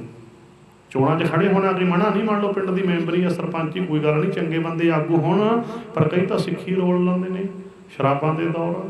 ਤੇ ਜੇ ਕਹੀਏ ਭਾਈ ਸਿੱਖ ਹੈ, ਤਨ ਮਨ ਧਨ ਸਭ ਸੌਂਪ ਗੁਰੂ ਕੋ ਹੁਕਮ ਮੰਨੇ ਪਾਈ ਹੈ। ਸਿੱਖ ਦਾ ਤਾਂ ਤਨ ਮਨ ਧਨ ਸਭ ਗੁਰੂ ਦਾ ਭਾਵ ਸੌਂਪ ਦਿੱਤਾ ਵੀ ਸਰੀਰ ਦੇ ਨਾਲ ਉਹ ਕਰਨਾ ਜੋ ਗੁਰੂ ਜੀ ਕਹਿੰਦੇ ਹੈ। ਮਨ ਮਰਜ਼ੀਆਂ ਛੱਡਤੀਆਂ ਤੇ ਤੂੰ ਮਨ ਮਰਜ਼ੀ ਛੱਡੀ ਨਹੀਂ। ਮਨ ਤਾਂ ਗੁਰੂ ਦਾ ਹੋ ਗਿਆ, ਤੇ ਗੁਰੂ ਦਾ ਮਨ ਕਹਿੰਦਾ ਵੀ ਕਿਸੇ ਨੂੰ ਸ਼ਰਾਬ ਪਿਆ ਦੇ, ਗੁਰੂ ਦਾ ਮਨ ਤਾਂ ਕਹਿੰਦਾ ਕਿਸੇ ਨੂੰ ਸ਼ਰਾਬ ਛਡਾ ਦੇ। ਬੋਲੋ ਸਤਨਾਮ। ਪਿਆ ਦੇ ਨਹੀਂ, ਛਡਾ ਦੇ। ਛੁਡਾ ਦੇ। ਜੇ ਤੂੰ ਵੋਟਾਂ ਲੈਣ ਦਾ ਮਾਰਾ ਸ਼ਰਾਬਾਂ ਪਿਆਉਣਾ ਸ਼ੁਰੂ ਕਰ ਦਿੱਤੀਆਂ, ਤੂੰ ਇੱਕ ਕਾਹਦੀ ਤੂੰ ਉਸ 'ਚ ਹੋ ਗਿਆ। ਕਈ ਤਾਂ ਜਲੂਸ ਕੱਢ ਲੈਂਦੇ ਨੇ। ਸੋਚੋ ਜਰਾ, ਭਾਵ ਅੰਦਰ ਸਿੱਖੀ ਪੱਕੀ ਨਹੀਂ। ਹਾਂ, ਤੂੰ ਆਪਣਾ ਪੱਖ ਦੱਸ ਸਕਦਾ ਹੈ ਵੀ ਭਾਈ ਮੈਂ ਇਮਾਨਦਾਰੀ ਨਾਲ ਲੋਕਾਂ ਦੀ ਸੇਵਾ ਕਰੂੰਗਾ, ਕਿਸੇ ਦੇ ਦੁੱਖ ਸੁੱਖ 'ਚ ਖੜੂੰਗਾ। ਉਹ ਤਾਂ ਇੱਕ ਅਲੱਗ ਗੱਲ ਹੈ। ਅਲੱਗ ਗੱਲ ਉਹ ਕਹਾਵੇ ਗੁਰੂ ਦਾ ਸਿੱਖ ਪਾਇਆ ਹੋਵੇ ਗੁਰੂ ਦਾ ਬਾਣਾ ਤੇ ਚਲਾਵੇ ਸ਼ਰਾਬਾਂ ਦੇ ਦੌਰ। ਸਿੱਖ ਦਾ ਪੈਸਾ ਸ਼ਰਾਬ ਤੇ ਲੱਗਦਾ ਕਦੇ? ਕਿਉਂਕਿ ਧਨ ਤਾਂ ਗੁਰੂ ਦਾ, ਭਾਵ ਗੁਰੂ ਨੂੰ ਪੁੱਛ ਕੇ ਪੈਸਾ ਵਰਤਣਾ ਹੈ, ਤੇ ਸਿੱਖ ਦੇ ਪੈਸੇ ਦਾ ਠੇਕੇ ਤੇ ਲੱਗਦਾ ਹੀ ਨਹੀਂ। ਇਹਦਾ ਮਤਲਬ ਤੂੰ ਤਨ ਮਨ ਧਨ ਗੁਰੂ ਨੂੰ ਦਿੱਤਾ ਹੀ ਨਹੀਂਗਾ। ਕੋਈ ਸੱਚਾ ਸਿੱਖ ਹੈ, ਤੂੰ ਨਕਲੀ ਸਿੱਖ ਹੈ। ਗੱਲ ਚੱਲੀ ਸੀ ਸਿੱਖ ਕੀ ਹੈ, ਅਸੂਲ ਦੀ ਗੱਲ ਚੱਲੀ ਹੈ। ਯਾਦ ਰੱਖਿਓ, ਸਿੱਖ ਦਾ ਪੈਸਾ ਕਦੇ ਬੁਰੇ ਕੰਮ ਤੇ ਨਹੀਂ ਲੱਗਦਾ। ਲੱਚਰ ਪ੍ਰੋਗਰਾਮਾਂ ਤੇ, ਆਰਕੈਸਟਰਾ, ਖਾੜਿਆਂ ਤੇ, ਜਾਂ ਠੇਕਿਆਂ ਤੇ, ਜਾਂ ਬੁਰੇ ਕੰਮਾਂ ਤੇ ਨਾ। ਕਿਉਂਕਿ ਗੁਰੂ ਦਾ ਸਭ ਕੁਛ ਤਨ ਮਨ ਧਨ ਸਭ ਸੌਂਪ ਗੁਰ ਕੋ ਹੁਕਮ ਮੰਨੇ ਪਾਈਏ। बस गुरु का हुक्म मन के ही शरीर की वरतों करनी है, मन मर्जी नहीं करनी। गुरु के हुक्म मुताबक पैसे की वरतों करनी है, ताकि सब कुछ गुरु को सौंप दिता, भाव इनू आत्म समर्पण कहते हैं। ताकि गल चली सी असूल तो बड़े सिख मार खा जाते हैं, बहुतों तो ख्याल ही नहीं होंदा सिੱਖੀ ਦਾ। ਤਾਂ बहुत ब्याह शादियां जे बड़े लोग मार खा जाते हैं, जलूस निकलते देखे बड़ियां दी। मैं इस करके करदास हर स्टेज पर कहता हुंदा है भी सिख का पति ब्याह वेले लगता है, सिख का पति ब्याह वेले लगता है। 90% तो ब्याह वेले फेल हो जाते हैं, 10% पास होंगे है। बोलो सतनाम। 90% फेल। आम लोगों दी करतूतां उही खाड़े, उही आर्केस्ट्रा, उही शराबां दे दौर, उही बस की करोगे जी, रिश्तेदार है जी, फिर यह जी है सारे जी साढ़े बल्ला दस ले। सोचो जरा, ताकि इदा ये मार पैंदी है। मार कोई विरला विरला निकलता, ये खैन विरले ना ही घने फैल फकड़ संसार। ते धर्म कोई रसम पूर्ति नहीं, धर्म कोई शुगल नहीं, धर्म कोई खेड नहीं, असूल ने। असूल उन्होंने असूलों से चल के तेज मिलता है, खुशी मिलती है, मेहर परमात्मा की बख्शिश होंगी है। जे सिदक ते खड़ जाइए तो दुनिया मगर तुरी फिरती है। आप सवारे मैं मिलिया सुख होए फरीदा, जे तू मेरा होए रहे सब जग तेरा होए। पढ़ लो, सब जग तेरा हो जूगा, सब जग तेरा हो जूगा, तेरा हो जूगा, सब जग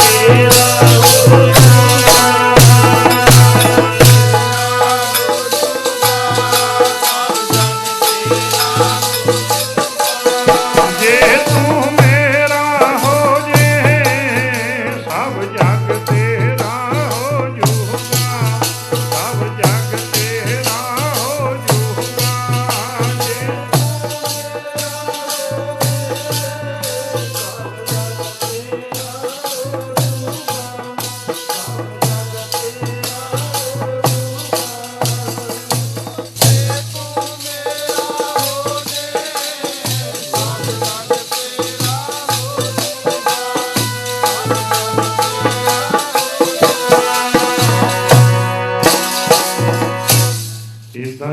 गुरु दे बन जाइए, परमेश्वर दे बन जाइए, तो दुनिया फिर आपे तुरी फिरती है।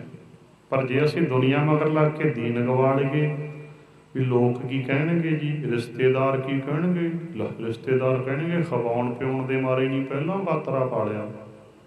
मनमुख इह जिहियां गल्लां ही करदे हुंदे ने ना, उहनूं कह चुप खबरदार। ताकि इन्हां मनमुखां ने की कहना है, कंजूस मक्खी चूस, इन्होंने तेन कंजूस कहना है। शराबां ते पैसे लाने ही बहादरी है, कंजरखानियां ते पैसे लाने बहादरी है। सोचो बुरे कामां ते एक पैसा भी नहीं लाना, ये असूल है। मनमुख कहणगे कंजूस है, मनमुख कहणगे खवाउण पिउण दे मारे ने गातरा पा लिया। इन्हां दी गल्लां नहीं सुणनियां।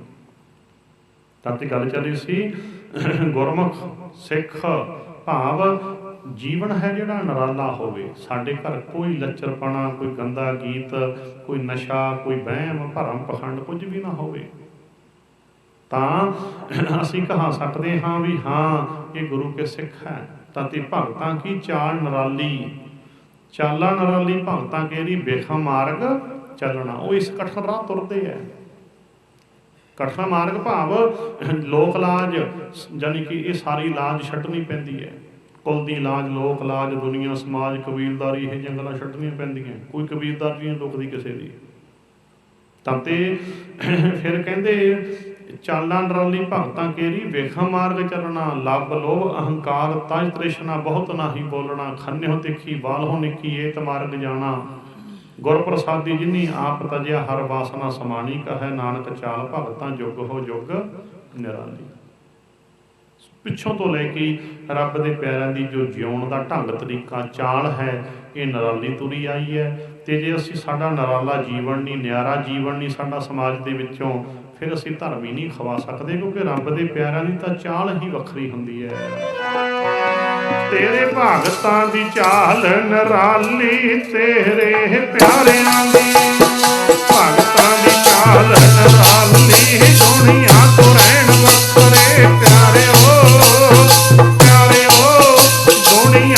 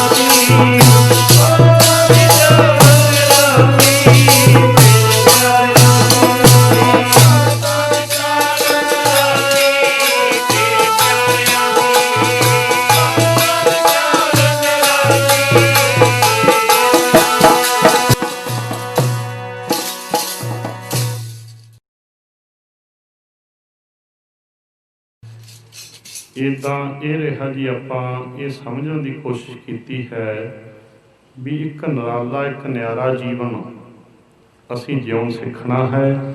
ਤੇ ਸਾਰੀ ਜੋ ਜੀਵਨ ਜਾਂਚ ਕਹਿ ਲਓ, ਜਿਉਣ ਦਾ ਢੰਗ ਤਰੀਕਾ ਕਹਿ ਲਓ, ਪ੍ਰੈਕਟੀਕਲ ਵੇ ਆਫ ਲਾਈਫ, ਇਹ ਸਾਰਾ ਕੁਝ ਅਸੀਂ ਗੁਰਬਾਣੀ ਤੋਂ ਸਿੱਖਣਾ ਹੈ। ਤਾਂ ਅਸੀਂ ਕਹਿ ਸਕਦੇ ਹਾਂ ਕਿ ਅਸੀਂ ਗੁਰੂ ਗ੍ਰੰਥ ਸਾਹਿਬ ਜੀ ਨੂੰ ਗੁਰੂ ਮੰਨਦੇ ਹਾਂ।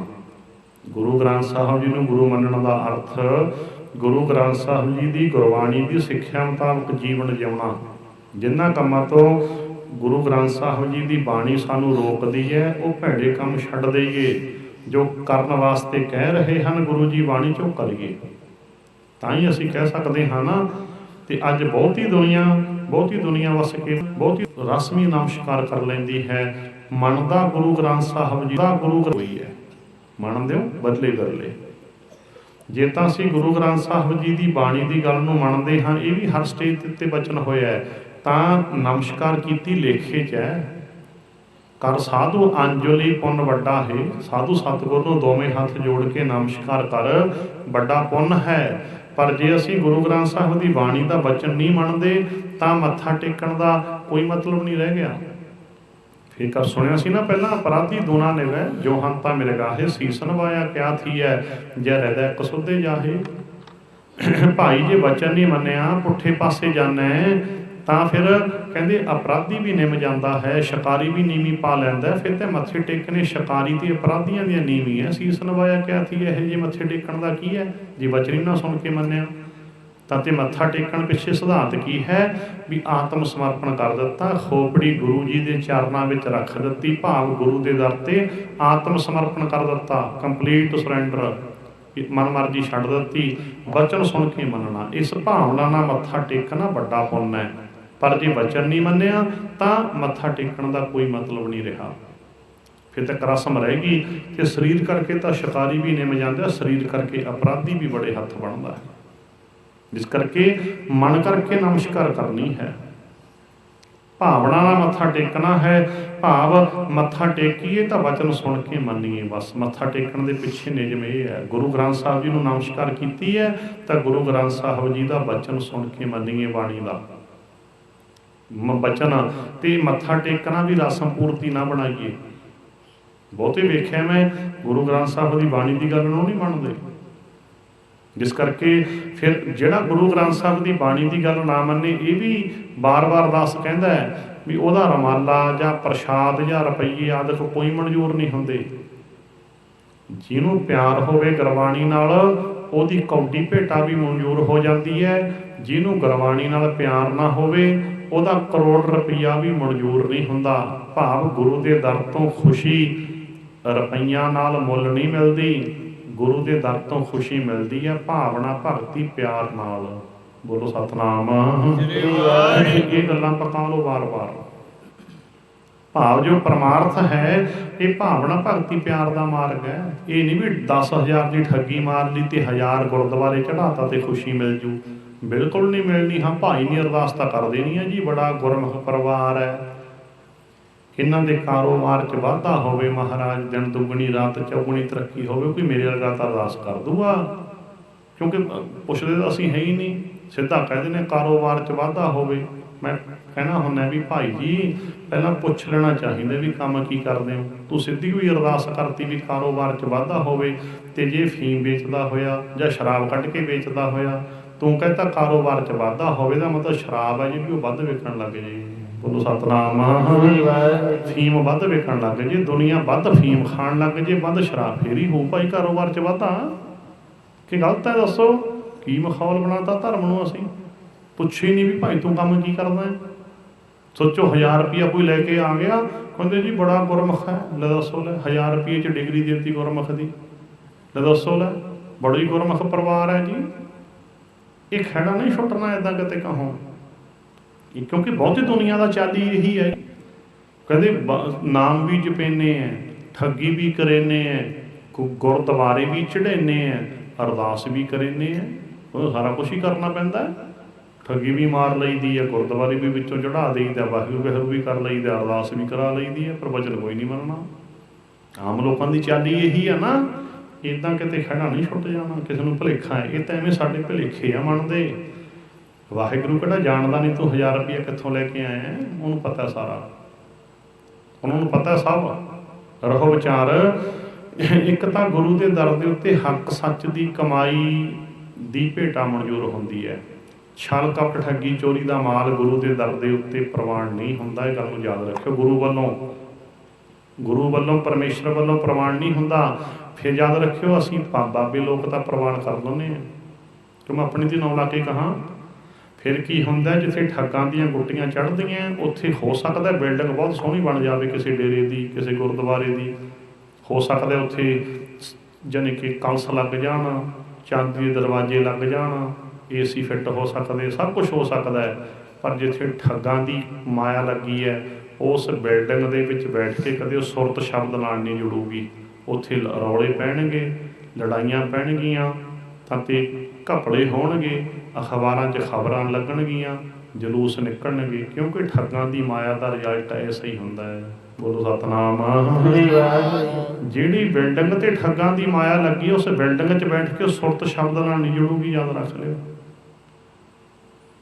ਬਾਹਰੋਂ ਝਿਲਮਿਲ ਹੋ ਸਕਦੀ ਹੈ, ਪਰ ਅੰਦਰ ਨਹੀਂ ਗੱਲ ਬਣਨੀ, ਅੰਦਰ ਨਹੀਂ। ਇਸੇ ਕਰਕੇ ਅੱਜ ਬੜੇ ਜਾਣੀ ਕਿ ਧਰਮ ਸਥਾਨਾਂ ਦੇ ਉੱਤੇ ਰੌਲੇ ਪਏ ਹੋਏ ਹੈ।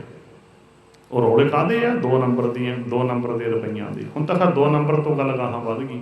ਉਹ ਤਾਂ ਪਹਿਲਾਂ ਦੀ ਕਹਾਵਤ ਹੈ, ਹੁਣ ਤਾਂ 5-6 ਨੰਬਰ 'ਤੇ ਪਹੁੰਚੀ ਖੜੀ ਹੈ ਗੱਲ। ਹੁਣ ਤਾਂ 5-6 ਨੰਬਰ 'ਤੇ ਪਹੁੰਚੀ ਖੜੀ ਆ ਹੁਣ ਤਾਂ ਕਿਉਂਕਿ ਇਹ ਜਿਹੀ ਮਾਇਆ ਮਨਜ਼ੂਰ ਨਹੀਂ ਹੁੰਦੀ। ਇਹਦੇ ਨਾਲ ਬਾਹਰੀ ਪਸਾਰਾ ਤਾਂ ਹੋ ਜਾਂਦਾ ਹੈ, ਅੰਦਰ ਸੌਥਾਪਣ ਹੁੰਦਾ ਹੈ। ਅੰਦਰ ਸੌਥਾਪਣ ਹੁੰਦਾ ਹੈ, ਬਾਹਰੀ ਪਸਾਰਾ ਹੋ ਜਾਂਦਾ ਹੈ। ਬਾਹਰੀ ਪਸਾਰੇ ਦਾ ਕਿਆ ਹੈ? ਰਹੋ ਵਿਚਾਰ। ਗੱਲ ਚੱਲੀ ਸੀ ਧਰਮ ਅਸੂਲ ਹੈ, ਧਰਮ ਅਸੂਲਾਂ ਦਾ ਨਾਮ ਹੈ। ਤਾਂ ਤੇ ਇੱਦਾਂ ਨਹੀਂ ਵੀ ਅਸੀਂ ਬੁਰੇ ਕੰਮ ਵੀ ਕਰਦੇ ਹਾਂ ਤੇ ਵਾਹਿਗੁਰੂ ਵਾਹਿਗੁਰੂ ਵੀ ਕਰਦੇ ਹਾਂ। ਨਹੀਂ ਗੱਲ ਬਣਨੀ। ਹੈ ਤਾਂ ਕਿਉਂ ਨਹੀਂ ਬਣਨੀ? ਭਲਾ ਦ੍ਰਿਸ਼ਟਾਂਤ ਦੇ ਦਿਆਂ, ਫਿਰ ਗੱਲ ਹੋਰ ਵੱਧ ਸਮਝ ਆ ਜਾਊਗੀ। ਦ੍ਰਿਸ਼ਟਾਂਤ ਉਦਾਹਰਨ ਕਹਿ ਲਓ ਵੀ ਕੋਈ ਸ਼ੂਗਰ ਦਾ ਮਰੀਜ਼ ਹੈ, ਸ਼ੂਗਰ ਦਾ ਮਰੀਜ਼, ਉਹ ਖੰਡ ਵੀ ਖਾਈ ਜਾਂਦਾ ਤੇ ਸ਼ੂਗਰ ਦੀ ਦਵਾਈ ਵੀ ਲਈ ਜਾਂਦਾ। ਸ਼ੂਗਰ ਕਦੇ ਨਹੀਂ ਹਟਣੀ। ਕਿਉਂ? ਕਿਉਂਕਿ ਖੰਡ ਵੀ ਖਾਈ ਜਾਂਦਾ, ਸ਼ੂਗਰ ਦੀ ਦਵਾਈ ਵੀ ਲੈਂਦਾ। ਸ਼ੂਗਰ ਤਾਂ ਹਟੂ ਜੇ ਖੰਡ ਛੱਡ ਕੇ ਸ਼ੂਗਰ ਦੀ ਦਵਾਈ ਖਾਓ। ਭਾਵ ਅਰਥ ਕੀ ਹੋਇਆ ਵੀ ਪ੍ਰਮਾਤਮਾ ਦਾ ਨਾਮ ਤਾਂ ਅਸਰ ਕਰਦਾ ਜੇ ਮਾੜੇ ਕੰਮ ਛੱਡ ਕੇ ਜਪੀਏ। ਬੁਰੇ ਕੰਮ ਵੀ ਕਰੀ ਜਾਂਦੇ ਹਾਂ, ਕਦੇ ਨਾਮ ਵੀ ਜਪੀ ਜਾਂਦੇ ਹਾਂ। ਉਹ ਗੱਲ ਹੈ ਵੀ ਖੰਡ ਵੀ ਖਾਈ ਜਾਂਦਾ ਤੇ ਸ਼ੂਗਰ ਦੀ ਦਵਾਈ ਵੀ ਖਾਈ ਜਾਂਦਾ ਹੈ। ਭਾਵ ਪ੍ਰਮਾਤਮਾ ਦੇ ਨਾਮ ਦੀ ਦਵਾਈ ਬੁਰਾਈਆਂ ਤੋਂ ਪਰਹੇਜ਼ ਕਰਕੇ ਲੈਣੀ ਹੁੰਦੀ ਹੈ। ਜਿਵੇਂ ਸ਼ੂਗਰ ਦੇ ਮਰੀਜ਼ ਨੇ ਮਿੱਠੇ ਤੋਂ ਪਰਹੇਜ਼ ਰੱਖ ਕੇ ਦਵਾਈ ਖਾਣੀ ਹੈ, ਫਿਰ ਸ਼ੂਗਰ ਹਟਣਾ ਹੈ। ਇਵੇਂ ਜੇ ਅਸੀਂ ਬੁਰਾਈਆਂ ਛੱਡ ਕੇ ਪ੍ਰਮਾਤਮਾ ਦਾ ਨਾਮ ਜਪਣਾ। ਭਾਵ ਇਹ ਹੈ, ਲਿਖਿਆ ਨਾ ਗੁਰਬਾਣੀ ਵਿੱਚ, ਗੁਰਪੂਰੈ ਸੰਜਮ ਕਰ ਦੀਆ, ਨਾਨਕ ਤਉ ਫਿਰ ਦੁਖ ਨਾ ਥੀਆ। ਕਹਿੰਦੇ ਗੁਰੂ ਸਾਹਿਬ ਨੇ ਸਾਨੂੰ ਕੀ ਦਿੱਤਾ ਹੈ ਕਿ ਪ੍ਰਮਾਤਮਾ ਦਾ ਨਾਮ ਭਾਈ ਕਹਿੰਦੇ ਸੰਜਮ ਦੇ ਸਹਿਤ ਲੈਣਾ ਹੈ। ਸੰਜਮ ਦਾ ਅਰਥ ਪਰਹੇਜ਼, ਵੀ ਮਾੜੇ ਕੰਮ ਛੱਡ ਕੇ ਬੁਰਾਈਆਂ ਤੋਂ ਪਰਹੇਜ਼ ਕਰਕੇ ਪ੍ਰਮਾਤਮਾ ਦੇ ਨਾਮ ਦਾ ਭੋਜਨ ਛਕਣਾ ਹੈ, ਪ੍ਰਮਾਤਮਾ ਦੇ ਨਾਮ ਦੀ ਦਵਾਈ ਖਾਣੀ ਹੈ। ਇਹ ਨਾ ਹੋਵੇ ਵੀ ਕਰਤੂਤਾਂ ਵੀ ਭੈੜੀਆਂ ਫੇਰ ਨਹੀਂ। ਕਿ ਲਿਖਿਆ ਨਾ, ਹਰ ਹਰ ਕਰੇ ਨਿਤ ਕਪਟ ਕਮਾਵੇ, ਹਿਰਦਾ ਸ਼ੁੱਧ ਨਾ ਹੋਈ। ਜੇ ਹਰ ਹਰ ਵੀ ਕਰਦਾ ਪ੍ਰਭਾਵ ਪ੍ਰਮਾਤਮਾ ਦਾ ਨਾਮ ਵੀ ਲੈਂਦਾ ਹਰ ਹਰ, ਪਰ ਕਪਟ ਵੀ ਕਰਦਾ। ਹਰ ਹਰ ਕਰੇ ਨਿਤ ਕਪਟ ਕਮਾਵੇ, ਨਿਤ ਕਪਟ ਵੀ ਕਰਦਾ। ਵੀ ਤੜਕੇ ਕਿਸੇ ਗੁਰਦੁਆਰੇ ਜਾਇਆ, ਅੱਧਾ ਕੁ ਘੰਟਾ ਬੈਠ ਗਿਆ ਚੱਲ ਮੰਨ ਲਓ, ਤੇ ਮੁੜ ਕੇ ਦਫ਼ਤਰ ਵਿੱਚ ਜਾ ਕੇ 10 ਘੰਟੇ ਠੱਗੀਆਂ। ਉਦਾਹਰਨ ਦੇਣੀ ਪੈਂਦੀ ਹੈ ਵੀ ਕਿਹੜਾ ਕੋਈ ਕਰਦਾ ਹੈ। ਵੀ ਮੰਨ ਲਓ ਘੰਟਾ ਗੁਰਦੁਆਰੇ ਜਾਇਆ, ਦੁਕਾਨ ਤੇ ਬੈਠ ਕੇ 10 ਘੰਟੇ ਠੱਗੀਆਂ। ਸੋਚੋ ਜਰਾ, ਇੱਦਾਂ ਨਹੀਂ ਕਿਤੇ ਨਾਮ ਦਾ ਰੰਗ ਚੜ੍ਹ ਜਾਣਾ। ਇੱਦਾਂ ਨਹੀਂ ਜੜ। ਬਹੁਤੀ ਦੁਨੀਆ ਦੀ ਚਾਲੀਆਂ ਇਹੀ ਹੈ ਨਾ, ਕਈਆਂ ਨੂੰ ਤਾਂ ਪਛਾਣ ਵੀ ਨਹੀਂ ਆਉਂਦੀ ਵੀ ਦੁਕਾਨ ਤੇ ਜਾਂ ਦਫ਼ਤਰ 'ਚ ਵੀ ਹੈ ਉਹੀ ਬੰਦਾ ਜਿਹੜਾ ਰੋਜ਼ ਗੁਰਦੁਆਰੇ ਜਾਂਦਾ ਹੈ। ਕਈ ਤਾਂ ਦੁਕਾਨ ਤੇ ਦਫ਼ਤਰ ਤੇ ਕੁਛ ਹੋਰ ਹੀ ਬਣੇ ਹੁੰਦੇ ਹੈ। ਬੋਲੋ ਸਤਨਾਮ। ਸ੍ਰੀ ਵਾਹਿਗੁਰੂ। ਦਫ਼ਤਰ ਵੇਲੇ ਦਫ਼ਤਰ 'ਚ ਹੋਰ ਕੁਛ, ਗੁਰਦੁਆਰੇ ਹੋਰ ਕੁਛ, ਤੇ ਘਰੇ ਕੁਛ ਹੋਰ। ਮੌਖਟੇ ਕਈ ਪਹਿਨੇ ਹੋਏ ਆ, ਕਈਆਂ ਦੇ ਕਈ ਮੌਖਟੇ ਪਹਿਨੇ ਹੋਏ ਆ ਸੱਤਾਂ ਤੇ। ਇਹ ਨਕਲੀ ਜੀਵਨ, ਇਹ ਨਹੀਂ ਗੱਲ ਬਣਦੀ। ਇਸ ਕਰਕੇ ਇੱਕ ਜੇ ਪਹਿਲਾਂ 10 ਨੇ ਵਚਨ ਕਿਹਾ ਸੀ ਨਾ ਵੀ ਸਿੱਖ ਦਾ ਪਤਾ ਵਿਆਹ ਵੇਲੇ ਲੱਗਦਾ ਹੈ, ਇੱਕ ਹੋਰ ਵਚਨ ਕਹਿੰਦਾ ਹੁੰਦਾ, ਉਹ ਵੀ ਦੁਬਾਰਾ ਕਹਿ ਦੇਵਾਂ, ਧਰਮੀ ਦਾ ਪਤਾ ਲੱਗਦਾ ਕਿਸੇ ਵੇਲੇ ਦੁਕਾਨ ਜਾਂ ਦਫ਼ਤਰ ਦੇ ਵਿੱਚ ਮਿਲੋ। ਜਿਹੜਾ ਦੁਕਾਨ ਤੇ ਠੱਗੀ ਨਹੀਂ ਮਾਰਦਾ, ਦਫ਼ਤਰ 'ਚ ਰਿਸ਼ਵਤ ਨਹੀਂ ਲੈਂਦਾ, ਉਹ ਧਰਮੀ ਹੋ ਸਕਦਾ ਹੈ। ਬੋਲੋ ਸਤਨਾਮ। ਕਿੰਨੇ ਕਨੇ ਕੱਢ ਲਿਓ, ਕਿੰਨੇ ਕਨੇ ਕੱਢ ਲਿਓ, ਬਿਰਲੇ ਬਿਰਲੇ ਮਿਲਣਗੇ, ਬਿਰਲੇ ਮਿਲਣਗੇ, ਐਸੀ ਗੱਲ ਨਹੀਂ, ਬਿਰਲੇ ਨਾ। ਤੈਨੂੰ ਦਫ਼ਤਰ ਦੇ ਵਿੱਚ ਰੱਬ ਨਹੀਂ ਦੇਖਦਾ ਹੋਣਾ ਵੀ ਤੈਨੂੰ ਇਕੱਲਾ ਗੁਰਦੁਆਰੇ ਆਉਂਦੇ ਨੂੰ ਰੱਬ ਦੇਖਦਾ ਹੈ? ਨਹੀਂ, ਉਹ ਤਾਂ ਹਰ ਵੇਲੇ ਹਰ ਥਾਂ ਹਾਜ਼ਰ ਹੈ। ਉਹ ਦੇਖਦਾ ਦਫ਼ਤਰ ਵਿੱਚ ਤੂੰ ਕੀ ਕਰਦਾ ਹੈ। ਉਹ ਤੈਨੂੰ ਇਕੱਲੇ ਨੂੰ, ਇਕੱਲੇ ਗੁਰਦੁਆਰੇ ਬੈਠੇ ਨੂੰ ਨਹੀਂ, ਉਹ ਜਾਣਦਾ ਤੂੰ ਦੁਕਾਨ ਤੇ ਕੀ ਕਰਦਾ ਹੈ, ਦੁਕਾਨ ਤੇ ਤੂੰ ਕੀ ਕਰਦਾ ਹੈ। ਜਿਸ ਕਰਕੇ ਜੇ ਅਸੀਂ ਬੁਰਾਈਆਂ ਨਹੀਂ ਛੱਡੀਆਂ ਤਾਂ ਪਰਮਾਤਮਾ ਦੇ ਨਾਮ ਦਾ ਰੰਗ ਨਹੀਂ ਚੜ੍ਹਦਾ, ਸਿਮਰਨ ਦਾ ਸਵਾਦ ਨਹੀਂ ਆਉਂਦਾ, ਰਸ ਨਹੀਂ ਬਣਦਾ। ਯਾਦ ਰੱਖਿਓ, ਕਿਉਂ? ਕਿਉਂਕਿ ਬੁਰਾਈਆਂ ਤੋਂ ਪਰਹੇਜ਼ ਨਹੀਂ ਕੀਤਾ। ਬੁਰਾਈਆਂ 10 ਘੰਟੇ ਕਰਦਾ ਤੇ ਗੁਰਦੁਆਰੇ ਘੰਟਾ 'ਚ ਜਾਂਦਾ। ਸੋਚੋ ਜਰਾ। ਤੇ ਆਪਾਂ ਲੋਕ ਕੀ ਕਰਦੇ ਹਾਂ, ਗੁਰੂ ਦੇ ਦਰ ਤੇ ਆ ਕੇ ਇਹੀ ਕੁਛ ਹੀ ਦੱਸਦੇ ਹਾਂ ਕਿ ਮੈਂ ਜੀ ਘੰਟਾ ਬਾਣੀ ਪੜ੍ਹਦਾ, ਮੈਂ ਜੀ ਘੰਟਾ ਸੇਵਾ ਕਰਦਾ। ਉਹ ਭਲਿਆ ਤੂੰ 22 ਘੰਟਿਆਂ ਦੀ ਲਿਸਟ ਵੀ ਦੇ ਵੀ 22 ਘੰਟੇ ਤੂੰ ਕੀ ਕਰਦਾ, 22 ਘੰਟੇ ਤੂੰ ਕੀ ਕਰਦਾ ਹੈ। ਆਪਣੇ 22 ਘੰਟਿਆਂ ਦਾ ਵੇਰਵਾ ਦੇਣ ਨੂੰ ਕੋਈ ਤਿਆਰ ਨਹੀਂ ਹੋਣਾ। ਇਹ ਵੇਰਵਾ ਤਾਂ ਅਸੀਂ ਬੜੇ ਫਖਰ ਨਾਲ ਦਿੰਦੇ ਹਾਂ, ਮੈਂ ਰੋਜ਼ ਘੰਟਾ ਬਾਣੀ ਪੜ੍ਹਦਾ, ਮੈਂ ਰੋਜ਼ ਘੰਟਾ ਸੇਵਾ ਕਰਦਾ। ਵੀ ਚੰਗੀ ਗੱਲ ਹੈ, ਤਾਂ ਮਾੜੀ ਨਹੀਂ, ਚੰਗੀ ਹੈ। ਬਾਕੀ 22 ਘੰਟੇ ਕੀ ਕਰਦਾ, ਉਹਦਾ ਵੇਰਵਾ ਦੇਵੇਂਗਾ? ਨਹੀਂ, ਉਹ ਵੇਰਵਾ ਕਹਿੰਦੇ ਨਾ ਜੀ, ਫਿਰ ਤਾਂ ਗੜਬੜ ਹੋ ਜੂ ਸਾਰੀ। 22 ਘੰਟਿਆਂ ਦਾ ਵੇਰਵਾ ਤਾਂ। ਤੇ ਇੱਦਾਂ ਇਹਨਾਂ ਗੱਲਾਂ ਨੂੰ ਸਮਝਣ ਦੀ ਕੋਸ਼ਿਸ਼ ਕਰਨੀ ਹੈ। ਇਹ ਗੱਲਾਂ ਕੀਤੀਆਂ ਵੀ ਜੇ ਜੁੜਨਾ ਸੱਚਮੁੱਚ, ਜੀਵਨ ਬਣਾਉਣਾ, ਸੱਚਮੁੱਚ ਧਰਮੀ ਬਣਨਾ। ਤੇ ਜੇ ਐਵੇਂ ਬਾਹਰੋਂ ਹੀ ਵੀ ਹਾਂ ਜੀ ਬਸ ਸਿੱਖ ਹੈ ਜੀ, ਬਾਹਰੋਂ ਧਰਮ ਦਾ ਲੇਬਲ ਇਕੱਲਾ ਸਰੀਰ 'ਤੇ ਹੀ ਲਾਉਣਾ, ਫੇਰ ਨਹੀਂ ਗੱਲ ਬਣਨੀ। ਜੀਵਨ ਹੋਵੇ ਸਾਡਾ ਤਾਂ ਤੇ ਰਹੋ ਵਿਚਾਰ। ਗੱਲ ਚੱਲ ਰਹੀ ਸੀ, ਇਹਨਾਂ ਗੱਲਾਂ ਨੂੰ ਆਪਾਂ ਗੁਰਬਾਣੀ ਦੇ ਆਧਾਰ 'ਤੇ ਸਮਝਣ ਦੀ ਕੋਸ਼ਿਸ਼ ਕੀਤੀ ਹੈ। ਵੀ ਪਹਿਲਾਂ ਆਪਾਂ ਜਿੰਨੇ ਹਾਂ ਸਾਰੇ, ਆਪਾਂ ਸਾਰੇ ਵਿੱਚ ਹੀ ਮੈਂ ਤੁਹਾਡੇ, ਆਪਾਂ ਪਹਿਲਾਂ ਗੁਰਬਾਣੀ ਦੇ ਆਧਾਰ 'ਤੇ, ਗੁਰਬਾਣੀ ਦੀ ਸਿੱਖਿਆ ਮੁਤਾਬਕ ਆਪਾਂ ਪਹਿਲਾਂ ਸਹੀ ਸਿੱਖ ਬਣੀਏ, ਸਹੀ ਸਿੱਖ ਬਣੀਏ। ਫਿਰ ਹੀ ਆਪਾਂ ਨੂੰ ਵੇਖ ਕੇ ਕਿਸੇ ਨੇ ਸਿੱਖ ਬਣਨਾ। ਜਿਵੇਂ ਫੁੱਲ ਹੁੰਦਾ ਨਾ, ਫੁੱਲ ਖਿੜਿਆ ਹੋਵੇ ਤੇ ਆਸੇ ਪਾਸੇ ਖੁਸ਼ਬੂ ਫੈਲ ਜਾਂਦੀ ਹੈ, ਬਸ ਸਿੱਖ ਦਾ ਸਹੀ ਜੀਵਨ ਹੋਵੇ ਤਾਂ ਆਸੇ ਪਾਸੇ ਸਿੱਖੀ ਫੈਲ ਜਾਂਦੀ ਹੈ। ਬੋਲੋ ਸਤਨਾਮ। ਸਿੱਖੀ ਪ੍ਰੈਕਟੀਕਲ ਜੀਵਨ ਹੈ ਜਿਹੜਾ, ਇਹ ਧਰਮ ਦਾ ਪ੍ਰਚਾਰ ਹੁੰਦਾ ਹੈ, ਪ੍ਰੈਕਟੀਕਲ ਜੀਵਨ। ਤੇ ਜੇ ਆਪਾਂ ਇਕੱਲੀਆਂ ਗੱਲਾਂ ਇੱਥੇ ਹੀ ਕਰਾਂਗੇ ਤੇ ਘਰਾਂ 'ਚ ਕੁਛ ਹੋਰ ਹੀ ਕਰਾਂਗੇ, ਦੁਕਾਨਾਂ ਦਫ਼ਤਰਾਂ ਦੇ ਵਿੱਚ ਕੁਛ ਹੋਰ ਹੀ, ਫਿਰ ਕਿਸੇ ਨੇ ਨਹੀਂ ਸਿੱਖ ਬਣ ਜਾਣਾ। ਉਹ ਆਖਣਗੇ ਬਸ ਇਹ ਆਪਣੇ ਵਰਗੇ ਹੁੰਦੇ ਨੇ ਸਾਰੇ। ਤਾਂ ਤੇ ਇੱਦਾਂ ਭਾਵ ਕਿ ਸਾਡੇ ਜੀਵਨ, ਸਾਡੀ ਕਰਨੀ ਵਿੱਚ ਫਰਕ ਹੋਵੇ। ਕਿਉਂਕਿ ਸਭਨਾ ਕਾ ਦਰ ਲੇਖਾ ਹੋਏ, ਕਰਨੀ ਵਾਜੋਂ ਤਰੇ ਨਾ ਕੋਈ। ਰਹੋ ਵਿਚਾਰ।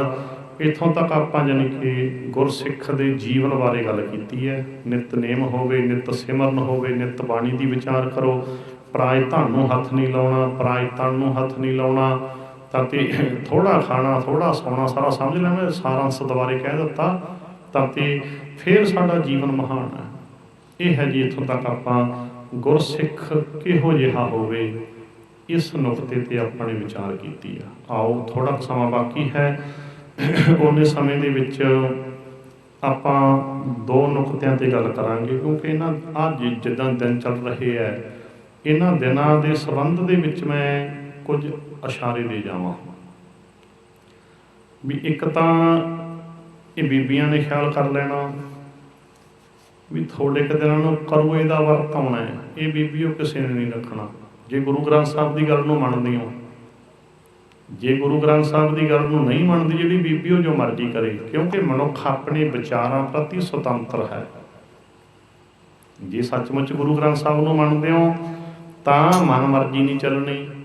ਹਾਂ, ਜੇ ਕੋਈ ਗੁਰੂ ਨੂੰ ਮੰਨਦਾ ਨਹੀਂ, ਕੋਈ ਮਨਮੁੱਖ ਹੈ, ਤਾਂ ਜੋ ਮਰਜ਼ੀ ਕਰੇ।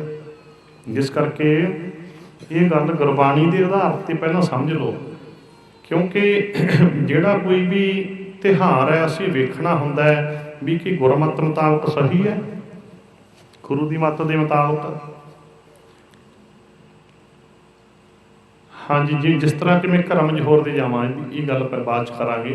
थोड़े कुछ दिन पहला ना बड़े थावां दे उत्ते रावण का पुतला फूकिया गया, पता तुहानूं? काफ़ी थावां दे उत्ते जिहनूं दशहरा कह दिंदे आ। चलो भी आपां कह लो भी रावण बुराई का प्रतीक, ऐ कह लो, जो बुराई का प्रतीक मानते हो तो चलो ठीक है। भी रावण की है? बुराई, बुराई का प्रतीक है ना रावण। हुण जे अंदर की बुराई नूं किसी ने नहीं फूकिया, जे मन हर एक जिन्ने आपां इत्थे बैठे हाँ तां विरलिਆਂ ਨੂੰ छड्ड के हर एक दे अंदर रावण बैठा है, भाव बुराई बैठी है। रावण भाव बुराई, बुराई बैठी है।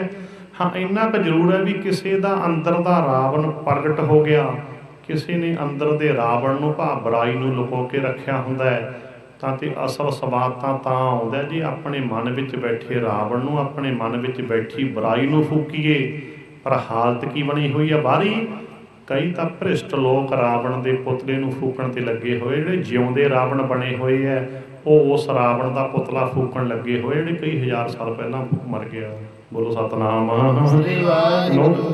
भाव हर एक नूं ये देखना चाहिए भी मैं किते जिउंदा रावण तां नहीं। जिहड़ा कोई भी है जिहड़ा आप बुरा है, ओदा की हक है किसी बुरे दे पुतले नूं फूकण दा? वो तो बुरे बंदे तक पुतला ही है ना, क्योंकि बुरा बंदा तो एक बारी फूकिया जाए बहुत होंदा, काफ़ी होंदा जे एक बारी भी फूकिया जाए, बारी बारी फूकण की तो लोड़ नहीं होंदी। असीं अपने मन दीयां बुराइयां नूं कदों फूकांगे? अपने मन अंदर बैठे रावण नूं तां कोई फूकण नूं तैयार नहीं। तो अज रावण बहुत ज़्यादा वध गए ने, बहुत ज़्यादा रावण वध गए ने। जिवें कि रावण का अर्थ याद रखियो, जो मैं अर्थ लिया बुराई, मैं बुराई का प्रतीक लिया रावण में, फिर ना भुल जाओ उस नुकते के विचार चल रही है। बुराई, बुराई रावण है ना, बुरा रावण है ना। किसी दफ्तर में चले जाओ बिरलिਆਂ ਨੂੰ छड्ड के, क्योंकि चंगे अफसर भी होंगे, इमानदार मुलाजिम भी होंगे, सत्कार है, तां मैं की पता बिरलिਆਂ ਨੂੰ छड्ड के किसी दफ्तर में चले जाओ बिरलिਆਂ ਨੂੰ छड्ड के सब रावण ही बैठे है। बोलो सतनाम। सब रावण बैठे ने दफ्तरां दे विच। सोचो इन्हां रावणां नूं तां कोई सज़ा देने वाला भी नहीं गा, सज़ा देने वाला भी कोई नहीं रावणां नूं। एक रावण का पुतला फूकिया जा रहा है, जिहड़े अज दफ्तरां दे विच रावण बैठे ने थां थां दे उत्ते, बहुत रावण बैठे है। फिर नित बलात्कार दीयां घटनावां अखबारां दे विच सुणदीआं, रावण बहुत वध गए। जिवें जम्मू कश्मीर का सोपीआ कांड पिछे तुहानूं पता ठीक है, उन्होंने कैद हुई है। राष्ट्रपति भवन के कोल बुद्धा पार्क दे विच एक लड़की नाल बलात्कार होया। कहण दा भाव देखो, जानी कि बेड़ा बैठा भी राष्ट्रपति भवन के कोल एक पार्क दे विच, उत्थे भी खतरा है किसी की इज्जत नूं। राष्ट्रपति भवन के बाडीगार्डां वालों बलात्कार बुद्धा पार्क दिल्ली दे विच। रावण ठीक है, उन्हें रावण थोड़ी सज़ा तो होई, पर गल फूकण की चली है कि इदां दे रावण फूके जा सकणगे? फूकदा कोई? रावण ते गल चली है। पिछे जे मणिपुर कांड, मणिपुर कांड ताते उत्थे भी जानी कि कुछ गलत किस्म के फौजियां ने, सारे फौजी नहीं इदां दे हुंदे, मैं स्पष्ट कह देवां, कुछ गलत ने बलात्कार किए ते उन्हां इस्त्रियां ने निर्वस्त्र होकर फिर जानी कि उन्हां दे खिलाफ मुजाहरा किया सी। मणिपुर कांड शायद बहुतिआं नूं पता होऊगा, बड़े रावण ने मणिपुर कांड। उदों पहलां रमजदे जावां किते सुणदे होंगे तां केतिया कांड, पिछे जे मोगा सैक्स स्कैंडल, मोगा सैक्स स्कैंडल ताते किते जानी कि हो किन्ने क गनियावां रावण बहुत वध चुके हैं। पर केवल वो हज़ारां साल पहला मरे रावण के पुतले नूं ही फूक के सारिया जा रहा है। कई थावां ते तां भ्रिष्ट लोग रावण के पुतले नूं अग लाउंदे है, जिहड़े आप भ्रिष्ट है, जिहड़े आप जिउंदे रावण बने हुए है, वो जानी कि रावण के पुतले नूं फूक रहे हैं। ड्रामाबाजी खूब चल रही है, पर अपने अंदर की बुराई नूं कोई फूकण लई तैयार नहीं। ਸਾਰਥਕਤਾ ਕੀ ਸੀ ਇਹਨਾਂ ਗੱਲਾਂ ਦੀ, ਉਹ ਅਸਲੀ ਸਿੱਖਿਆ ਲੈਣ ਨੂੰ ਕੋਈ ਤਿਆਰ ਨਹੀਂ। ਜਿਹੜੇ ਖਾਣ ਪੀਣ ਦੀਆਂ ਚੀਜ਼ਾਂ 'ਚ ਮਿਲਾਵਟ ਕਰਦੇ ਆ ਰਾਵਣ ਨੇ, ਬਹੁਤ ਬੁਰੇ ਨੇ। ਭਾਵੇਂ ਕਿਸੇ ਦੀ ਸਿਹਤ ਨਾਲ ਖਿਲਵਾੜ ਕਰਨਾ। ਆਪਣੀ 70,000 ਨਕਲੀ ਰਿਫਾਇੰਡ ਤੇਲ ਫੜਿਆ ਗਿਆ, ਤੁਹਾਨੂੰ ਪਤਾ ਹੈ। ਕਿੰਨੇ ਥਾਂ ਤੇ ਕਿੰਨੇ ਕੁਆਂਟਲ ਨਕਲੀ ਖੋਆ ਫੜਿਆ ਗਿਆ। ਕਹਿਣਗੇ ਪਵਿੱਤਰ ਤਿਉਹਾਰ ਹੈ, ਦਿਹਾੜਾ ਦੁਸਹਿਰਾ ਦੀਵਾਲੀ, ਨਾਲੇ ਇਸ ਦਿਨ ਦੇ ਉੱਤੇ ਠੱਗੀਆਂ ਮਾਰਨ ਤੋਂ ਸੰਗ ਨਹੀਂ ਮੰਨਦੇ। ਬੋਲੋ ਸਤਨਾਮ। ਜਿੰਨੀਆਂ ਠੱਗੀਆਂ ਇਸ ਦਿਨ ਤੇ ਮਾਰੀਆਂ ਜਾਂਦੀਆਂ, ਨਕਲੀ ਖੋਆ, ਕਿੰਨੇ ਪਏ ਛਾਪੇ। ਜਿਹੜਾ ਆਪਣੇ ਲਾਲਚ ਵਾਸਤੇ ਪਤਾ ਨਹੀਂ ਕਿੰਨੀਆਂ ਦੀਆਂ ਸਿਹਤਾਂ ਖਰਾਬ ਕਰਦਾ ਹੈ। ਇਦੋਂ ਵੱਡੇ ਰਾਵਣ ਕਿਹੜੇ? ਰਾਵਣ ਕੌਣ ਨੇ? ਜਿਹੜੇ ਨਕਲੀ ਚੀਜ਼, ਜਿਹੜੀ ਮਿਲਾਵਟਾਂ ਕਰਦੇ ਆ ਖਾਣ ਪੀਣ ਦੀਆਂ ਚੀਜ਼ਾਂ ਦੇ ਵਿੱਚ। ਇਹਨਾਂ ਰਾਵਣਾਂ ਨੂੰ ਤਸੱਲੀ ਦੇ ਦਿਓ, ਫੂਕਣ ਦੀ ਗੱਲ ਤਾਂ ਦੂਰ ਰਹੇਗੀ। ਇਹ ਰਾਵਣ ਨੇ ਜਿਹੜਾ ਖਾਣ ਪੀਣ ਦੀ ਚੀਜ਼ 'ਚ ਮਿਲਾਵਟ ਕਰੇ, ਬਹੁਤ ਵੱਡਾ ਅਪਰਾਧੀ ਹੁੰਦਾ ਹੈ। ਪਤਾ ਨਹੀਂ ਕਿਹਨੂੰ ਕੀ ਉਹ 70,000 ਲੀਟਰ ਤੇਲ, ਪਤਾ ਨਹੀਂ ਕਿੰਨਿਆਂ ਨੂੰ ਕੀ ਬਿਮਾਰੀਆਂ ਲਾਉਣੀਆਂ ਸੀ ਉਹਨੇ, ਜਾਂ ਪਹਿਲਾਂ ਕਿੰਨਿਆਂ ਨੂੰ ਲਾਈਆਂ, ਕਿੰਨੇ ਵਿਕ ਚੁੱਕੇ। ਸੋਚੋ ਜਰਾ, ਨਕਲੀ ਖੋਏ, ਸਿੰਥੈਟਿਕ ਖੋਆ ਹੁੰਦਾ ਜਿਹੜਾ ਵਿੱਚ ਯੂਰੀਆ ਪਾਉਂਦੇ ਨੇ ਤੇ ਹੋਰ ਪਤਾ ਨਹੀਂ ਕੀ ਕੁਛ ਪਾ ਕੇ ਸਾਰਾ ਕੀਤਾ ਜਾਂਦਾ ਹੈ। ਕਿਵੇਂ ਦੇਖੋ ਕਿਵੇਂ ਬਰਬਾਦੀ ਹੁੰਦੀ ਹੈ। ਉਹ ਰਾਵਣ, ਨਕਲੀ ਖੋਆ ਵੇਚਣ ਵਾਲੇ ਰਾਵਣ, ਖਾਣ ਪੀਣ ਦੀਆਂ ਚੀਜ਼ਾਂ 'ਚ ਮਿਲਾਵਟ ਕਰਨ ਵਾਲੇ ਰਾਵਣ। ਕਿੰਨੇ ਰਾਵਣ ਨੇ? ਰਾਵਣਾਂ ਦਾ ਘੱਟ ਹੈ ਇੱਥੇ ਕਿਤੇ ਝੂਠੇ ਮੁਕਾਬਲੇ ਬਣਾਉਣ ਵਾਲੇ ਰਾਵਣ, ਝੂਠੇ ਮੁਕਾਬਲੇ ਬਣਾਉਣ ਵਾਲੇ ਰਾਵਣ ਬਥੇਰੇ ਨੇ। ਕਿਤੇ ਬੰਬ ਧਮਾਕੇ ਕਰਨ ਵਾਲੇ ਰਾਵਣ, ਜਿਨ੍ਹਾਂ ਬੰਬ ਧਮਾਕੇ ਕਰਨ ਵਾਲੇ ਅੱਤਵਾਦੀਆਂ ਦੀ ਪੂਛ ਨੂੰ ਪਕੜਿਆ ਸੀ ਹਿੰਮਤ ਕਰਕਰੇ ਨੇ। ਪ੍ਰਸ਼ਾਸਨ ਵਾਲੇ ਵੀ ਸੁਣ ਲਿਓ ਸਾਰਾ ਕੁਛ। ਠੀਕ ਹੈ, ਕਾਰਨ ਬਣ ਗਿਆ ਉੱਥੇ। ਠੀਕ ਹੈ, ਇਮਾਨਦਾਰ ਸੀ ਉਹ ਅਫਸਰ। ਇਮਾਨਦਾਰ ਨੂੰ ਇਮਾਨਦਾਰ ਕਿਹਾ ਜਾਂਦਾ ਹੈ। ਜਿਹਨੇ ਪ੍ਰਗਿਆ ਸਾਧਵੀ ਵਰਗੀਆਂ ਤੇ ਕਰਨਲ ਪੁਰੋਹਿਤ ਤੇ ਦਇਆਨੰਦ ਪਾਂਡੇ ਵਰਗਿਆਂ ਨੂੰ ਫੜਿਆ, ਉਹਨਾਂ ਅੱਤਵਾਦੀਆਂ ਨੂੰ, ਜਿਹੜੇ ਕਿ ਬਹੁ ਗਿਣਤੀ ਨਾਲ ਸੰਬੰਧਿਤ, ਜਿਨ੍ਹਾਂ ਨੂੰ ਕੋਈ ਫੜਨ ਵਾਸਤੇ ਤਿਆਰ ਨਹੀਂ ਸੀ।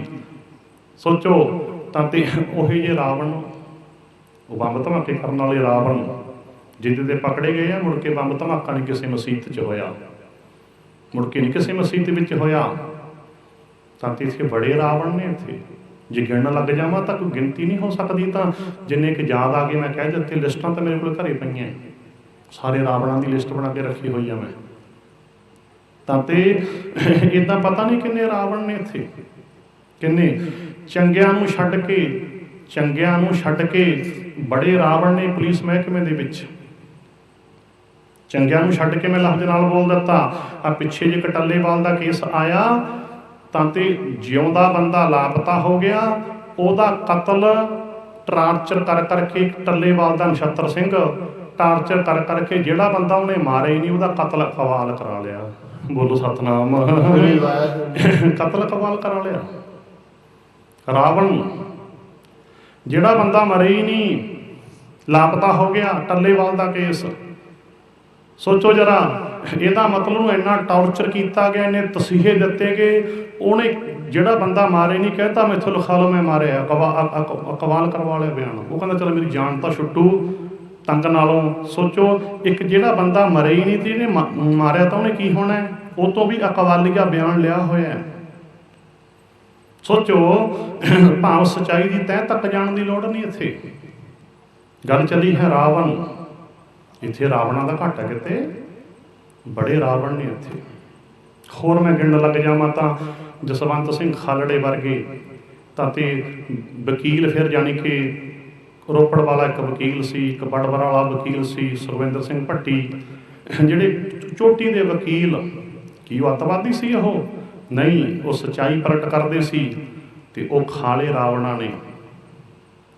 ਨੇ ਖਾਲੇ ਉਹ ਉੱਚ ਕੋਟੀ ਤੱਕ ਦੇ ਵਕੀਲ। ਤਾਂ ਤੇ ਚਲੋ ਬਹੁਤ ਹੋ ਗਈ ਲਿਸਟ ਰਾਵਣਾਂ ਦੀ। ਮੈਂ ਤਾਂ ਕਹਿੰਦਾ ਅੱਜ ਦੇ ਰਾਵਣਾਂ ਨੂੰ ਸਜ਼ਾ ਹੀ ਮਿਲ ਜੇ ਬਹੁਤ ਹੈ। ਫੂਕਣ ਦੀ ਗੱਲ ਤਾਂ ਦੂਰ ਰਹਿ ਗਈ, ਸਜ਼ਾ ਹੀ ਮਿਲ ਜਾਵੇ ਕਾਫੀ ਸੰਤੁਸ਼ਟੀ ਹੈ। ਸਜ਼ਾ ਮਿਲ ਜਾਵੇ ਰਾਵਣਾਂ ਨੂੰ। ਪਰ ਅਸੀਂ ਇੱਕ ਰਾਵਣ ਦਾ ਪੁਤਲਾ ਫੂਕ ਕੇ ਹੀ ਸਾਰ ਦਿੰਦੇ ਹਾਂ, ਜਿਹੜਾ ਹਜ਼ਾਰਾਂ ਸਾਲ ਪਹਿਲਾਂ ਮਰ ਗਿਆ। ਕਿਸੇ ਨੂੰ ਦੁਬਾਰਾ ਫੂਕਣ ਦੀ ਬਜਾਏ ਅੱਜ ਦੇ ਕਿੰਨੇ ਰਾਵਣ ਨੇ।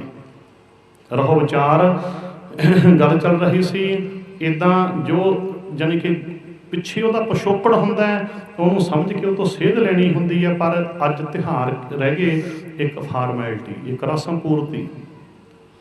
बड़ा स्वाद आउंदा सानूं उस रावण नूं फूकण दा। रहो विचार, पर अज किन्ने बलात्कार दीयां घटनावां, किन्ना कुछ हो रहा है, सारा तुसीं जाणदे हो। रहो विचार। तां ते फिर हुण मैं अगली गल करां, करूए दा पखंड आउणा बीबिओ थोड़े एक दिनां बाद, इह ना करिओ। बाणी दा फैसला सुण लो पहलां। छुड हे अन्न करे पखंड, ना सुहागण ना होए रंड। आ देख लो बीबिओ किन्नी ताड़ना कीती गुरु जी ने। दोबारा सुनो पंक्ति, छुड हे अन्न करे पखंड, ना सुहागन ना होए रंड। की लिखिਆ भी इत्थे संबोधन इस्त्री नूं कीता है। ਇਹਦਾ फिर आपां अंतर भाव भी समझांगे, पहलां अखरी अर्थ सुन लो भी ਜਿਹੜੀ इस्त्री अन्न छड्ड के पखंड करदी है, ना सुहागन है ना रंड है। भाव अर्थ की होया, ਜਿਹੜੀ जीवात्मा रूपी इस्त्री भाव पखंड वरतदा, चाहे कोई पुरुष करदा चाहे शरीर है ना मेल फमेल, तां इत्थे भाव है जीवात्मा रूपी इस्त्री। ਜਿਹੜੀ भी जीवात्मा रूपी इस्त्री परमात्मा नूं जपना छड्ड के होर इदां दे पखंड करदी है, भी वरत रख लिया होर पखंडवाद कर लिया, कहंदे ना सुहागन है। वो जीवात्मा रूपी इस्त्री नूं परमात्मा प्यार नहीं करदा, ना वो रंड है, क्योंकि रंड तां हुंदी ही नहीं जीवात्मा, क्योंकि परमात्मा मरदा नहीं। परमात्मा वाहिगुरू सदा रहिंदा है, किसी के रंड होण दा सवाल ही नहीं पैदा हुंदा। ते वो सुहागन भी है नहीं, क्योंकि परमात्मा चाहुंदा नहीं। फिर की है वो, ना सुहागन है ना रंड है, भाव कि जिहड़ी परमात्मा नूं भुल के वरत रखण दा पखंड करदी है जीवात्मा, वो परमात्मा वालों छड्डी हुई इस्त्री है। बोलो सतनाम। गुरु ग्रंथ साहिब दी बाणी दा फैसला बीबिओ सुन लिओ। वो परमात्मा वालों छड्डी हुई है, भाव ना उन्होंने परमात्मा प्यार करता, ना सुहागन है वो ना रंड है, वो तो छुट्टड़ इस्त्री है। परमात्मा वालों जीवात्मा रूपी इस्त्री छड्डी हुई मन लो, जिहड़ी परमात्मा नूं भुल के होर पखंड करती है। ये फैसला गुरु ग्रंथ साहिब की बाणी का। हुण देख लो भी परमात्मा वालों छुट्टड़ जीवात्मा रूपी इस्त्री बनना है कि उस वाहिगुरू नाल जुड़ना है। ये देख लो भी गुरु ग्रंथ साहिब नूं मनदे हो कि नहीं मनदे, फैसला कर लो। मैं तो गुरु घर का स्पीकर है, जो बाणी का फैसला है, जो सच है वो तो मैं बयान कर ही देना, सब नूं पता ही है, वैसे बारी बारी कहने की लोड़ नहीं। सच मैं स्टेज तो कह देना, गल खत्म है। किसी के गोडे लगे गिट्टे लगे कोई परवाह नहीं किसी किस्म की, पर बयान कोई मैनूं मिल के सिद्ध कर दे भी आह वचन भाई साहब तुसीं गलत कह दिता, ਉਹਦੇ ਵਿੱਚ मैं सोध करता हुन्ना, ਉਹਦਾ उसका अफसोस भी नाल दी नाल, क्योंकि अपनी गलती नूं तुरंत मन लेना ही सूरमगति हुंदी है। गल स्पष्ट करी दी है, पर जो कोई मिल के कोई भी किसी को शिकायत होवे किसी वचन के उत्ते मैनूं मिल सकता है, तो इदां इत्थों सच बयान किया जाता है। ये याद रखियो, सच बेलिहाज हुंदा है, सच लिहाज नहीं करता। बस सच बेलिहाज हुंदा है, ना भुल जाओ किते। बेलिहाज ना किसी का पक्ष करना है, ना किसी का विरोध करना है, सच्ची गल कही देनी है, किसी ते मर्जी लगती होवे, क्योंकि सच बेलिहाज हुंदा। कितना बेलिहाज हुंदा पता ही है तुहानूं। रमजा नेमा एक पंक्ति बदली राम राय ने, औरंगजेब नूं खुश करने वास्ते मिट्टी मुसलमान की मिट्टी बेईमान की कहा। सच कितना बेलिहाज है। सतवें पातशाह जी का पुत सी राम राय, कहते दुष्ट नूं कह दिओ मुड़ के मत्थे ना लगे। सच कितना बेलिहाज है। पुत शेखता, बोलो सतनाम। पुत शेखता, पिरथिया शेखता। सोचो, तीजे पातशाह का दोहता, चौथे पातशाह का पुत, पंजवें पातशाह का भाई ते छेवें पातशाह का ताया, जे मीसना निकल गया कपटी निकल गया, शेख दत्ता लिहाज नहीं किया। ਜਿਹੜੇ आगू बिगड़ गए सी गुरु घर के मसंद कहते सी ना आगूआं नूं, किसी इलाके के मुखी नूं मसंद कहा जाता सी, वो बिगड़ गए। गुरु के नाँ ते गराइयां करके आप ही खा जानियां, शराबां पीनियां, प्रेतां करनियां। दशमेश पिता जी ने फिर वो बिगड़े हुए मसंद गुड़ की पत्त पा पा के साड़ दिते आनंदपुर साहब। सच कितना बेलिहाज हुंदा है। सच कहंदा जे धर्म के आगू बिगड़ जाण तां फूकण योग हुंदे है। बोलो सतनाम। बोलो भाई, गलत तो नहीं मैं कहा। दस कोई मैनूं मौका दस दिओ। ये घटना ही दसदी है सच कितना बेलिहाज हुंदा है। सच कहंदा जे धर्म के आगू बिगड़ जाण तां फूकण योग हुंदे आ। दशमेश पिता जी ने ਵੱਖ-ਵੱਖ इलाकिਆਂ ਦੇ मुखी नूं मसंद कहंदे सी ना। एक इलाके दे ਉਹ ਜਿਹੜੇ मुखी ਸੀਗੇ ਉਹ ਬਿਗੜਿਆਂ ਨੂੰ गुरु जी ने फूक दिता, दशमेश पिता जी ने। सच इन्ना बेलिहाज हुंदा है। सच मुखियां का लिहाज नहीं करता, सच पुत का लिहाज नहीं करता। याद रखियो, सच निरपक्ष हुंदा है। सच का इश्क ही धर्म है। शरीर कदे ना किसी का रहा ना रहना, सच का इश्क ही धर्म है। जिस करके सच नूं दृढ़ करना ही धर्म है। एको धर्म दृढ़ सच कोई। ਇੱਕੋ ਹੀ ਧਰਮ ਹੈ, ਕੋਈ ਸੱਚ ਨੂੰ ਦ੍ਰਿੜ ਕਰ ਲਵੇ, ਸੱਚ ਨੂੰ ਕੋਈ ਦ੍ਰਿੜ ਕਰ ਲਵੇ, ਇੱਕੋ ਹੀ ਧਰਮ ਹੈ। ਤਾਂ ਤੇ ਇੱਦਾਂ ਗੱਲ ਚੱਲੀ ਸੀ, ਹੁਣ ਲੱਗ ਗਿਆ ਨਾ ਪਤਾ ਘਟਨਾ ਸੱਚ ਬੇਲਿਹਾਜ਼ ਹੁੰਦਾ, ਬਸ ਯਾਦ ਰੱਖਿਓ। ਸੂਰੇ ਵਾਲੇ ਕਾਫੀ ਵਿਸਥਾਰ ਹੋਇਆ ਸੀ ਇਸ ਨੁਕਤੇ ਤੇ, ਜਿਹਨੇ ਸੁਣੀਆ ਦਬਾਣ ਖੈਰ ਬਾਰਿਸ਼ ਹੁੰਦੀ ਰਹੀ ਥੋੜਾ ਵਿੱਚ।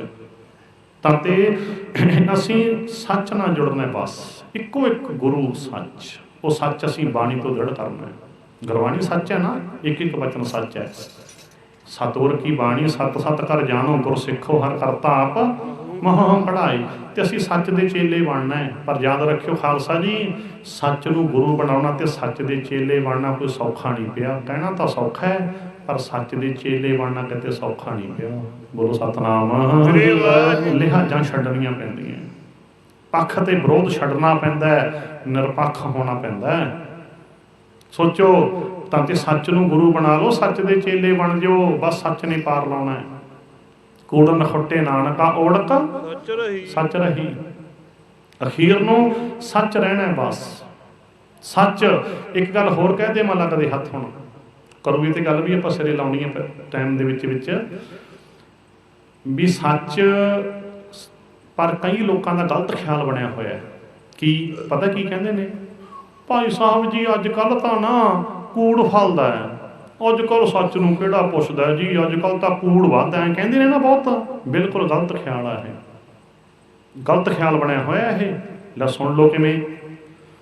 ਬਾਣੀ ਦਾ ਫੈਸਲਾ ਕੂੜ ਨਖੁੱਟੇ ਨਾਨਕਾ ਓੜਕ ਸੱਚ ਰਹੀ। ਗੁਰਬਾਣੀ ਦਾ ਫੈਸਲਾ ਕੂੜ ਨਖੁੱਟ ਜਾਂਦਾ, ਕੂੜ ਖਤਮ ਹੋ ਜਾਂਦਾ ਹੈ, ਅਖੀਰ ਨੂੰ ਸੱਚ ਰਹਿੰਦਾ ਹੈ। ਅਖੀਰ ਤੇ ਉਹ ਕੂੜ ਵੱਧਦਾ ਨਹੀਂ ਹੁੰਦਾ। ਆਪਾਂ ਕਹਿੰਦੇ ਕੂੜ ਤਰੱਕੀ ਕਰਦਾ, ਤਰੱਕੀ ਨਹੀਂ ਕਰਦਾ ਹੁੰਦਾ, ਆਪਣੀ ਦ੍ਰਿਸ਼ਟੀ 'ਚ ਫਰਕ ਹੈ। ਕੂੜ ਦਾ ਬੇੜਾ ਇੱਕ ਵਾਰੀ ਭਰਦਾ ਹੈ, ਉਹ ਤਰੱਕੀ ਨਹੀਂ ਕਰ ਰਿਹਾ। ਕੂੜ ਦਾ ਬੇੜਾ ਇੱਕ ਵਾਰੀ ਭਰਦਾ ਕਾਹਦੇ ਵਾਸਤੇ? ਡੁੱਬਣ ਵਾਸਤੇ ਵੀ ਭਾਰ ਤਾਂ ਚਾਹੀਦਾ ਹੀ ਹੈ। ਬੋਲੋ ਸਤਨਾਮ। ਉਹ ਵੇਟ ਨਹੀਂ ਚਾਹੀਦਾ ਡੁੱਬਣ ਵਾਸਤੇ, ਡੁੱਬਣ ਵਾਸਤੇ ਭਾਰ ਚਾਹੀਦਾ। ਕੂੜ ਦਾ ਬੇੜਾ ਭਰਦਾ ਹੈ ਡੁੱਬਣ ਵਾਸਤੇ, ਕੂੜ ਦਾ ਬੇੜਾ ਭਰਦਾ ਹੈ ਡੁੱਬਣ ਵਾਸਤੇ, ਯਾਦ ਰੱਖਿਓ। ਉਹ ਤਰੱਕੀ ਉਹਨੂੰ ਆਪਾਂ ਤਰੱਕੀ ਕਹਿ ਦਿੰਦੇ, ਨਹੀਂ ਭਾਈ ਵੇਟ ਹੋਈ ਜਾਂਦਾ ਹੈ। ਡੁੱਬਣਾ ਇਸ ਨੇ, ਡੁੱਬਣ ਵਾਸਤੇ ਭਾਰ, ਭਾਰਾ ਹੋਰ ਭਾਵ ਕੂੜ ਦਾ ਬੇੜਾ ਭਰ ਕੇ ਡੁੱਬਦਾ। ਭਰ ਕਿਵੇਂ ਡੁੱਬਦਾ? ਕਰਮ ਜ਼ੋਰ ਜਾਵਾਂ ਮੌਕੇ ਤੇ ਗੱਲ ਯਾਦ ਆ ਗਈ ਵੀ ਕੂੜ ਭਰਦਾ ਡੁੱਬਦਾ। ਕਈ ਬੇੜੇ ਡੁੱਬਦੇ ਦਿਸ ਜਾਂਦੇ ਆ, ਕਈ ਬੇੜੇ ਦੀਂਦੇ ਨਹੀਂ, ਗੁਪਤ ਡੁੱਬਦੇ ਆ। ਤੁਹਾਨੂੰ ਸਮਝ ਲਿਓ, ਜਿਹੜੇ ਦਿਸਦੇ ਆ ਡੁੱਬਦੇ ਉਹ ਤਾਂ ਆਪਾਂ ਨੂੰ ਦਿਸ ਜਾਂਦੇ ਆ। ਕਈ ਪ੍ਰਤੱਖ ਵੀ ਕੌਤਕ ਵਰਤਦੇ ਆ, ਕਈ ਗੁਪਤ ਡੁੱਬਦੇ ਆ। ਪ੍ਰਤੱਖ ਡੁੱਬਿਆ ਬੇੜਾ ਥੋੜ੍ਹਾ ਜਿਹਾ ਦਰਸ਼ਨ ਕਰਾਵਾਂ। 9 ਜੁਲਾਈ 1994 ਈਸਵੀ ਨੂੰ ਇੱਕ ਘਟਨਾ ਵਾਪਰੀ। 9 ਜੁਲਾਈ 1994 ਕਿਹੜੀ ਘਟਨਾ? ਪੰਜਾਬ ਦਾ ਗਵਰਨਰ ਸੁਰਿੰਦਰ ਨਾਥ ਪਰਿਵਾਰ ਦੇ 9 ਮੈਂਬਰਾਂ ਦੇ ਸਮੇਤ ਹਵਾਈ ਹਾਦਸੇ ਵਿੱਚ ਮਾਰਿਆ ਗਿਆ। ਜਹਾਜ਼ ਦੇ ਵਿੱਚੋਂ ਗੁੱਟੀਆਂ ਦੀ ਵਰਖਾ ਹੋਈ ਸੀ ਪਹਾੜੀਆਂ ਤੇ। ਜਹਾਜ਼ ਵਿੱਚੋਂ ਭਰਿਆ ਹੋਇਆ ਸੀ ਨੋਟਾਂ ਦਾ ਜਹਾਜ਼, ਕੋਈ ਹੋਟਲ ਖਰੀਦਣ ਚੱਲਿਆ ਸੀ, ਉੱਥੇ ਖਿੰਡ ਗਈਆਂ ਗੁੱਟੀਆਂ। 9 ਪਰਿਵਾਰ ਦੇ ਮੈਂਬਰਾਂ ਸਮੇਤ ਮਾਰਿਆ ਗਿਆ। ਤੇ ਜਦੋਂ ਜਹਾਜ਼ ਚੋਂ ਗੁੱਟੀਆਂ ਡਿੱਗੀਆਂ, ਵਰਖਾ ਹੋਈ ਗੁੱਟੀਆਂ ਦੀ, ਨੋਟਾਂ ਦੀ ਵਰਖਾ ਹੋਈ ਸੀ ਜਹਾਜ਼ ਤੋਂ, ਤੇ ਘਰ ਦੀ ਤਲਾਸ਼ੀ ਲਈ ਤਾਂ ਘਰੋਂ ਕੀ ਨਿਕਲਿਆ? ਘਰੋਂ ਨਿਕਲਿਆ ਫਿਰ 7 ਕਿਲੋ ਸੋਨਾ ਡਲੀ ਦੇ ਰੂਪ ਦੇ ਵਿੱਚ, 40 ਕਰੋੜ ਦੇ ਸੋਨੇ ਦੇ ਗਹਿਣੇ, 40 ਕਰੋੜ ਦੇ 250 ਕਰੋੜ ਰੁਪਈਏ ਦੇ ਜਾਇਦਾਦ ਦੇ ਕਾਗਜ਼, ਜਿਹੜੇ ਕਿ ਦਿੱਲੀ ਜਮ੍ਹਾਂ ਹੋ ਗਏ। ਬੋਲੋ ਸਤਨਾਮ। ਦਿੱਲੀ ਜਮ੍ਹਾਂ। ਪਾਪਾਂ ਬਾਝੋਂ ਹੋਵੇ ਨਾ ਹੀ ਮੋਇਆ ਸਾਥ ਨਾ ਜਾਈ। ਜਿਹੜਾ ਜਵਾਨੀ ਦਾ ਖੂਨ ਚੂਸ ਕੇ ਬੜਾ ਕੁਛ ਇਕੱਠਾ ਕੀਤਾ ਸੀ, ਤਾਂ ਤੇ ਕੁਝ ਗੁੱਟੀਆਂ ਪਹਾੜੀਆਂ ਤੇ ਰੁਲ ਗਈਆਂ। ਜਿਹੜੀਆਂ ਘਰੇ ਸੀਗੀਆਂ, ਘਰੇ ਸੀ ਜਿਹੜਾ ਕੁਝ 1 ਕਰੋੜ 87 ਲੱਖ ਸੱਚ ਨਗਦ ਮਿਲਿਆ ਸੀ। ਸਾਰੇ ਅੰਕੜੇ ਸਬੂਤ ਮੇਰੇ ਕੋਲ ਹੈ। ਤੁਹਾਨੂੰ ਪਤਾ ਮੈਂ ਵਾਰੀ ਕਹਿਣਾ ਪੈਂਦਾ ਹੁੰਦਾ, ਦਾਸ ਨੂੰ ਖੋਜੀ ਬਿਰਤੀ ਦਿੱਤੀ ਹੈ ਵਾਹਿਗੁਰੂ ਜੀ ਨੇ। 10-10 ਸਾਲਾਂ ਦਾ ਤਾਂ ਮੈਂ ਅਖਬਾਰਾਂ ਦਾ ਰਿਕਾਰਡ ਰੱਖਦਾ ਹੁੰਦਾ, ਘੱਟੋ ਘੱਟ 10 ਸਾਲਾਂ ਦਾ ਅਖਬਾਰਾਂ ਦਾ ਰਿਕਾਰਡ। ਗੱਲ ਨਹੀਂ ਮੇਰੇ ਨਾਲ ਕੋਈ ਕਰ ਸਕਦਾ ਜਮਾ ਖਾਣਾ। ਇਹ ਆਤਮ ਵਿਸ਼ਵਾਸ ਨਾਲ ਕਹਿਣੀ ਪੈਂਦੀ ਹੈ, ਇਹਨੂੰ ਹੰਕਾਰ ਨਹੀਂ। ਸੋਚੋ ਸਾਰੇ ਅੰਕੜਿਆਂ ਰੱਖ ਦੇਣਾ ਹੁਣ ਸਾਹਮਣੇ। ਮੈਂ ਤੁਹਾਨੂੰ ਦੱਸਣ ਦਾ ਭਾਵ ਕੀ ਹੈ ਵੀ ਕਿਤੇ ਤੁਹਾਡੇ ਚੋਂ ਵੀ ਕਿਸੇ ਨੂੰ ਇੱਦਾਂ ਦੀ ਚੇਟਕ ਲੱਗ ਜਾਵੇ ਵੀ ਅੰਕੜੇ ਇਕੱਠੇ ਕਰਕੇ ਰੱਖੀ ਦੇ ਹੁੰਦੇ ਆ। ਬੋਲੋ ਸਤਨਾਮ। ਦੱਸਣ ਦਾ ਭਾਵ ਤਾਂ ਇਹੀ ਹੈ ਨਾ। ਸੋਚੋ ਜਰਾ, ਕੱਲੀ ਘਟਨਾਵਾਂ ਦੇ ਮੇਰੇ ਕੋਲ ਵੇਰਵੇ ਤੇ ਸਬੂਤ ਹੁੰਦੇ ਨੇ। ਕਿਸੇ ਘਟਨਾ ਦਾ ਸਬੂਤ ਲੈਣ ਵਾਸਤੇ ਮੈਨੂੰ ਦਿੱਲੀ ਤੱਕ ਜਾਣਾ ਪਵੇ, ਕਿਤੇ ਤੱਕ ਖੋਜ ਕਰਨੀ ਪਵੇ, ਮੈਂ ਆਪਣੀ ਲਾਇਬ੍ਰੇਰੀ 'ਚ ਇਕੱਠਾ ਕਰਕੇ ਰੱਖਦਾ। ਉਸ ਤੋਂ ਬਾਅਦ ਸਟੇਜ 'ਤੇ ਗੱਲ ਕਰਦਾ ਹੁੰਦਾ। ਰਹੋ ਵਿਚਾਰ। ਫਿਰ ਕੀ ਨਿਕਲਿਆ ਸੀ ਸੁਰਿੰਦਰਨਾਥ ਦੇ ਘਰੋਂ? 1,87,00,000 ਰੁਪਈਆ ਨਗਦ, 7 ਕਿਲੋ ਸੋਨਾ, 40 ਕਰੋੜ ਦੇ ਗਹਿਣੇ, 250 ਕਰੋੜ ਦੇ ਜਾਇਦਾਦ ਦੇ ਕਾਗਜ਼ ਉਹ ਦਿੱਲੀ ਜਮ੍ਹਾਂ ਹੋ ਗਏ। ਪਰਿਵਾਰ ਦੇ 9 ਮੈਂਬਰਾਂ ਸਮੇਤ ਮਾਰਿਆ ਗਿਆ। ਜਿਹੜੇ ਜਹਾਜ਼ 'ਚ ਨੋਟ ਸੀ ਉਹ ਪਹਾੜੀਆਂ ਤੇ ਖਿੰਡ ਗਏ। ਬੇੜਾ ਡੁੱਬ ਗਿਆ। ਬੋਲੋ ਸਤਨਾਮ ਵਾਹਿਗੁਰੂ। ਪ੍ਰਤੱਖ ਡੁੱਬ ਗਿਆ ਨਾ। ਸੋਚੋ ਜਰਾ, ਇਹ ਤਾਂ ਬਹੁਤ ਡੁੱਬਦੇ ਆ, ਇਹ ਤਾਂ ਪ੍ਰਤੱਖ ਹੈ। ਗੁਪਤ ਪਤਾ ਨਹੀਂ ਕਿੰਨੇ ਡੁੱਬਦੇ ਆ। ਬਥੇਰੇ ਡੁੱਬਦੇ, ਬਥੇਰੇ ਡੁੱਬ ਗਏ, ਡੁੱਬਣਗੇ। ਸੱਚ ਰਹਿਣਾ ਯਾਦ ਰੱਖਿਓ। ਤਾਂ ਕਿ ਕੋਈ ਵੀ ਬੰਦਾ ਝੂਠ ਦੀ ਗੱਲ ਕਰਦਾ, ਕੋਈ ਆਪਾਂ ਭਾਵੇਂ, ਜੇ ਆਪਾਂ ਝੂਠ ਕਰਾਂਗੇ ਆਪਾਂ ਡੁੱਬ ਜਾਣਾ। ਤਾਂ ਤੇ ਫੈਸਲੇ ਜੋ ਗੁਰਬਾਣੀ ਦੇ ਹੈ, ਅਟੱਲ ਫੈਸਲੇ ਆ ਬਾਣੀ ਦੇ। ਜੇ ਕੋਈ ਬਾਣੀ ਦੇ ਸੱਚ ਨੂੰ ਮੰਨ ਲਵੇ ਤਾਂ। ਪਰ ਧਰਮ ਨੂੰ ਫਾਰਮੈਲਿਟੀ ਨਾ ਬਣਾਓ, ਰਸਮ ਪੂਰਤੀ ਨਾ ਬਣਾਓ। ਤਾਂ ਤੇ ਸੱਚਮੁੱਚ ਜੋ ਗੁਰੂ ਜੀ ਕਹਿੰਦੇ ਨੂੰ ਮੰਨੋ, ਰਹੋ ਵਿਚਾਰ। ਤਾਂ ਤੇ ਮੈਂ ਗੱਲ ਸਿਰੇ ਲਾਵਾਂ। ਹੁਣ ਜੋ ਆਪਾਂ ਗੱਲ ਸ਼ੁਰੂ ਕੀਤੀ ਸੀ, ਬੀਬੀਓ ਗੱਲ ਸਮਝ ਆ ਗਈ ਨਾ। ਛੋਟੇ ਅੰਨ ਕਰੇ ਪਖੰਡ, ਨਾ ਸੁਹਾਗਣ ਨਾ ਉਹ ਰੰਡ। ਸਿੱਧ ਹੋ ਗਿਆ ਬਾਣੀ ਤੋਂ ਵੀ ਵਰਤ ਰੱਖਣਾ ਐਡਾ ਵੱਡਾ ਪਖੰਡ ਹੈ ਵੀ ਪ੍ਰਮਾਤਮਾ ਵੱਲੋਂ ਜੀਵ ਆਤਮਾ ਰੂਪੀ ਇਸਤਰੀ ਛੱਡੀ ਹੋਈ ਸਮਝ ਲਓ, ਬਾਣੀ 'ਚ ਲਿਖਿਆ। ਸੋਚੋ ਜਰਾ। ਤੇ ਫਿਰ ਇੱਕ ਹੋਰ ਪ੍ਰਮਾਣ ਲੈ ਲਓ ਬਾਣੀ ਵਿੱਚੋਂ, ਵਰਤ ਕਰੇ ਚੰਦਰੈਣਾ ਸੇ ਕਿਤੇ ਨਾ ਲੇਖਣ। ਤੁਸੀਂ ਬੀਬੀਓ ਕਹਿਣੀ ਹੋ ਚੰਦ ਨੂੰ ਦੇਖ ਕੇ ਰੋਟੀ ਖਾਣੀ ਹੈ, ਚੰਦ ਨੂੰ ਦੇਖ ਕੇ। ਗੁਰਬਾਣੀ 'ਚ ਫੈਸਲਾ ਹੈ ਭਾਈ, ਇਹੋ ਜਿਹੀਆਂ ਗੱਲਾਂ ਕਿਸੇ ਕੰਮ ਨਹੀਂ ਵੀ ਚੰਦ ਨੂੰ ਦੇਖ ਕੇ ਰੋਟੀ ਖਾਣੀ ਹੈ। ਚੰਦਰੈਣ ਵਰਤ ਲਿਖਿਆ ਨਾ, ਵਰਤ ਕਰੇ ਚੰਦਰੈਣਾ। ਚੰਦਰੈਣਾ ਦਾ ਭਾਵ ਵੀ ਚੰਦ ਨੂੰ ਦੇਖ ਕੇ ਰੋਟੀ ਖਾਣੀ ਹੈ। ਚੰਦ ਨਾਲ ਸੰਬੰਧਿਤ ਵਰਤ ਕਹਿ ਲਓ, ਪੂਰਨਮਾਸ਼ੀ ਦਾ, ਕਰੂਏ ਦਾ, ਜੋ ਵੀ ਚੰਦ ਦੇਖ ਕੇ ਰੋਟੀ। ਪਹਿਲੀ ਗੱਲ ਤਾਂ ਬਾਣੀ ਦਾ ਫੈਸਲਾ ਹੋ ਗਿਆ ਵੀ ਚੰਦ ਨੂੰ ਦੇਖ ਕੇ ਰੋਟੀ ਖਾਣੀ ਹੈ। ਇਹੋ ਜਿਹੀ ਗੱਲਾਂ ਕਿਸੇ ਕੰਮ ਨਹੀਂ। ਪੰਕਤੀ ਯਾਦ ਕਰ ਲਓ ਬੀਬੀਆਂ, ਵਰਤ ਕਰੇ ਚੰਦਰੈਣਾ ਸੇ ਕਿਤੇ ਨਾ ਲੇਖਣ। ਕਿਸੇ ਲੇਖੇ ਦੇ ਵਿੱਚ ਨਹੀਂ। ਤਾਂ ਤੇ ਦੂਜੀ ਗੱਲ ਸਾਇੰਟੀਫਿਕ ਮੈਂ ਥੋੜ੍ਹਾ ਜਿਹਾ ਕਹਿ ਦਿਆਂ, ਕਿਉਂਕਿ ਸਾਰੇ ਕਿਸਮ ਦੀ ਸੰਗਤ ਹੁੰਦੀ ਹੈ, ਕਿਤੇ ਕਿਤੇ ਸਾਨੂੰ ਸਾਇੰਸ ਦਾ ਪ੍ਰਮਾਣ ਵੀ ਦੇਣਾ ਪੈਂਦਾ।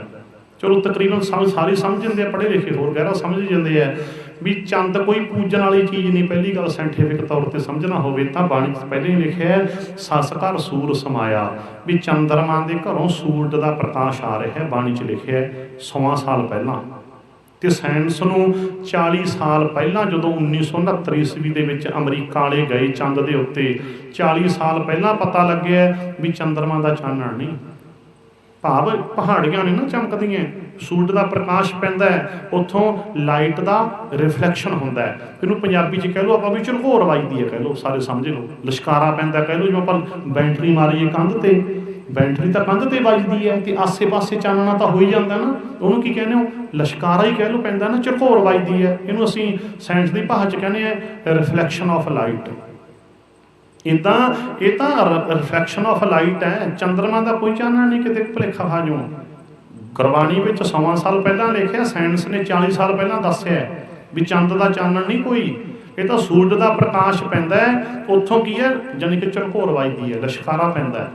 ਤਾਂ ਤੇ ਇਹ ਸਾਡੀਆਂ ਭੈਣਾਂ ਅੱਜ ਜਾਂ ਬੱਚੀਆਂ ਇਹ ਚੰਦ ਨੂੰ ਮਾਮਾ ਹੀ ਦੱਸਦੀਆਂ, ਚੰਦ ਮਾਮਾ।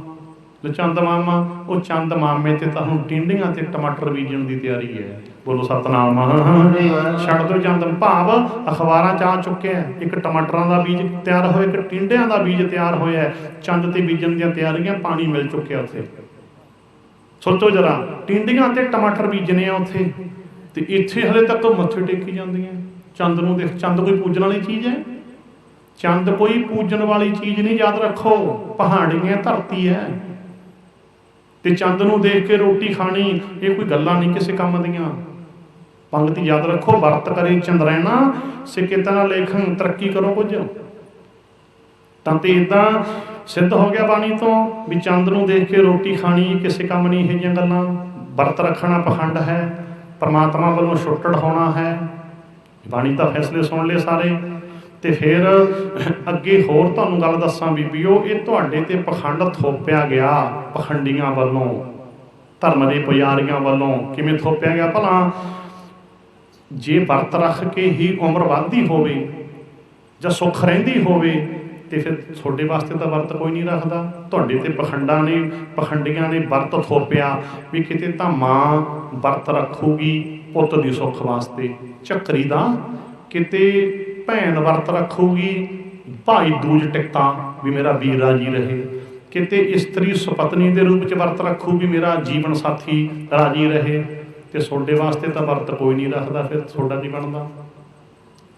ਦੱਸੋ ਮੈਨੂੰ ਨਾ ਪੁੱਛਣਾ ਹੋਵੇ ਪਖੰਡੀਆਂ ਨੂੰ ਵੀ ਜੇ ਪੁੱਤ ਨੂੰ ਮਾਂ ਦੀ ਆਪਣਾ ਮਾਂ ਨੂੰ ਪੁੱਤ ਦੀ ਲੋੜ ਹੈ, ਵੀ ਮਾਂ ਤਾਂ ਵਰਤ ਰੱਖਦੇ ਮੇਰਾ ਪੁੱਤ ਰਾਜੀ ਰਹੇ, ਤੇ ਪੁੱਤ ਨੂੰ ਮਾਂ ਦੀ ਲੋੜ ਨਹੀਂ। ਪੁੱਤ ਨੂੰ ਮਾਂ ਤੋਂ ਬਿਨਾਂ ਕੋਈ ਪੁੱਛਦਾ ਹੈ? ਤੇ ਮਾਂ ਵਾਸਤੇ ਪੁੱਤ ਵਾਸਤੇ ਵਰਤ ਕਿਉਂ ਨਹੀਂ ਬਣਾਇਆ? ਭਾਂ ਵਰਤਾਂ ਨਾਲ ਸੁੱਖ ਦਾ ਕੀ ਸੰਬੰਧ? ਤਾਂ ਤੇ ਜੇ ਭੈਣ ਵਰਤ ਰੱਖਦੀ ਹੈ ਤੇ ਵੀਰ ਵਾਸਤੇ ਤਾਂ ਕੋਈ ਵਰਤ ਨਹੀਂ ਬਣਾਇਆ ਵੀ ਮੇਰੀ ਭੈਣ ਰਾਜੀ ਰਹੇ। ਫਿਰ ਸੋਚੋ ਵੀ ਭੈਣਾਂ ਤਾਂ ਸਾਰੀਆਂ ਬਿਮਾਰ ਹੋ ਜਾਂਦੀਆਂ, ਤਾਂ ਤੁਸੀਂ ਤਾਂ ਵਰਤ ਰੱਖ ਲਿਆ ਵੀ ਵੀਰ ਰਾਜੀ ਰਹੇ, ਤੇ ਵੀਰ ਵਾਸਤੇ ਵਰਤ ਕੋਈ ਬਣਾਇਆ ਪਖੰਡੀਆਂ ਨੇ? ਭਾਵੇਂ ਮਰਦ ਪ੍ਰਧਾਨ ਸਮਾਜ ਦਾ ਸੋਝੇ ਤੇ ਥੋਪਿਆ ਪਖੰਡ ਹੈ ਵੀ ਤੁਸੀਂ ਸੁੱਖ ਮੰਗਣੀ ਹੈ, ਕਿਤੇ ਮਾਂ ਨੇ ਪੁੱਤ ਦੀ, ਕਿਤੇ ਭੈਣ ਨੇ ਵੀਰ ਦੀ, ਕਿਤੇ ਇਸਤਰੀ ਨੇ ਆਪਣੇ ਘਰ ਵਾਲੀ ਦੀ। ਸੋਡੀ ਸੁੱਖ ਕੋਈ ਨਹੀਂ ਮੰਗਦਾ। ਬੋਲੋ ਸਤਿਨਾਮ। ਸੋਡੀ ਸੁੱਖ ਕੋਈ ਨਹੀਂ। ਦੱਸ ਦਿਓ ਜੀ ਗਲਤ ਹੈ ਤਾਂ ਮੈਨੂੰ ਗੱਲਾਂ ਮੈਂ ਸਿੱਧੀਆਂ ਨਹੀਂ ਕਰਦਾ ਹੁਣ। ਸੋਚੋ ਇਹ ਪਖੰਡਵਾਦ ਤੁਹਾਡੇ ਦੇ ਥੋਪੇ ਮਾਰੋ ਚਲਾ ਕੇ ਇਸ ਨੂੰ ਪਖੰਡਵਾਦ ਨੂੰ। ਇਹ ਤੁਹਾਡੇ ਦੀ ਬਣਾਏ ਆ ਵਰਤ, ਹੋਰ ਨਹੀਂ ਬਣਾਏ ਕਿਸੇ ਤੇ। ਜਿਸ ਕਰਕੇ ਇੱਦਾਂ ਇਹਨਾਂ ਗੱਲਾਂ ਨੂੰ ਸਮਝਣ ਦੀ ਕੋਸ਼ਿਸ਼ ਕਰੋ। ਤੇ ਤੁਹਾਨੂੰ ਇੱਕ ਰਮਜ ਦੇਵਾਂ, ਜੇ ਵਰਤ ਰੱਖ ਕੇ ਹੀ ਉਮਰ ਵੱਧਦੀ ਹੋਵੇ, ਵੱਧਦੀ ਨਹੀਂ, ਜੇ ਵੱਧਦੀ ਹੋਵੇ ਤਾਂ ਬਾਜਪਾਈ ਵਰਗਿਆਂ ਦਾ ਕੀ ਬਣਦਾ? ਉਹਨਾਂ ਦਾ ਵਰਤ ਕਿਹੜੀ ਰੱਖਿਆ? ਬੋਲੋ ਸਤਿਨਾਮ। ਵਿੱਚੋਂ ਰਮਜ ਮਾਰਨੀ ਪੈ ਜਾਂਦੀ, ਉਹ ਤਾਂ ਵਿੱਚ ਕਈ ਵਾਰੀ ਗੱਲਾਂ ਕਰਨੀਆਂ ਪੈ ਜਾਂਦੀਆਂ ਨਾ ਬਾਹਰ। ਸੋਚੋ ਜਰਾ, ਕਹਿਣ ਦਾ ਭਾਵ ਕੋਈ ਸੰਬੰਧ ਨਹੀਂ ਵਰਤ ਨਾਲ ਉਮਰ ਦਾ ਜਾਂ ਸੁੱਖ ਦਾ ਹੋਰ ਦਾ। ਜੇ ਸਕੂਟਰ, ਜੇ ਸ਼ਰਾਬ ਪੀ ਕੇ ਸਕੂਟਰ ਚਲਾਉਣਾ ਹੈ, ਕਰੂਏ ਦਾ ਵਰਤ ਨਹੀਂ ਪਾਰ ਲਾਉਂਦਾ। ਬੋਲੋ ਸਤਿਨਾਮ। ਕਰੂਏ ਦਾ ਵਰਤ ਪਾਰ ਲਾਓ। ਜਿਹੜਾ ਐਂ ਕਰਦੇ ਜਾਂਦਾ ਪੀ ਕੇ ਸ਼ਰਾਬ ਸਕੂਟਰ ਚਲਾਉਂਦਾ, ਉਹਨੂੰ ਕਰੂਏ ਦਾ ਵਰਤ ਲਾ ਦੂ ਪਾਰ ਕਿਤੇ। ਰਹੋ ਵਿਚਾਰ। ਕਹਿਣ ਦਾ ਭਾਵ ਕੀ ਹੈ? ਇਹ ਸਿੱਧ ਹੋ ਗਿਆ, ਹਰ ਗੱਲ ਨੂੰ ਆਪਾਂ ਦਲੀਲ ਨਾਲ ਸਮਝਣਾ। ਇਹ ਦਲੀਲ ਨਾਲ ਸਿੱਧ ਹੋ ਗਿਆ ਵੀ ਸੋਡੇ ਤੇ ਪਖੰਡ ਥੋਪਿਆ। ਜੇ ਵਰਤ ਰੱਖਣ ਦੇ ਨਾਲ ਸੱਚਮੁੱਚ ਹੀ ਕੋਈ ਪ੍ਰਾਪਤੀ ਹੁੰਦੀ ਹੋਵੇ ਤਾਂ ਭਾਈਆਂ ਵਾਸਤੇ ਵੀ ਵਰਤ ਬਣਾਏ ਹੁੰਦੇ, ਪੁੱਤ ਵਾਸਤੇ ਵੀ ਬਣਾਇਆ ਹੁੰਦਾ, ਵੀਰ ਵਾਸਤੇ ਵੀ ਬਣਾਇਆ ਹੁੰਦਾ, ਕਿਸੇ ਭਾਈ ਵਾਸਤੇ ਵੀ ਬਣਾਇਆ ਹੁੰਦਾ ਵੀ ਭਾਈ ਵਰਤ ਰੱਖੋ ਆਪਦੇ ਘਰ ਵਾਲੀ ਦੀ ਸੁੱਖ ਵਾਸਤੇ, ਜਾਂ ਵੀਰ ਵਰਤ ਰੱਖੋ ਆਪਦੇ ਭੈਣ ਵਾਸਤੇ, ਜਾਂ ਪੁੱਤ ਵਰਤ ਰੱਖੋ ਆਪਦੀ ਮਾਂ ਦੀ ਸੁੱਖ ਵਾਸਤੇ। ਕੋਈ ਨਹੀਂ ਬਣਿਆ। ਜਿਸ ਕਰਕੇ ਸਿੱਧ ਹੋ ਗਿਆ ਨਾ ਪਖੰਡ। ਇਹ ਦਲੀਲ ਨਾਲ ਸਿੱਧ ਕਰਤਾ, ਬਾਣੀ ਦੇ ਪ੍ਰਮਾਣ ਤੁਹਾਨੂੰ ਦੇਤੇ। ਤਾਂ ਤੇ ਸਾਇੰਸ ਦੇ ਆਧਾਰ ਤੇ ਵੀ ਚੰਦ ਦੀ ਆਪਾਂ ਗੱਲ ਸਮਝ ਲਈ, ਉੱਥੇ ਟਿੰਡੀਆਂ ਟਮਾਟਰ ਬੀਜਣੀਆਂ। ਹਰ ਪੱਖ ਤੋਂ ਆਪਾਂ ਗੱਲ ਨੂੰ ਸਮਝਣਾ ਹੁੰਦਾ। ਤੇ ਫਿਰ ਇੱਕ ਗੱਲ ਹੋਰ ਸਮਝ ਲਓ, ਇਹ ਵੀ ਸਿੱਧੀ ਜਿਹੀ ਹੱਸਣ ਦੀ ਗੱਲ ਹੀ ਹੁੰਦੀ ਹੈ। ਇੱਕ ਭੈਣਾਂ ਨੂੰ ਵਿੱਚ ਵੀ ਇਹਦੀ ਗੱਲਾਂ ਕਰਨੀਆਂ ਪੈਂਦੀਆਂ। ਸੁਭਾਅ ਮੇਰਾ ਸਿੱਧਾ ਜਿਹੀ ਹੈ। ਪਹਿਲਾ ਗੱਲ ਤਾਂ ਪਖੰਡ ਹੈ, ਵਰਤ ਆਪਾਂ ਸਮਝ ਹੀ ਲਿਆ। ਦੂਜੇ ਨੰਬਰ ਤੇ ਮੈਂ ਕਹਿਣਾ ਹੁੰਦਾ, ਭੈਣੇ ਵਰਤ ਵੀ ਹੈ ਨਹੀਂ। ਤੂੰ ਕਹਿਣੀ ਹੈ ਵਰਤ ਹੈ, ਮੈਂ ਕਹਿਣਾ ਵਰਤ ਹੈ ਨਹੀਂ। ਤੂੰ ਤਾਂ ਸਾਰੇ ਦਿਨਾਂ ਤੋਂ ਵੱਧ ਖਾ ਗਈ, ਮਾੜਾ ਜਿਹਾ ਟਾਈਮ ਦਾ ਅੱਗਾ ਪਿੱਛਾ ਜ਼ਰੂਰ ਕਰ ਲਿਆ। ਬੋਲੋ ਸਤਿਨਾਮ। ਸਾਰੇ ਦਿਨਾਂ ਤੋਂ ਵੱਧ ਖਾਧਾ ਕਰੂਏ ਵਾਲੇ ਦਿਨ। ਹਾਂ ਇੰਨਾ ਕੁ ਜ਼ਰੂਰ ਹੈ ਵੀ ਜੋ ਸੂਰਜ ਚੜ੍ਹਨ ਤੋਂ ਪਹਿਲਾਂ ਪਤੀਲੇ ਮਾਂਜਦੇ, ਹੋਰ ਸੂਰਜ ਨਾ ਚੜ੍ਹ ਜੇ ਮਾਂਜ ਦਿਓ ਪਤੀਲੇ ਕਰਾਂ। ਹੋਰ ਦੁਪਹਿਰੇ ਗੱਪ ਕਹਾਣੀ ਸੁਣ ਕੇ ਸਿਓ ਕੇਲੇ ਮਾਂਜ ਦਿਓ, ਤੇ ਹੱਥ ਨੇ ਚੰਦ ਦੇਖ ਕੇ ਪਤੀਲੇ ਫੇਰ ਮਾਂਜ ਦੇਣੇ ਆ। ਸਾਰੇ ਦਿਨਾਂ ਤੋਂ ਵੱਧ ਖਾ ਗਈਆਂ, ਮਾੜਾ ਜਿਹਾ ਟਾਈਮ ਅੱਗਾ ਪਿੱਛਾ ਜਾ ਕਰਦੀਆਂ ਰਹੀਆਂ। ਬੋਲੋ ਸਤਿਨਾਮ। ਪਰ ਇੰਨਾ ਹੀ ਹੈ ਨਾ ਬਸ। 2000 ਦਾ ਖਾ ਗਈ ਨਾਲੇ ਵਰਤੀ ਦੱਸਦੀ ਹੈ, ਖੂੰਜੇ ਮਾਰਤੇ। ਕਿਉਂਕਿ ਵਰਤ ਹੈ। ਜੇ ਬਾਜ਼ਾਰ 'ਚ ਪੁੱਛੀਏ ਨਾ, ਉਹਦੇ ਕੱਚੇ ਜੇ ਕੇਲੇ ਤੇ ਦਾਗੀ ਜੇ ਸਿਓ ਲੱਭੇ ਨਹੀਂ। ਜੇ ਪੁੱਛਿਆ ਬਾਜ਼ਾਰ 'ਚ ਭਾਈ ਸਿਓ ਕੇਲਾ ਨਹੀਂ ਮਿਲਦਾ ਅੱਜ, ਕਹਿੰਦੇ ਸਾਨੂੰ ਨਹੀਂ ਪਤਾ ਜੀ, ਖਾ ਗਈਆਂ ਕਰੂਏ ਵਾਲੀਆਂ ਤਾਂ। ਲੈ ਰੇੜੀਆਂ ਨੂੰ ਹੂੰਜੇ ਮਾਰਤੇ, ਇਹ ਵਰਤੀ ਦੱਸਦੀਆਂ। ਉਹ ਇੰਨਾ ਕੁਛ ਕੌਣ ਖਾ ਗਿਆ? ਹੋਟਲ ਹੂੰਜ ਤੇ ਰੇੜੀਆਂ ਹੂੰਜਦੀਆਂ। ਹਾਂ ਭਾਈ ਹੂੰਜਾ ਫੇਰੂ ਵਰਤ ਹੈ। ਠੀਕ ਹੈ ਹੂੰਜਾ ਫੇਰੂ ਵਰਤ ਹੈ। ਇਹ ਵੀ ਹੂੰਜਾ ਮਾਰ ਦਿਓ ਸਾਰੇ ਬਾਜ਼ਾਰ 'ਚ। ਸੋਚੋ ਜਰਾ। ਤਾਂ ਤੇ ਕਹਿਣ ਦਾ ਭਾਵ ਦੇਖੋ ਕਿੱਡਾ ਵੱਡਾ ਪਖੰਡ। ਸਾਰੇ ਦਿਨਾਂ ਤੋਂ ਵੱਧ ਕੰਮ ਖਾਣ ਪੀਣ ਦਾ ਕੰਮ ਚੱਲਦਾ ਹੈ, ਤੇ ਨਾਲੇ ਗੱਪ ਕਹਾਣੀ ਸੁਣਨੀ। ਉਹ ਗੱਪ ਕਹਾਣੀ ਸੁਣ ਕੇ ਮਗਰੀ ਕਈ ਬੀਬੀਆਂ ਹੰਗੂਰਾ ਭਰੀ ਜਾਂਦੀਆਂ। ਉਹ ਕਹਾਣੀ ਵੀ ਸੁਣਾ ਦੇਂਗਾ ਗੱਪ ਕਹਾਣੀ। ਕਈਆਂ ਬੀਬੀਆਂ ਨੇ ਸੋਚਣਾ ਵੀ ਕਰੂਏ ਦੀ ਕਹਾਣੀ ਵੀ ਜਾਣਦਾ, ਕਿਉਂਕਿ ਵੀ ਪ੍ਰਚਾਰਕ ਹੈ ਨਾ ਅਸੀਂ, ਫਿਰ ਸਾਨੂੰ ਖੋਜ ਸਾਰੀ ਕਰਨੀ ਪੈਂਦੀ ਹੈ। ਲਓ ਵੀ ਸੁਣ ਲਓ ਸੰਖੇਪ ਦੇ ਵਿੱਚ। ਗੱਪ ਕਹਾਣੀ ਆ ਉਹ। ਪਤਾ ਉਹ ਕਹਾਣੀ ਸੁਣਾਉਣ ਵਾਲੇ ਤੁਹਾਨੂੰ ਕੀ ਕਹੂਗੀ? ਪਹਿਲਾਂ ਤੁਹਾਨੂੰ ਕਹੂਗਾ ਕਹਾਣੀ ਸੁਣਨ ਵਾਲੀ, ਲੈ ਕੁੜੀਓ ਹੰਗੂਰਾ ਭਰਿਆ ਕਰੋ ਮਗਰ ਹੰਗੂਰਾ ਭਰੀਦਾ ਹੁੰਦਾ। ਤਾਂ ਤੇ ਫਿਰ ਉਹ ਤੁਹਾਨੂੰ ਕਹੂਗੀ, ਇੱਕ ਬੀਬੀ ਬੀਰੋ ਸੀ, ਬੀਬੀ ਬੀਰੋ ਦੇ 7 ਭਾਈ ਸੀ। ਤੁਸੀਂ ਮਗਰੇ ਕਹਿਤਾ ਲੈ ਘੁੱਗੂਆਂ ਵਾਂਗੂ ਹੰਗੂਰਾ ਭਰਤਾ ਮਗਰੀ। ਪੁੱਛੋ ਵੀ ਬੀਬੀ ਬੀਰੋ ਕਿੱਥੇ ਜੰਮੀ ਸੀ, ਬੀਬੀ ਬੀਰੋ ਦੇ ਮਾਂ ਪਿਓ ਦਾ ਕੀ ਨਾਂ ਸੀ, ਬੀਬੀ ਬੀਰੋ ਦਾ ਪਿੰਡ ਕਿਹੜਾ ਸੀ, ਜਮਾਂ ਨਹੀਂ ਦੱਸ ਸਕਣਾ, ਕਿਉਂਕਿ ਗੱਪ ਦਾ ਕੋਈ ਮੂੰਹ ਸਿਰ ਹੁੰਦਾ ਹੀ ਨਹੀਂ। ਬੋਲੋ ਸਤਿਨਾਮ। ਐਵੇਂ ਨਾ ਮਗਰ ਘੁੱਗੂਆਂ ਵਾਂਗੂ ਕਹਿਤਾ ਜਦੋਂ 7 ਭਾਈ ਸੀ, ਭਾਈਆਂ ਦੇ ਨਾਂ ਦੱਸੋ। ਕੋਈ 2-3 ਭਾਈਆਂ ਦੇ ਨਾਂ ਵੀ ਦੱਸੋ। ਬੀਬੀ ਬੀਰੋ ਦੇ 7 ਭਾਈਆਂ ਦੇ ਵਿੱਚੋਂ 2 ਭਾਈਆਂ ਦੇ ਨਾਂ ਦੱਸ ਦਿਓ। 7 ਭਾਈ ਸੀ, ਕਿੱਥੇ ਰਹਿਣ ਵਾਲੇ ਸੀ, ਬੀਬੀ ਕਿਹੜੇ ਪਿੰਡ ਦੀ ਰਹਿਣ ਵਾਲੀ ਸੀ, ਦੱਸੋ ਨਾ ਬੀਬੀ ਬੀਰੋ। ਸੋਚੋ। ਤਾਂ ਬੀਬੀ ਬੀਰੋ ਸੀ, ਉਹਦੇ 7 ਭਾਈ ਸੀ, ਕਿ ਉਹਦਾ ਕਰੂਏ ਦਾ ਵਰਤ ਸੀ। ਆਪਦੇ ਪੇਕੇ ਘਰ ਆਈ ਹੋਈ ਸੀ। ਵੀ ਕਰੂਏ ਦਾ ਵਰਤ ਦਾ ਮਤਲਬ ਪਹਿਲਾਂ ਹੀ ਸੀਗਾ, ਫਿਰ ਤਾਂ ਉੱਥੋਂ ਤਾਂ ਨਹੀਂ ਚੱਲਿਆ ਦਾ ਮਤਲਬ। ਅੱਛਾ ਫਿਰ ਅੱਗੇ ਚੰਦ ਨੇ ਤਾਂ ਕਿ ਬਹੁਤ ਚਿਰ ਲਾਤਾ, ਦਿਸਣ ਨਹੀਂ ਲੱਗਿਆ। ਤੇ ਅੱਗੇ ਉਹਦੇ ਵੀਰਾਂ ਨੇ ਕੀ ਕੀਤਾ ਵੀ ਭੈਣ ਚੱਲ ਭੁੱਖੀ ਐ, ਕਹਿੰਦੇ ਉਹਨਾਂ ਨੇ ਦੂਰ ਸਾਰੇ ਨਾ ਅੱਗ ਬਾਲ ਕੇ ਮੂਹਰੇ ਚਾਦਰ ਕਰਤੀ। ਅੱਗੇ ਭੈਣ ਨੂੰ ਕਹਿੰਦਾ ਭੈਣੇ ਦੇਖ ਚੰਦ ਚੜ੍ਹ ਗਿਆ। ਅੱਗੇ ਭੈਣ ਨੇ ਅੱਗੇ ਭੈਣ ਨੂੰ ਭੁਲੇਖਾ ਪੈ ਗਿਆ ਕਿ ਵੀ ਚੰਦ ਚੜ੍ਹ ਗਿਆ, ਕਿ ਉਹ ਤਾਂ ਵੀਰਾਂ ਨੇ ਅੱਗ ਬਾਲੀ ਸੀ, ਤੁਸੀਂ ਮਗਰੀ ਕਹਿੰਦਾ ਹੂੰ। ਤਾਂ ਉਹਨੂੰ ਪੁੱਛਿਆ ਕਰੋ ਵੀ ਅੱਗ ਬਾਲ ਕੇ ਮੂਹਰੇ ਚਾਦਰ ਕਰਕੇ ਚੰਦ ਦਾ ਭੁਲੇਖਾ ਕਦੇ ਵੀ ਨਹੀਂ ਪੈ ਸਕਦਾ। ਬੋਲੋ ਸਤਿਨਾਮ। ਤੁਸੀਂ ਸਵਾਲ ਜਵਾਬ ਕਰਿਆ ਕਰੋ। ਅਤੇ ਚਾਦਰ ਮੂਹਰੇ ਤਾਣਤੀ, ਤੁਸੀਂ ਕਹਿੰਦਾ ਹੂੰ। ਲੈ ਦੱਸ ਲੈ ਵੀ ਜਮਾ ਨਹੀਂ ਹੋ ਸਕਦੀ ਇਹ ਗੱਲ, ਐਂ ਕਿਹਾ ਕਰੋ ਹੂੰ ਕਿਵੇਂ ਹੋ ਗਿਆ। ਸੋਚੋ ਜਰਾ ਲੈ, ਇਹ ਯਾਦ ਰੱਖਿਓ ਸਰਦਾਰ ਨੇ ਸਿੱਧੀ ਵਰਤੀ ਹੈ। ਘੁੱਗੂਆਂ ਵਾਂਗੂ ਮਗਰੀ ਕਹਿੰਦਾ ਹੂੰ ਕਰੀ ਜਾਂਦੀਆਂ ਬੈਠੀਆਂ। ਤਾਂ ਤੇ ਇੱਦਾਂ ਕਿ ਉਹਨੇ ਕਿ ਭੁਲੇਖਾ ਪੈ ਗਿਆ, ਉਹਨੇ ਅੱਗੇ ਪ੍ਰਸ਼ਾਦਾ ਛਕ ਲਿਆ। ਕਿਉਂਕਿ ਚੰਦ ਤਾਂ ਚੜ੍ਹਿਆ ਨਹੀਂ ਸੀ, ਉਹ ਤਾਂ ਕਿ ਅੱਗ ਵਾਲੀ ਸੀ ਵੀਰਾਂ ਨੇ। ਕਿਉਂਕਿ ਇੰਨੇ ਨੂੰ ਸੁਨੇਹਾ ਆ ਗਿਆ ਕਿ ਉਹਦੇ ਘਰ ਵਾਲੇ ਦੇ ਤਾਂ ਸੂਈਆਂ ਚੁੱਭ ਗਈਆਂ ਸਾਰੇ। ਦਾ ਕਿੱਥੋਂ ਸੂਈਆਂ ਚੁੱਭ ਗਈਆਂ ਸਾਰੇ? ਸੁਨੇਹਾ ਕਾਹਦਾ? ਮੋਬਾਈਲ ਫੋਨ ਆ ਗਿਆ ਏਡੀ ਛੇਤੀ। ਤੁਸੀਂ ਮਗਰੇ ਕਹਿੰਦਾ ਹੂੰ, ਤੁਸੀਂ ਪੁੱਛਣਾ ਸੀ ਵੀ ਸੁਨੇਹਾ ਏਡੀ ਛੇਤੀ ਕਿਵੇਂ ਆ ਗਿਆ? ਮੋਬਾਈਲ ਤਾਂ ਹੁੰਦੀ ਨਹੀਂ ਸੀ ਉਦੋਂ, ਕਿ ਜਹਾਜ਼ ਤੇ ਚੜ੍ਹ ਕੇ ਆ ਗਿਆ ਕੋਈ ਸੁਨੇਹਾ ਦੇ ਏਡੀ ਛੇਤੀ। ਸੋਚੋ ਤਾਂ ਸੁਨੇਹਾ ਆ ਗਿਆ। ਕਿਉਂਕਿ ਉਸੇ ਵੇਲੇ ਉਹ ਆਪਦੇ ਸਹੁਰੇ ਗਈ, ਕਿਉਂਕਿ ਉਹ ਤਾਂ ਬੇਹੋਸ਼ ਹੋਇਆ ਸੀ, ਸਾਰੇ ਸੂਈਆਂ ਚੁੱਭ ਗਈਆਂ ਉਹਦੇ ਸਰੀਰ 'ਚ, ਪਤਾ ਨਹੀਂ ਸੂਈਆਂ ਕਿੱਥੋਂ ਆ ਗਈਆਂ। ਅੱਗੇ ਫਿਰ ਉਹਨੂੰ ਲੈ ਕੇ ਸਾਲ ਭਰ ਬੈਠੀ ਰਹੀ। ਬੱਲੇ ਬੱਲੇ ਬੱਲੇ। ਤੁਸੀਂ ਕਹਿੰਦਾ ਹੂੰ, ਤੁਸੀਂ ਪੁੱਛਣਾ ਸੀ ਕਿਹੜੇ ਹਸਪਤਾਲ ਦਾਖਲ ਕਰਾਇਆ ਸੀਗਾ, ਕਿਹੜੇ ਹਸਪਤਾਲ, ਕਿੰਨੀਆਂ ਬੋਤਲਾਂ ਲੱਗੀਆਂ, ਆਕਸੀਜਨ ਕਿੱਥੇ ਲਾਈ ਸੀ, ਕਿੰਨੇ ਸਿਲੰਡਰ ਲੱਗੇ ਆਕਸੀਜਨ ਦੇ, ਪੁੱਛਿਆ ਤੁਸੀਂ? ਅੱਗੇ ਸਾਲ ਭਰ ਲਈ ਬੈਠੀ ਰਹੀ ਉਸ ਨੂੰ। ਅੱਛਾ ਫਿਰ ਅੱਗੇ ਸੂਈਆਂ ਕੱਢਦੀ ਰਹੀ। ਸੂਈਆਂ ਕੱਢੀ ਕੀ ਕਹਿੰਦੇ ਜਦੋਂ ਸਾਲ ਲੰਘ ਗਿਆ ਨਾ, ਕਹਿੰਦੇ ਕਰੂਆ ਦੁਬਾਰੇ ਆ ਗਿਆ।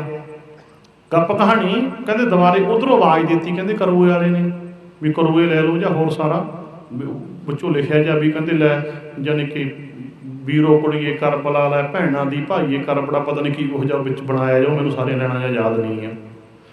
ਅੱਗੇ ਉਹ ਕੀ ਕੀਤਾ, ਅੱਗੇ ਜਦੋਂ ਆਵਾਜ਼ ਪੈ ਗਈ ਉਹ ਆਪਦੀ ਯਾਨੀ ਕਿ ਨੌਕਰਾਣੀ ਨੂੰ ਕਹਿੰਦੀ ਬੀਬੀ ਵੀਰੋ ਆਪਦੇ ਸਹੁਰੇ ਘਰੇ ਵੀ ਆਹ 2-4 ਸੂਈਆਂ ਰਹਿ ਗਈਆਂ, ਤੂੰ ਕੱਢੀ ਕਿਨਾਂ ਤੇ ਮੈਂ ਭੱਜ ਕੇ ਕਰੂਏ ਲੈ ਆਵਾਂ। ਅੱਗੇ 2-4 ਸੂਈਆਂ ਰਹਿ ਗਈਆਂ ਸੀ, ਸਾਲ ਹੋ ਗਿਆ ਸੀ ਕੱਢਦੀ ਨੂੰ ਸੂਈਆਂ। ਅੱਗੋਂ ਤਾਂ ਕਰੂਏ ਲੈਣ ਵਾਗੀ ਤੇ ਮਗਰੋਂ 2-4 ਸੂਈਆਂ ਜਿਹੜੀਆਂ ਰਹਿੰਦੀਆਂ ਜਦੋਂ ਗੋਲੀ ਨੇ ਕੱਢੀਆਂ, ਕਹਿੰਦੇ ਉਹਨੂੰ ਇੱਕਦਮ ਹੋਸ਼ ਆ ਗਈ। ਕਹਿੰਦੇ ਸਾਲ ਭਰ ਪਹਿਲਾਂ ਦਾ ਬੇਹੋਸ਼ ਹੋਇਆ ਸੀ ਨਾ, ਕੋਈ ਭੁੱਲ ਗਿਆ, ਯਾਦਾਸ਼ਤ ਰਹੀ ਨਹੀਂ। ਕਹਿੰਦੇ ਉਹਨੇ ਉਸ ਗੋਲੀ ਨੂੰ ਹੀ ਆਪਦੀ ਰਾਣੀ ਬਣਾ ਲਿਆ। ਲੈ ਨਵਾਂ ਜੱਬ ਛਿੜ ਗਿਆ। ਬੋਲੋ ਸਤਨਾਮ। ਕਰੂਏ ਨੇ ਨਵਾਂ ਚੰਦ ਚਾੜਤਾ। ਲੈ ਕੀ ਫਲ ਮਿਲਿਆ ਦੱਸੋ? ਤੁਸੀਂ ਕਹਿੰਦਾ ਮਗਰੇ ਹੂੰ, ਕਿ ਤੁਸੀਂ ਪੁੱਛਣਾ ਸੀ ਵੀ ਚੰਗਾ ਫਲ ਮਿਲਿਆ। ਉਹ ਤਾਂ ਕਰੂਏ ਲੈਣ ਬਾਕੀ, ਮਗਰੋਂ ਗੋਲੀ ਨੂੰ ਰਾਣੀ ਬਣਾ ਲਿਆ ਉਹਨੇ। ਤੁਸੀਂ ਕਹਿੰਦੀਆਂ ਹੂੰ ਵੀ ਵਧੀਆ ਹੋ ਗਿਆ ਕੰਮ ਨਾ। ਦੇਖ ਲਓ ਨਾ, ਦੱਸੋ ਗੱਲ ਦੇਖੋ ਤੁਸੀਂ ਜਲਦੀ। ਅੱਗੇ ਉਹਨੇ ਕਿ ਗੋਲੀ ਨੂੰ ਅੱਗੇ ਫਿਰ ਉਹ ਕਿ ਐਂ ਬੋਲੀ ਜਾ ਕਰੇ ਬੈਠੜੀ। ਅੱਗੇ ਸੁਣੋ ਨੀ ਭੈਣੋ ਗੁੱਡੜੀ ਉਹ ਰਾਣੀ ਸੀ ਜੋ ਗੋਲੀ ਹੋਈ, ਗੋਲੀ ਜੀ ਰਾਣੀ। ਲੱਗੀ ਬਕਵਾਸ ਹੈ ਦੱਸ। ਕੋਈ ਗੱਲਾਂ ਨੇ ਇਹ ਦੱਸ, ਕੋਈ ਗੱਲਾਂ, ਕੋਈ ਮੂੰਹ ਸਿਰ ਹੈਗਾ ਕਹਾਣੀ ਦਾ? ਸੋਚੋ। ਉਹਨੇ ਪੁੱਛ ਲਿਆ ਫਿਰ ਕਿ ਇਹ ਕੀ ਕਹਿਣੀ ਆ ਤੂੰ? ਉਹਨੇ ਦੱਸਿਆ ਫਿਰ ਵੀ ਰਾਣੀ ਤਾਂ ਮੈਂ ਸੀ, ਤੂੰ ਬੇਹੋਸ਼ ਹੋ ਗਿਆ, ਇਹ ਸੂਈਆਂ ਮੈਂ ਕਰੂਏ ਲੈਣ ਬਾਗੀ। ਉਹਨੇ ਫਿਰ ਉਹਨੂੰ ਵੀ ਰਾਣੀ ਬਣਾ ਲਿਆ। ਕਹਿੰਦੇ ਦੱਸ ਲੈ, ਐਡੀ ਮੇਰੀ ਬਾਤ ਉੱਤੋਂ ਪੈ ਗਈ, ਰਾਹ ਤਾਂ ਗੱਲ ਹੈ ਕੋਈ? ਦੱਸ ਸੋਚੋ ਜਰਾ, ਬਾਤਾਂ ਦੇਖ ਲਓ, ਬਾਤਾਂ ਦੇਖ ਲਓ ਬਣਾਈਆਂ। ਸੋਚੋ ਜਰਾ। ਤੇ ਸਿੱਖਿਆ ਕੀ ਦੇਣਗੀਆਂ ਫਿਰ ਉਹਦੇ ਅੱਗੇ ਕੱਤੀ ਨਾ, ਅਟੇਰੀ ਨਾ, ਘੁੰਮੜਾ ਚਰਖੜਾ ਫੇਰੀ ਨਾ। ਆਹੋ ਵਿਹਲੀ ਖਾਈ, ਕੰਮ ਨਾ ਖਾਈ। ਕਹਿੰਦੇ ਅੱਜ ਕੰਮ ਨਹੀਂ ਕਰਨਾ ਹੁੰਦਾ, ਕਹਿੰਦੇ ਕੋਈ ਹੋਰ ਅੱਜ ਦਾ ਖਾਣ ਪੀਣ ਤੇ ਬਸ ਮਾੜਾ ਅੱਗਾ ਪਿੱਛਾ ਕਰਕੇ ਖਾਈ ਪੀ ਚੱਲੋ, ਨਾਲੇ ਕਹਿ ਦਿਓ ਵਰਤ ਹੈ। ਕਹਿੰਦੇ ਅੱਜ ਨਾ, ਕਹਿੰਦੇ ਕੱਤੀ ਨਾ, ਅਟੇਰੀ ਨਾ, ਘੁੰਮੜਾ ਚਰਖਣਾ ਫੇੜੀ ਨਾ, ਕਹਿੰਦੇ ਸੁੱਤੇ ਨੂੰ ਜਗਾਈ ਨਾ, ਰੁੱਸੇ ਨੂੰ ਮਨਾਈ ਨਾ, ਜਵੰਦਾ ਚੋਲੀ ਪਾਇਆ ਕਰਬੜਾ ਵਟਾਇਆ। ਲੈ ਦੱਸ, ਕੋਈ ਹੈ ਮੂੰਹ ਸਿਰ? ਕੀ ਗੱਲ ਬਣੀ ਇਹ ਦੱਸੋ? ਭਾਵ ਇਹ ਇੱਕ ਯਾਨੀ ਕਿ ਗੱਪ ਕਹਾਣੀਆਂ, ਇਹ ਜਿਹੜਾ ਐਵੇਂ ਯਾਨੀ ਕਿ ਬਕਵਾਸ ਸਾਡੇ ਤੇ ਥੋਪਿਆ, ਇਹਨਾਂ ਗੱਲਾਂ ਨੂੰ ਆਪਾਂ ਨਹੀਂ ਮੰਨਣਾ। ਜਿਹਨਾਂ ਗੱਲਾਂ ਨੂੰ ਸਾਨੂੰ ਗੱਪ ਕਹਾਣੀ ਵੀ ਤੁਹਾਨੂੰ ਸੁਣਾਤੀ ਮੈਂ, ਗੁਰਬਾਣੀ ਦੇ ਤੁਹਾਨੂੰ ਪ੍ਰਮਾਣ ਦੇਤੇ, ਸਾਇੰਸ ਦੀਆਂ ਗੱਲਾਂ ਵੀ ਸੁਣਾਤੀਆਂ, ਦਲੀਲ ਵੀ ਦੇਤੀ ਵੀ ਤੁਹਾਡੇ ਦੇ ਥੋਪੇ ਗਏ ਆ ਇਹ। ਵਰਤਾਂ ਤੱਕ ਕੋਈ ਵਰਤ ਰੱਖ ਕੇ ਕਿਸੇ ਕਿਸਮ ਦਾ ਪਖੰਡ ਨਹੀਂ ਕਰਨਾ। ਰਹੋ ਵਿਚਾਰ ਇੱਥੋਂ ਤੱਕ। ਇਸ ਯਾਨੀ ਕਿ ਕਰੂਏ ਦੇ ਸੰਬੰਧ ਨਾਲ ਸੰਬੰਧਿਤ ਇਹ ਵਿਸਥਾਰ ਨੂੰ ਆਪਾਂ ਸਮਝਣ ਦੀ ਕੋਸ਼ਿਸ਼ ਕੀਤੀ ਹੈ। ਫਿਰ ਇੱਕ ਨੁਕਤੇ ਤੇ ਹੋਰ ਗੱਲ ਕਰ ਦੇਵਾਂ, ਕਿਉਂਕਿ ਜਦ ਤਿਉਹਾਰਾਂ ਦੀ ਸਮੀਖਿਆ ਚੱਲੀ ਹੈ ਨਾ, ਵੀ ਪਰਖੋ ਕੀ ਗੱਲ ਹੈ। ਪਹਿਲਾਂ ਰਾਵਣਾਂ ਦੀ ਗੱਲ ਚੱਲੀ ਸੀ ਨਾ, ਤਾਂ ਤੇ ਫਿਰ ਅਗਲਾ ਲਾ ਲਓ ਨੁਕਤਾ। ਉਸ ਤੋਂ ਬਾਅਦ ਕੀ ਹੈ, ਦੀਵਾਲੀ ਆਉਣੀ ਹੈ। ਬੰਦੀ ਛੋੜ ਦਿਵਸ ਦੇ ਰੂਪ ਦੇ ਵਿੱਚ ਤੁਸੀਂ ਦੀਵਾਲੀ ਮਨਾ ਸਕਦੇ, ਪਰ ਲੋਕਾਂ ਦੀ ਤਰ੍ਹਾਂ ਨਹੀਂ। ਲੋਕਾਂ ਦੀ ਤਰ੍ਹਾਂ ਸਮਝ ਗਏ? ਸਿਆਣੇ ਬਣ ਜਾਓ, ਰੁਪਈਆਂ ਨੂੰ ਅੱਗ ਲਾ ਕੇ ਪਰਮਾਤਮਾ ਦੀ ਹਵਾ ਨੂੰ ਗੰਦਾ ਨਾ ਕਰਿਆ ਕਰੋ। ਬੋਲੋ ਸਤਨਾਮ। ਪਟਾਕੇ ਚਲਾਉਣ ਦਾ ਕੀ ਅਰਥ ਹੈ? ਸਿੱਧਾ ਜਾਂ ਰੁਪਈਆਂ ਨੂੰ ਅੱਗ ਲਾ ਕੇ ਹਵਾ ਗੰਦੀ ਕਰਨੀ। ਬੋਲੋ ਗਲਤ ਤਾਂ ਨਹੀਂ ਬੋਲਿਆ ਮੈਂ? ਰੁਪਈਆਂ ਨੂੰ ਅੱਗ ਲਾਉਣੀ, ਉਹ ਰੁਪਈਏ ਸਰਮਾਏਦਾਰੀ ਦੀ ਝੋਲੀ 'ਚ ਪਾਉਣੇ, ਤੇ ਨਾਲੇ ਪ੍ਰਦੂਸ਼ਣ ਪਟਾਸ਼ ਹੈ ਨਾ, ਇਹ ਬਰੂਦ ਬਹੁਤ ਜ਼ਿਆਦਾ ਪ੍ਰਦੂਸ਼ਣ ਹੁੰਦਾ, ਨਾਲੇ ਪ੍ਰਦੂਸ਼ਣ ਕਰਨਾ, ਨਾਲੇ ਰੁਪਈਆਂ ਨੂੰ ਅੱਗ ਲਾਉਣੀ, ਤੇ ਰੁਪਈਏ ਸਰਮਾਏਦਾਰੀ ਦੀ ਝੋਲੀ 'ਚ ਪਾਉਣੇ। ਕਿੱਡੀ ਮੂਰਖ ਹੈ ਦੁਨੀਆ। ਆਪਾਂ ਤਾਂ ਸਿਆਣੇ ਹੋ ਜਾਓ, ਸੋਚੋ ਜਰਾ, ਸਿੱਖ ਤਾਂ ਸਿਆਣੇ ਹੋ ਜਾਓ, ਪਤਾ ਲੱਗੇ ਵੀ ਹਾਂ ਡਰਦੇ ਨਿਆਰੇ ਨੇ। ਰੁਪਈਆਂ ਨੂੰ ਅੱਗ ਲਾ ਕੇ ਹਵਾ ਗੰਦੀ ਕਰਨੀ, ਸੋਚੋ। ਤੇ ਫਿਰ ਦੂਸਰਾ, ਮਠਿਆਈਆਂ ਤੱਕ ਬਿਲਕੁਲ ਨਹੀਂ ਇਹੋ ਜਿਹੇ ਤਿਉਹਾਰਾਂ 'ਤੇ ਲੈਣੀਆਂ। ਹਾਂ, ਕਈ ਵਾਰੀ ਬੱਚੇ ਇਹਨਾਂ ਗੱਲਾਂ ਨੂੰ ਸਮਝ ਨਹੀਂ ਸਕਦੇ ਹੁੰਦੇ, ਕਿਉਂ? ਉਹ ਸੋਚਦੇ ਆ ਵੀ ਸਾਰੇ ਬੱਚੇ ਛਕਦੇ ਆ ਮਿਠਾਈਆਂ, ਅਸੀਂ ਕਿਉਂ ਨਹੀਂ? ਇਸ ਕਰਕੇ ਘਰ ਕੋਈ ਚੀਜ਼ ਬਣਾ ਲਓ। ਆਪਣਾ ਦੁੱਧ ਘਰਾਂ 'ਚ ਹੁੰਦਾ, ਖੋਆ ਕੱਢ ਲਓ, ਨਹੀਂ ਦੁੱਧ ਮੁੱਲ ਲੈ ਕੇ, ਜਿੱਦਾਂ ਵੀ ਕਿੱਦਾਂ। ਤਾਂ ਤੇ ਇਹੋ ਜਿਹੇ ਤਿਉਹਾਰਾਂ ਦੇ ਉੱਤੇ ਕਦੇ ਵੀ ਬਾਜ਼ਾਰ ਵਿੱਚੋਂ ਮਠਿਆਈਆਂ ਨਾ ਖਰੀਦੋ। ਬੜਾ ਜਾਣੀ ਕਿ ਨਕਲੀ ਖੋਆ, ਹੋਰ ਬਹੁਤ ਕੁਝ, ਬੜਾ ਕੁਛ ਹੁੰਦਾ, ਬੜਾ ਕੁਝ ਹੁੰਦਾ ਹੈ। ਤਾਂ ਤੇ ਨਾ ਰੁਪਈਆਂ ਨੂੰ ਅੱਗ ਲਾਓ, ਯਾਦ ਰੱਖਿਓ। ਪਟਾਕੇ ਚਲਾਉਣ ਦਾ ਮਤਲਬ ਰੁਪਈਆਂ ਨੂੰ ਅੱਗ ਨਹੀਂ ਲਾਉਣੀ। ਸੁਚੇਤ ਹੋਣਾ ਹੈ ਇਹੋ ਜਿਹੀਆਂ ਗੱਲਾਂ ਤੋਂ। ਇਹ ਚਾਲਾਂ ਨੇ ਸਾਰੀਆਂ ਵੱਡਿਆਂ ਲੋਕਾਂ ਦੀਆਂ ਸਰਮਾਏਦਾਰੀ ਦੀਆਂ ਚਾਲਾਂ। ਇਹਨਾਂ ਇਹੋ ਜਿਹੇ ਕੱਚੇ ਪਿੱਲੇ ਤਿਉਹਾਰਾਂ 'ਤੇ ਸਰਮਾਏਦਾਰੀ ਦੀਆਂ ਝੋਲੀਆਂ ਭਰ ਜਾਂਦੀਆਂ, ਕਿਰਤੀ ਲੁੱਟਿਆ ਜਾਂਦਾ ਹੈ। ਬੋਲੋ ਸਤਨਾਮ। ਕਿਰਤੀ ਲੁੱਟਿਆ ਜਾਂਦਾ ਹੈ, ਕੁਝ ਵੀ ਨਹੀਂ ਮਿਲਦਾ। ਤਾਂ ਤੇ ਇੱਕ ਥਾਂ ਦੇ ਉੱਤੇ ਮੈਂ ਇਹ ਗੱਲਾਂ ਕਹਿਤੀਆਂ ਜਿਹੜੀਆਂ ਹੁਣ ਤੁਹਾਨੂੰ ਕਹੀਆਂ। ਇੱਕ ਮੇਰੇ ਕੋਲੇ ਭਾਈ ਬਾਅਦ ਵਿੱਚ ਆ ਗਿਆ, ਕਿਸੇ ਥਾਂ ਦੀਵਾਨ ਸੀ। ਹੁਣ ਜੇ ਤਾਂ ਕੋਈ ਜਾਣੀ ਕਿ ਦਲੀਲ ਨਾਲ ਗੱਲ ਕਰੇ ਤਾਂ ਦਲੀਲ ਨਾਲ ਹੀ ਜਵਾਬ ਦੇਈਦਾ, ਖੈਰ। ਪਰ ਜੇ ਕੋਈ ਜਾਣੀ ਕਿ ਗਲਤ ਪ੍ਰਸ਼ਨ ਕਰੇ ਤਾਂ ਗਲਤ ਉੱਤਰ ਵੀ ਦੇ ਦੇਈਦਾ, ਵੀ ਉਹ ਤਾਂ ਫਿਰ ਜ਼ਿੰਮੇਵਾਰ ਗਲਤ ਪ੍ਰਸ਼ਨ ਕਰਨ ਵਾਲਾ ਹੀ ਹੁੰਦਾ ਨਾ। ਚਲੋ ਖੈਰ, ਉਹਨੇ ਮੈਨੂੰ ਇੱਕ ਗੱਲ ਪੁੱਛੀ, ਚਲੋ ਨਾ ਗਲਤ ਨਾ ਠੀਕ ਸੀ। ਉਹ ਤਾਂ ਕਹਿੰਦਾ ਜੀ, ਇਹ ਤਾਂ ਬੜਾ ਪਵਿੱਤਰ ਤਿਉਹਾਰ ਹੈ, ਤੁਸੀਂ ਇਹ ਕਾਂਟ ਕਰ ਦਿੱਤੀ, ਇਹ ਕਰ ਦਿੱਤਾ, ਵਾਹ ਕਰ ਦਿੱਤਾ। ਮੈਂ ਕਿਹਾ ਵੀ ਸੱਜਣਾ ਬਹਿ ਜਾ, ਤੈਨੂੰ ਮੈਂ ਪਵਿੱਤਰ ਤਿਉਹਾਰ ਦਾ ਦਰਸ਼ਨ ਕਰਾ ਦਿਆਂ। ਚੱਲ ਬਹਿ ਗਿਆ ਉਹ। ਮੈਂ ਕਿਹਾ ਮਾੜਾ ਜਿਹਾ ਅੱਖਾਂ ਬੰਦ ਕਰਕੇ ਧਿਆਨ ਲਾਈ ਮਾੜਾ ਜਿਹਾ। ਉਹ ਮੇਰੇ ਮੂੰਹ ਭੰਨੀ ਝਾਕੇ ਵੀ ਬੰਦਾ ਕਿਹੋ ਜਿਹਾ ਇਹ। ਉਹਨੂੰ ਅਜੀਬ ਜਿਹਾ ਲੱਗਾ ਨਾ, ਮੈਂ ਪਹਿਲੀ ਵਾਰ ਮਿਲਿਆ ਸੀਗਾ, ਤਾਂ ਕੋਈ ਇਹਨੂੰ ਸਮਝ ਵੀ ਨਹੀਂ ਆਉਂਦੀ, ਨਹੀਂ ਪਹਿਲੀ ਮਿਲਣੀ ਤੇ ਪਤਾ ਵੀ ਨਹੀਂ ਲੱਗਦਾ ਨਾ। ਕਹਿੰਦਾ ਜੀ ਇਹ ਕਿਵੇਂ, ਤੁਸੀਂ ਕਿਵੇਂ? ਮੈਂ ਕਿਹਾ ਤੂੰ ਮਾੜੀ ਜਿਹੀ ਗੱਲ ਤਾਂ ਮੰਨ ਲਾ, ਤੈਨੂੰ ਮੈਂ ਦਰਸ਼ਨ ਕਰਾਉਣਾ ਮਾੜਾ ਜਿਹਾ। ਕਹਿੰਦਾ ਦਰਸ਼ਨ ਕਿਵੇਂ? ਮੈਂ ਕਿਹਾ ਤੂੰ ਮਾੜਾ ਧਿਆਨ ਜਿਹਾ ਕਰਾਏਂਗੇ, ਧਿਆਨ ਕਰ ਤੂੰ ਮਾੜਾ ਜਿਹਾ, ਤੈਨੂੰ ਮੈਂ ਦਰਸ਼ਨ ਕਰਾਵਾਂ ਜ਼ਰੂਰ। ਕਹਿੰਦਾ ਪਵਿੱਤਰ ਦਿਹਾੜਾ। ਕਹਿੰਦਾ ਚਲੋ। ਮੈਂ ਕਿਹਾ ਵੀ ਦੇਖ, ਤੂੰ ਕਹਿੰਦਾ ਪਵਿੱਤਰ ਆ, ਉਹ ਦੇਖ ਪਵਿੱਤਰ ਦੇ ਨੂੰ ਦਿਹਾੜੇ ਦਰਸ਼ਨ ਕਰਾਵਾਂ। ਇੱਕ ਪਾਸੇ ਤਾਂ ਰੁਪਈਆਂ ਨੂੰ ਅੱਗ ਲਾ ਕੇ ਹਵਾ ਗੰਦੀ ਕੀਤੀ ਜਾ ਰਹੀ ਹੈ, ਇੱਕ ਪਾਸੇ ਨਕਲੀ ਮਠਿਆਈਆਂ ਵਿਕ ਰਹੀਆਂ, ਇੱਕ ਪਾਸੇ ਠੇਕੇ 'ਤੇ ਵੀ ਭੀੜ ਹੈ, ਰੋਜ਼ ਨਾਲੋਂ ਵੱਧ, ਕਹਿੰਦੇ ਦੀਵਾਲੀ ਹੈ। ਦੂਜੇ ਪਾਸੇ ਮਾਸ ਦੇ ਖੋਖੇ 'ਤੇ ਰੋਜ਼ ਨਾਲੋਂ ਵੱਧ ਭੀੜ ਹੈ, ਕਹਿੰਦੇ ਦੀਵਾਲੀ ਹੈ। ਦੂਜੇ ਪਾਸੇ ਜੂਆ ਘਰਾਂ 'ਚ ਵੀ ਵੱਧ ਭੀੜ ਹੈ, ਕਹਿੰਦੇ ਲਾ ਲਈਏ ਤਾਂ ਕੀ ਹੈ, ਲੱਛਮੀ ਆ ਜੇ।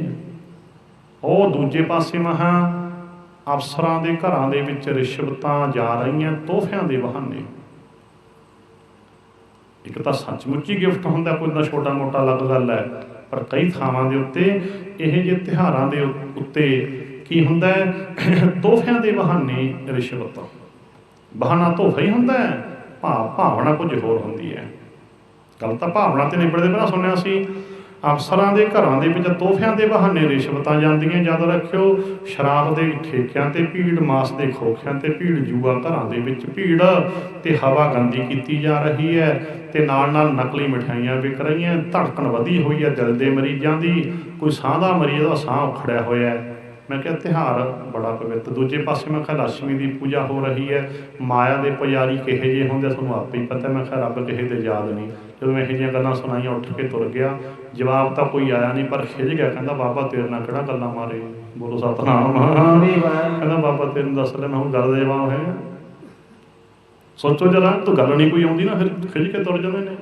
ਸੋਚੋ ਜਰਾ, ਕਹਿਣ ਦਾ ਭਾਵ ਕੀ ਹੈ? ਦੇਖੋ ਪਵਿੱਤਰ ਕਹਿਣ ਵਾਲੇ, ਹਾਲਤ ਕੀ ਹੈ ਦੁਨੀਆ ਦੀ, ਕੀ ਕੁਛ ਬਦਫੈਲੀਆਂ ਕੀਤੀਆਂ ਜਾ ਰਹੀਆਂ ਨੇ। ਠੱਗੀ ਮਾਰਨ ਤੋਂ ਸੰਕੋਚ ਨਹੀਂ ਕੀਤਾ, ਫਿਰ ਤਾਂ ਸਵਾਦ ਮਾਲਣ ਦੇ ਵੀ ਦੀਵਾਲੀ ਅੱਜ ਠੱਗੀ ਨਹੀਂ ਮਾਰਨੀ। ਬੋਲੋ ਸਤਨਾਮ। ਠੱਗੀ ਨਹੀਂ ਮਾਰਨੀ। ਤਾਂ ਤੇ ਕਹਿਣ ਦਾ ਭਾਵ ਕੀ ਹੈ, ਇੱਦਾਂ ਇਹ ਇੱਕ ਜਾਣੀ ਕਿ ਬੜੀਆਂ ਰਸਮ ਪੂਰਤੀਆਂ ਹੋ ਗਈਆਂ, ਬੜਾ ਕੁਝ ਹੋ ਗਿਆ। ਤਾਂ ਤੇ ਸਿਆਣੇ ਬਣ ਜਾਓ, ਸੁਚੇਤ ਹੋ ਜਾਓ। ਸੁਚੇਤ ਹੋਣਾ ਹੈ ਅਸੀਂ, ਤੇ ਨਾਲ ਨਾਲ ਕਈ ਖੋਰ ਪਖੰਡ ਵੀ ਚੱਲਦਾ ਹੈ। ਕਹਿੰਦੇ ਜੀ ਐਂ ਕਰੋ, ਕਹਿੰਦੇ ਲਾਈਟਾਂ ਛੱਡ ਦਿਓ, ਕਹਿੰਦੇ ਅੱਧੀ ਰਾਤ ਤੱਕ ਦਰਵਾਜ਼ੇ ਖੋਲ੍ਹ ਦਿਓ। ਜੇ ਪੁੱਛੀਏ ਭਾਈ ਕੀ ਗੱਲ, ਕਹਿੰਦੇ ਦੀਵਾਲੀ ਹੈ ਜੀ, ਕੀ ਹੈ ਲక్ష్ਮੀ ਆ ਜੇ, ਕੀ ਹੈ ਲక్ష్ਮੀ ਆ ਜੇ।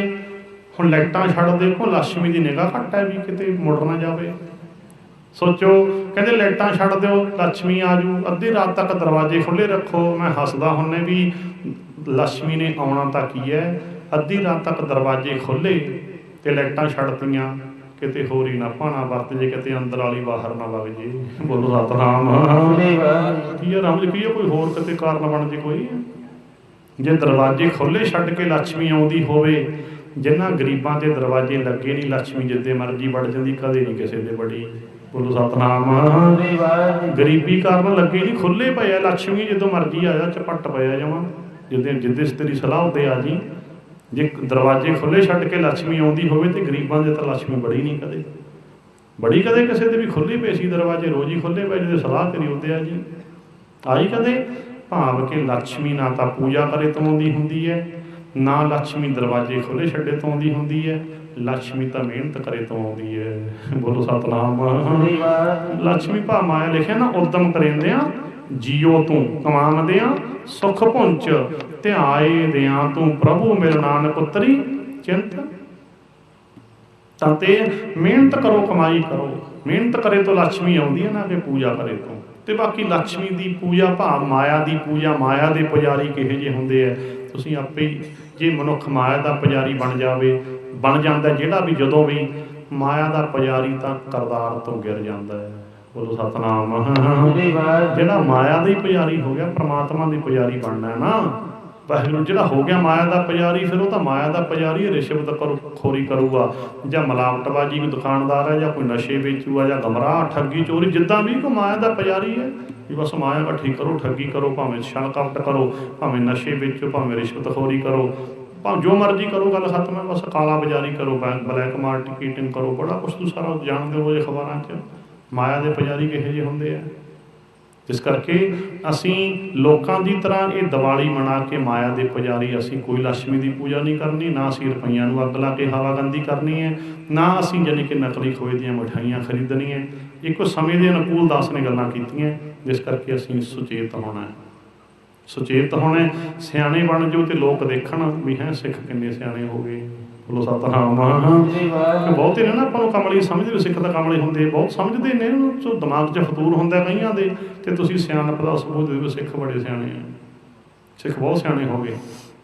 ਸਿੱਖ ਭੇਡ ਚਾਲ ਨਹੀਂ ਕਰਦੇ, ਬਹੁਮਤ ਦੀ ਭੇਡ ਚਾਲ ਨਾ ਕਰਿਆ ਕਰੋ। ਬਸ ਇੱਕ ਨਿਆਰਾਪਣ ਆਪਣਾ ਕਾਇਮ ਰੱਖਣਾ, ਨਿਆਰਾਪਣ ਕਾਇਮ ਰੱਖਣਾ। ਤਾਂ ਤੇ ਇੱਦਾਂ ਇਹ ਗੱਲਾਂ ਨੂੰ ਅਸੀਂ ਸਮਝਣ ਦੀ ਕੋਸ਼ਿਸ਼ ਕਰੀਏ, ਤਾਂ ਤੇ ਇੱਥੋਂ ਤੱਕ ਆਪਾਂ ਜਾਣੀ ਕਿ ਜੋ ਇੱਦਾਂ ਦੇ ਤਿਉਹਾਰ ਨੇ, ਇਹਨਾਂ ਦੀ ਗੁਰਮਤਿ ਦੇ ਆਧਾਰ 'ਤੇ ਸਮੀਖਿਆ ਕੀਤੀ ਹੈ, ਵਿਚਾਰ ਕੀਤੀ ਹੈ। ਸੁਚੇਤ ਹੋਣਾ, ਸਮਾਂ ਹੋ ਗਿਆ।